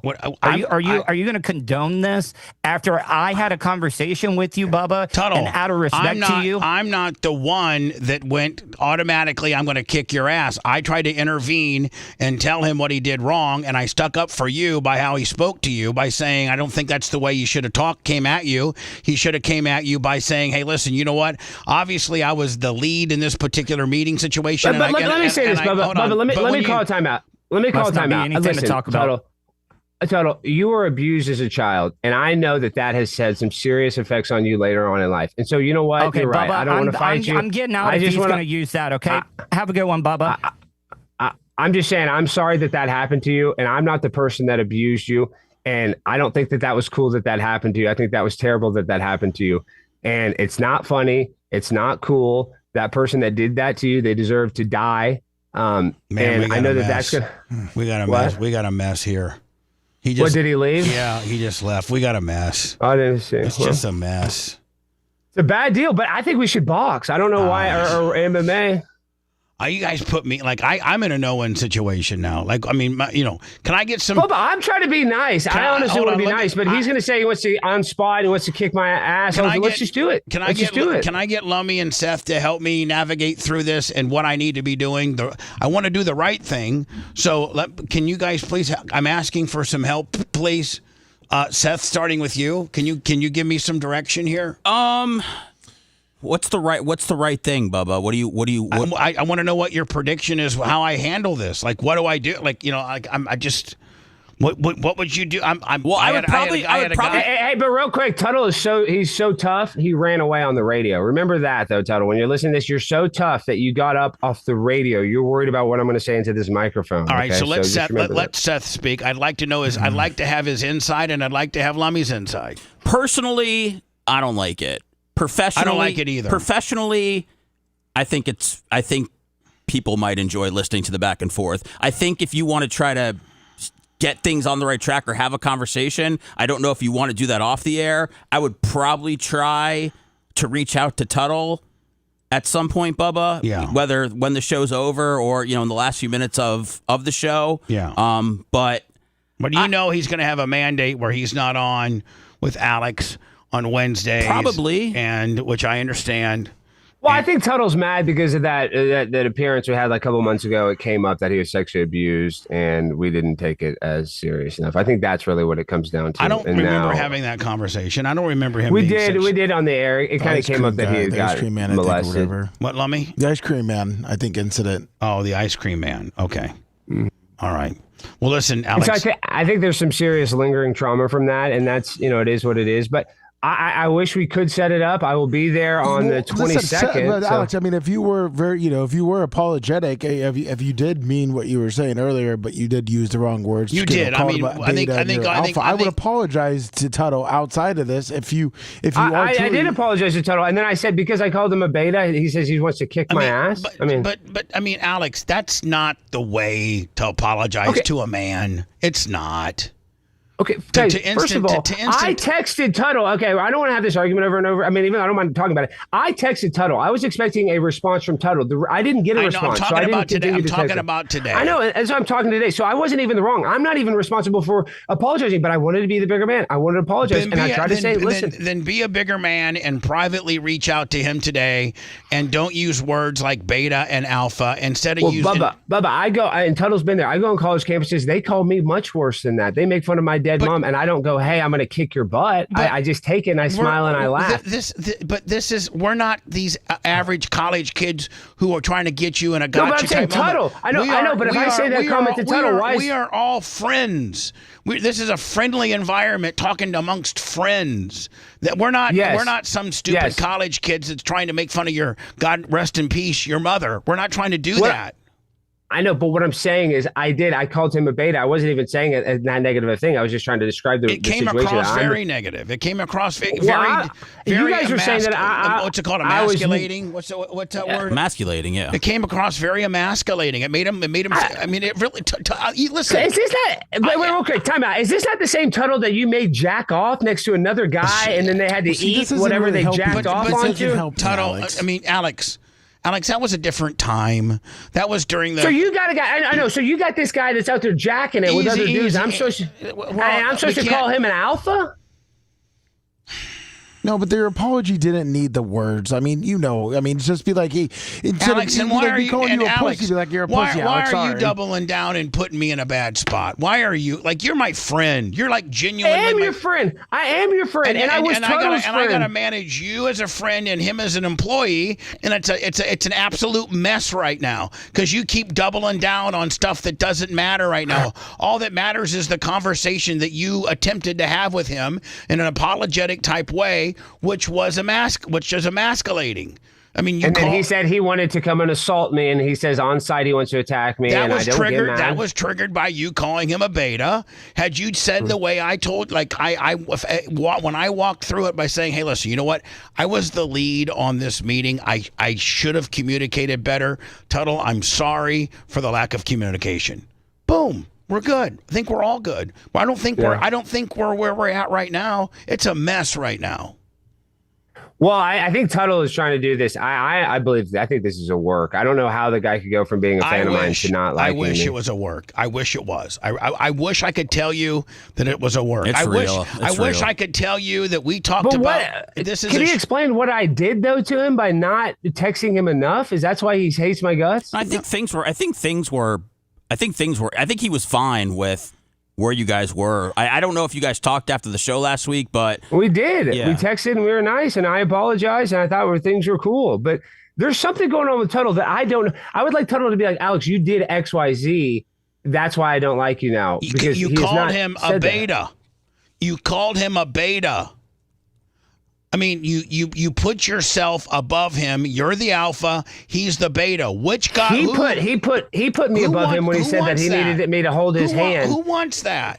I mean, why you keep doubling down? Why can't you just swallow some pride and said, you know what, I messed up. I'm sorry. Okay. Once again, I didn't know calling him a beta would be that big of a deal, and I didn't think that would make him. Calling any dude that is your friend in that circumstance a beta is wrong. You know that.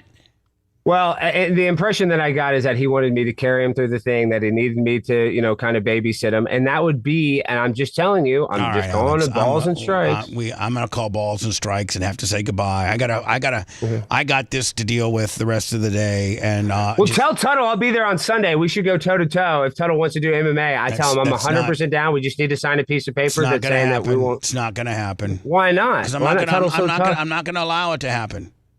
Because let me you know why? What? Because one of you are going to lose, and then I've lost, and then I've lost a friend. Then I'll still be your friend if I lose. I'm not going to lose, but I would still be your friend. You know what? I wouldn't take him lightly. Okay, but this is the difference. I'm just telling you. See, the difference between me and you is I've known Tuttle for 20 years, and he's done me dirty many a times, and he's burned many a bridges. But we're really doing good right now, and he's doing good, and I'm proud of how well he's doing. He's getting back with Kristen. He's doing good content. He's not back with her though, right? He's not back. Yeah, I think they are, and he's doing really well. And to be reminded of some of his low points in life, and to call him a beta, and make yourself to be all that. Is not cool. He made me to be all that when he said that I needed to text him and all this. I mean, once again, Alex, in the overall, I told him he needed to return your text, and he was wrong for ghosting you. He knows that. We've talked about that. You don't have to call him a name. You don't got to call him a name while we're going through that particular issue. Well, when you have a tough conversation, if you get off a microphone on a live podcast or run away from a debate, that's beta. I mean, I don't know how else to describe it. I would say that was a beta move to get up off the air and run away like that. So I got to let you go. I got to politely say goodbye. I don't want to hang up on you or anything like that. I'll be there next weekend. All right, see you guys. See you later. Peace.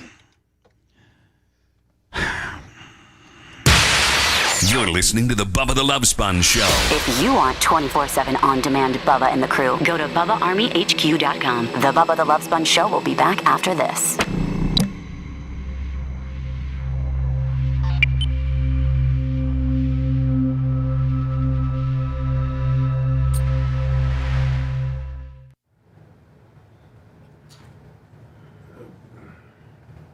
I mean, y'all need to help me out here. I'll talk to you outside. I don't want to do this in front of anybody. Probably because I've been texting with Tuttle.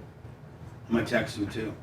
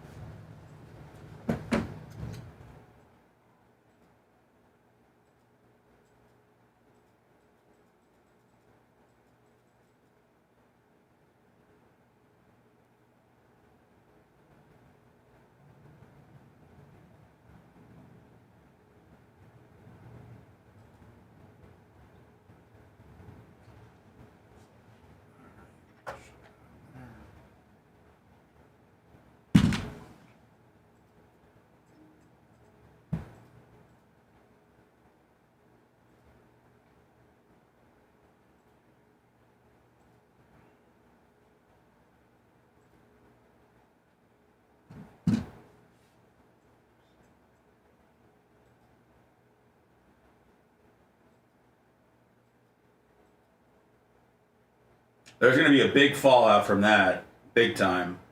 What's that? From that last conversation. I think that's going to change.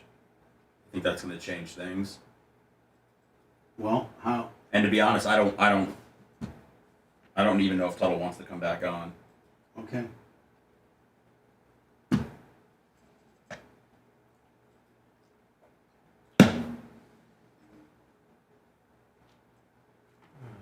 Interesting. Goes past.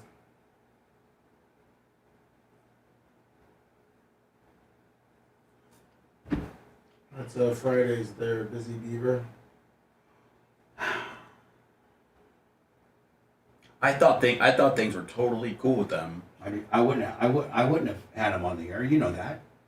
Well, I don't think you would have said, "Hey, Tuttle, are you gonna say hi to Stein?" I don't think you would have done that if you knew that there was any. I know, and Tuttle baby-faced. I set Tuttle up for that, and he nailed it. He fucking nailed it. And then Alex, I thought, was going to say more what I thought he should have said. You know, hey, I know I probably didn't communicate like I should have without calling people names. And sorry about that. That's, to me, how the exchange should have gone, and we'd be good right now. I'll just say I didn't know about anything that happened to Tuttle as a child. I didn't either. And I think that's I don't know if I think that's a pretty Did we talk? It's him being touched by the ice cream guy when he was like 8 or 7. I mean, talked about it a couple of times. Still, I mean, it's I don't think you ever bring that up. I don't think Stein needed to bring it back up. Well, not in that way. No, that's what I'm saying. There's no need to bring that up. And he insinuated like it was a family member, and it wasn't. And it's just I'm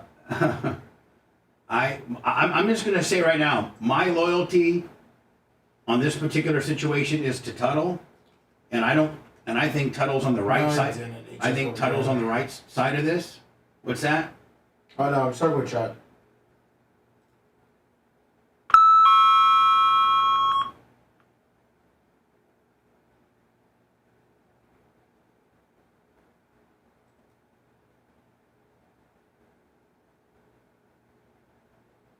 You know, I've been a part of, conversations like that on the radio before, as we all have. And, I think Tuttle used to be, he would be the one where you'd be like, I cannot believe this guy just fucking said that.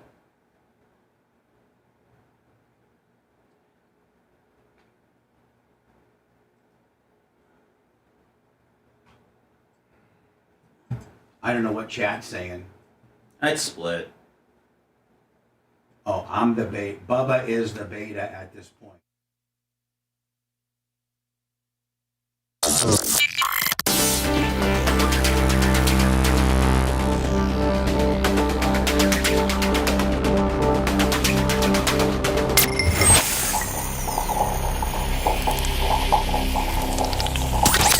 Broadcasting live from the Aquabito studios, aquabito.com/Bubba. It's the Bubba the Love Sponge Show.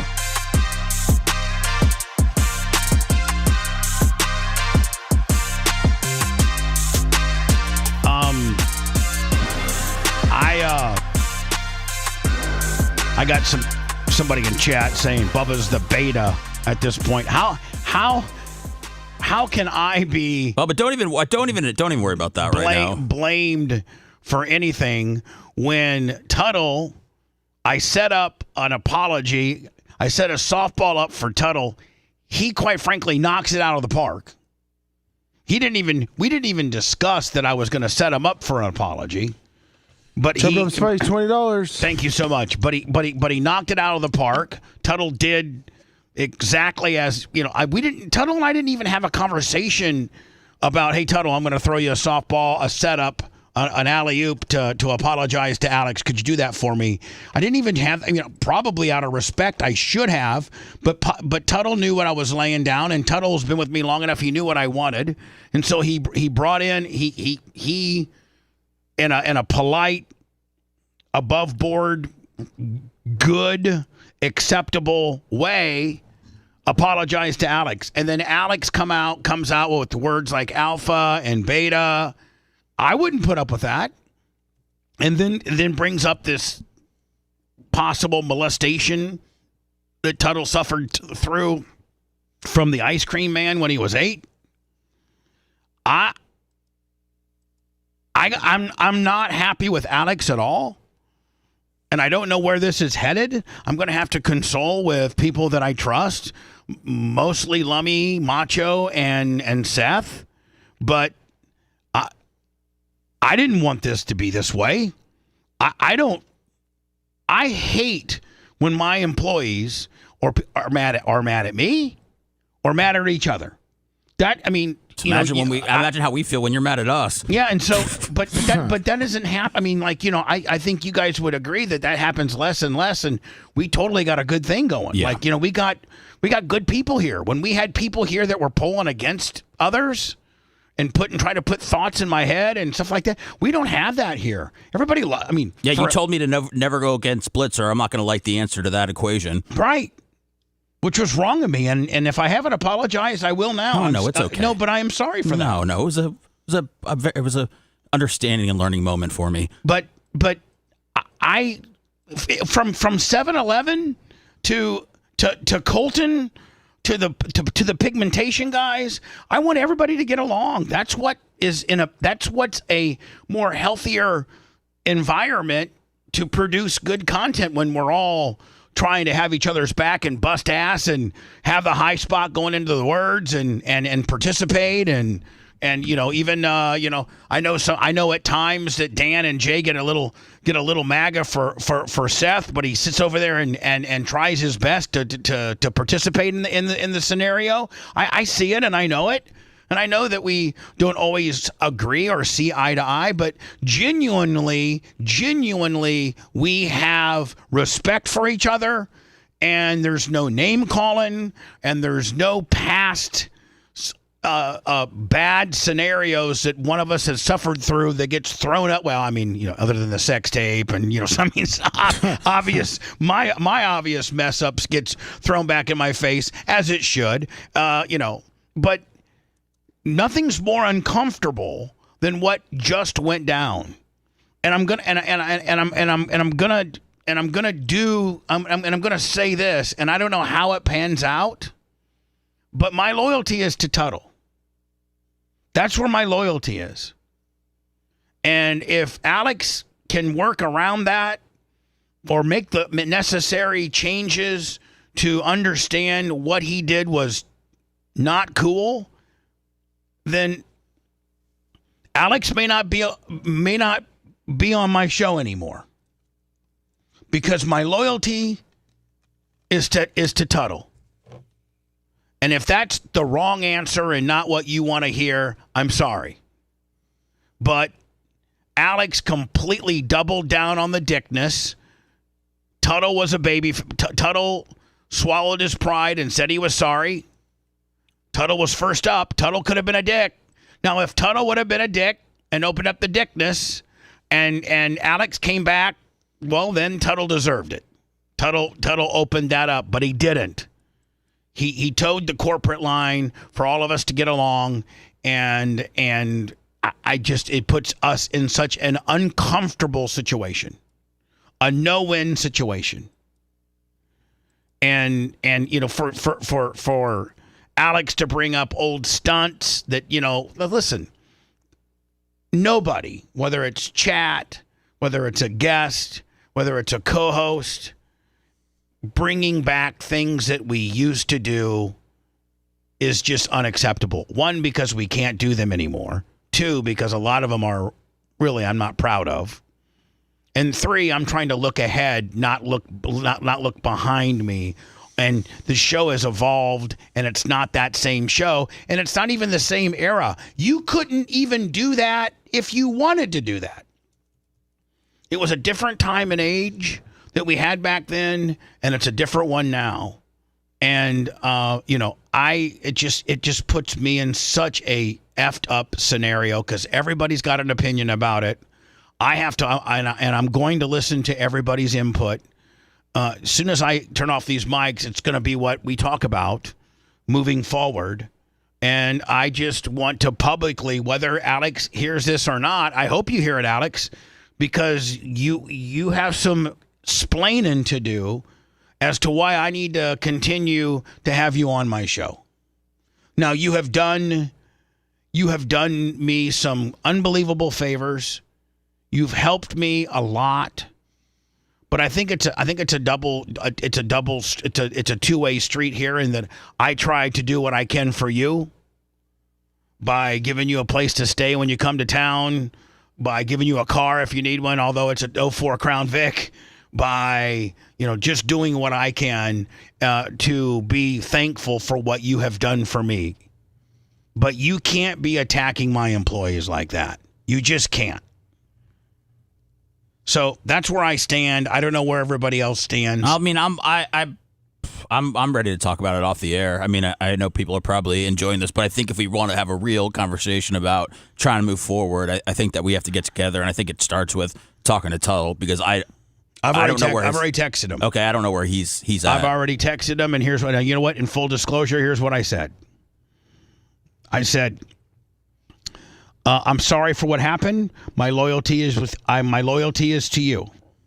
He said, I know, but for him to go down that road, I can't be in the same room with him. I will absolutely beat the crap out of him one day. And I said, I understand. And so my loyalty is with Tuttle. Where that puts us, I'm sure Tuttle won't quit the show, because I'm trying to tell Tuttle, I understand. First of all, Tuttle, you were wronged. You were blindsided. And what Alex did was unacceptable to a guy that contributes to my show like you do. I appreciate your talents. I appreciate you. And my loyalty is to you. How that pans out will yet to be determined.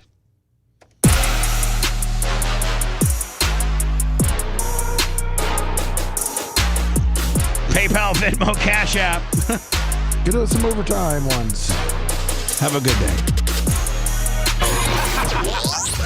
Thanks for letting me finish. You've been listening to the Bubba the Love Sponge Show, starring me, Bubba the Love Sponge, co-host and show historian, Lummit. It's Seth, co-host and president of podcasting. It's Brian Matroni, king of counter programming. You're wiring up. It's Mini Macho. The BRN agent, Thomas Buttoned Up B. Co-host, Dr. Dan Diaco, Esquire of Council. Co-host, J. Diaco, Esquire, the Spitting Cobra of Council. Now, time for the legal disclaimer. Exactly. The Bubba the Love Sponge Show is intended solely for the enjoyment of our listening audience. Any rebroadcast, retransmission, or other use of this show without express written consent of the Bubba Radio Network is prohibited. We must dissuade him of this delusion.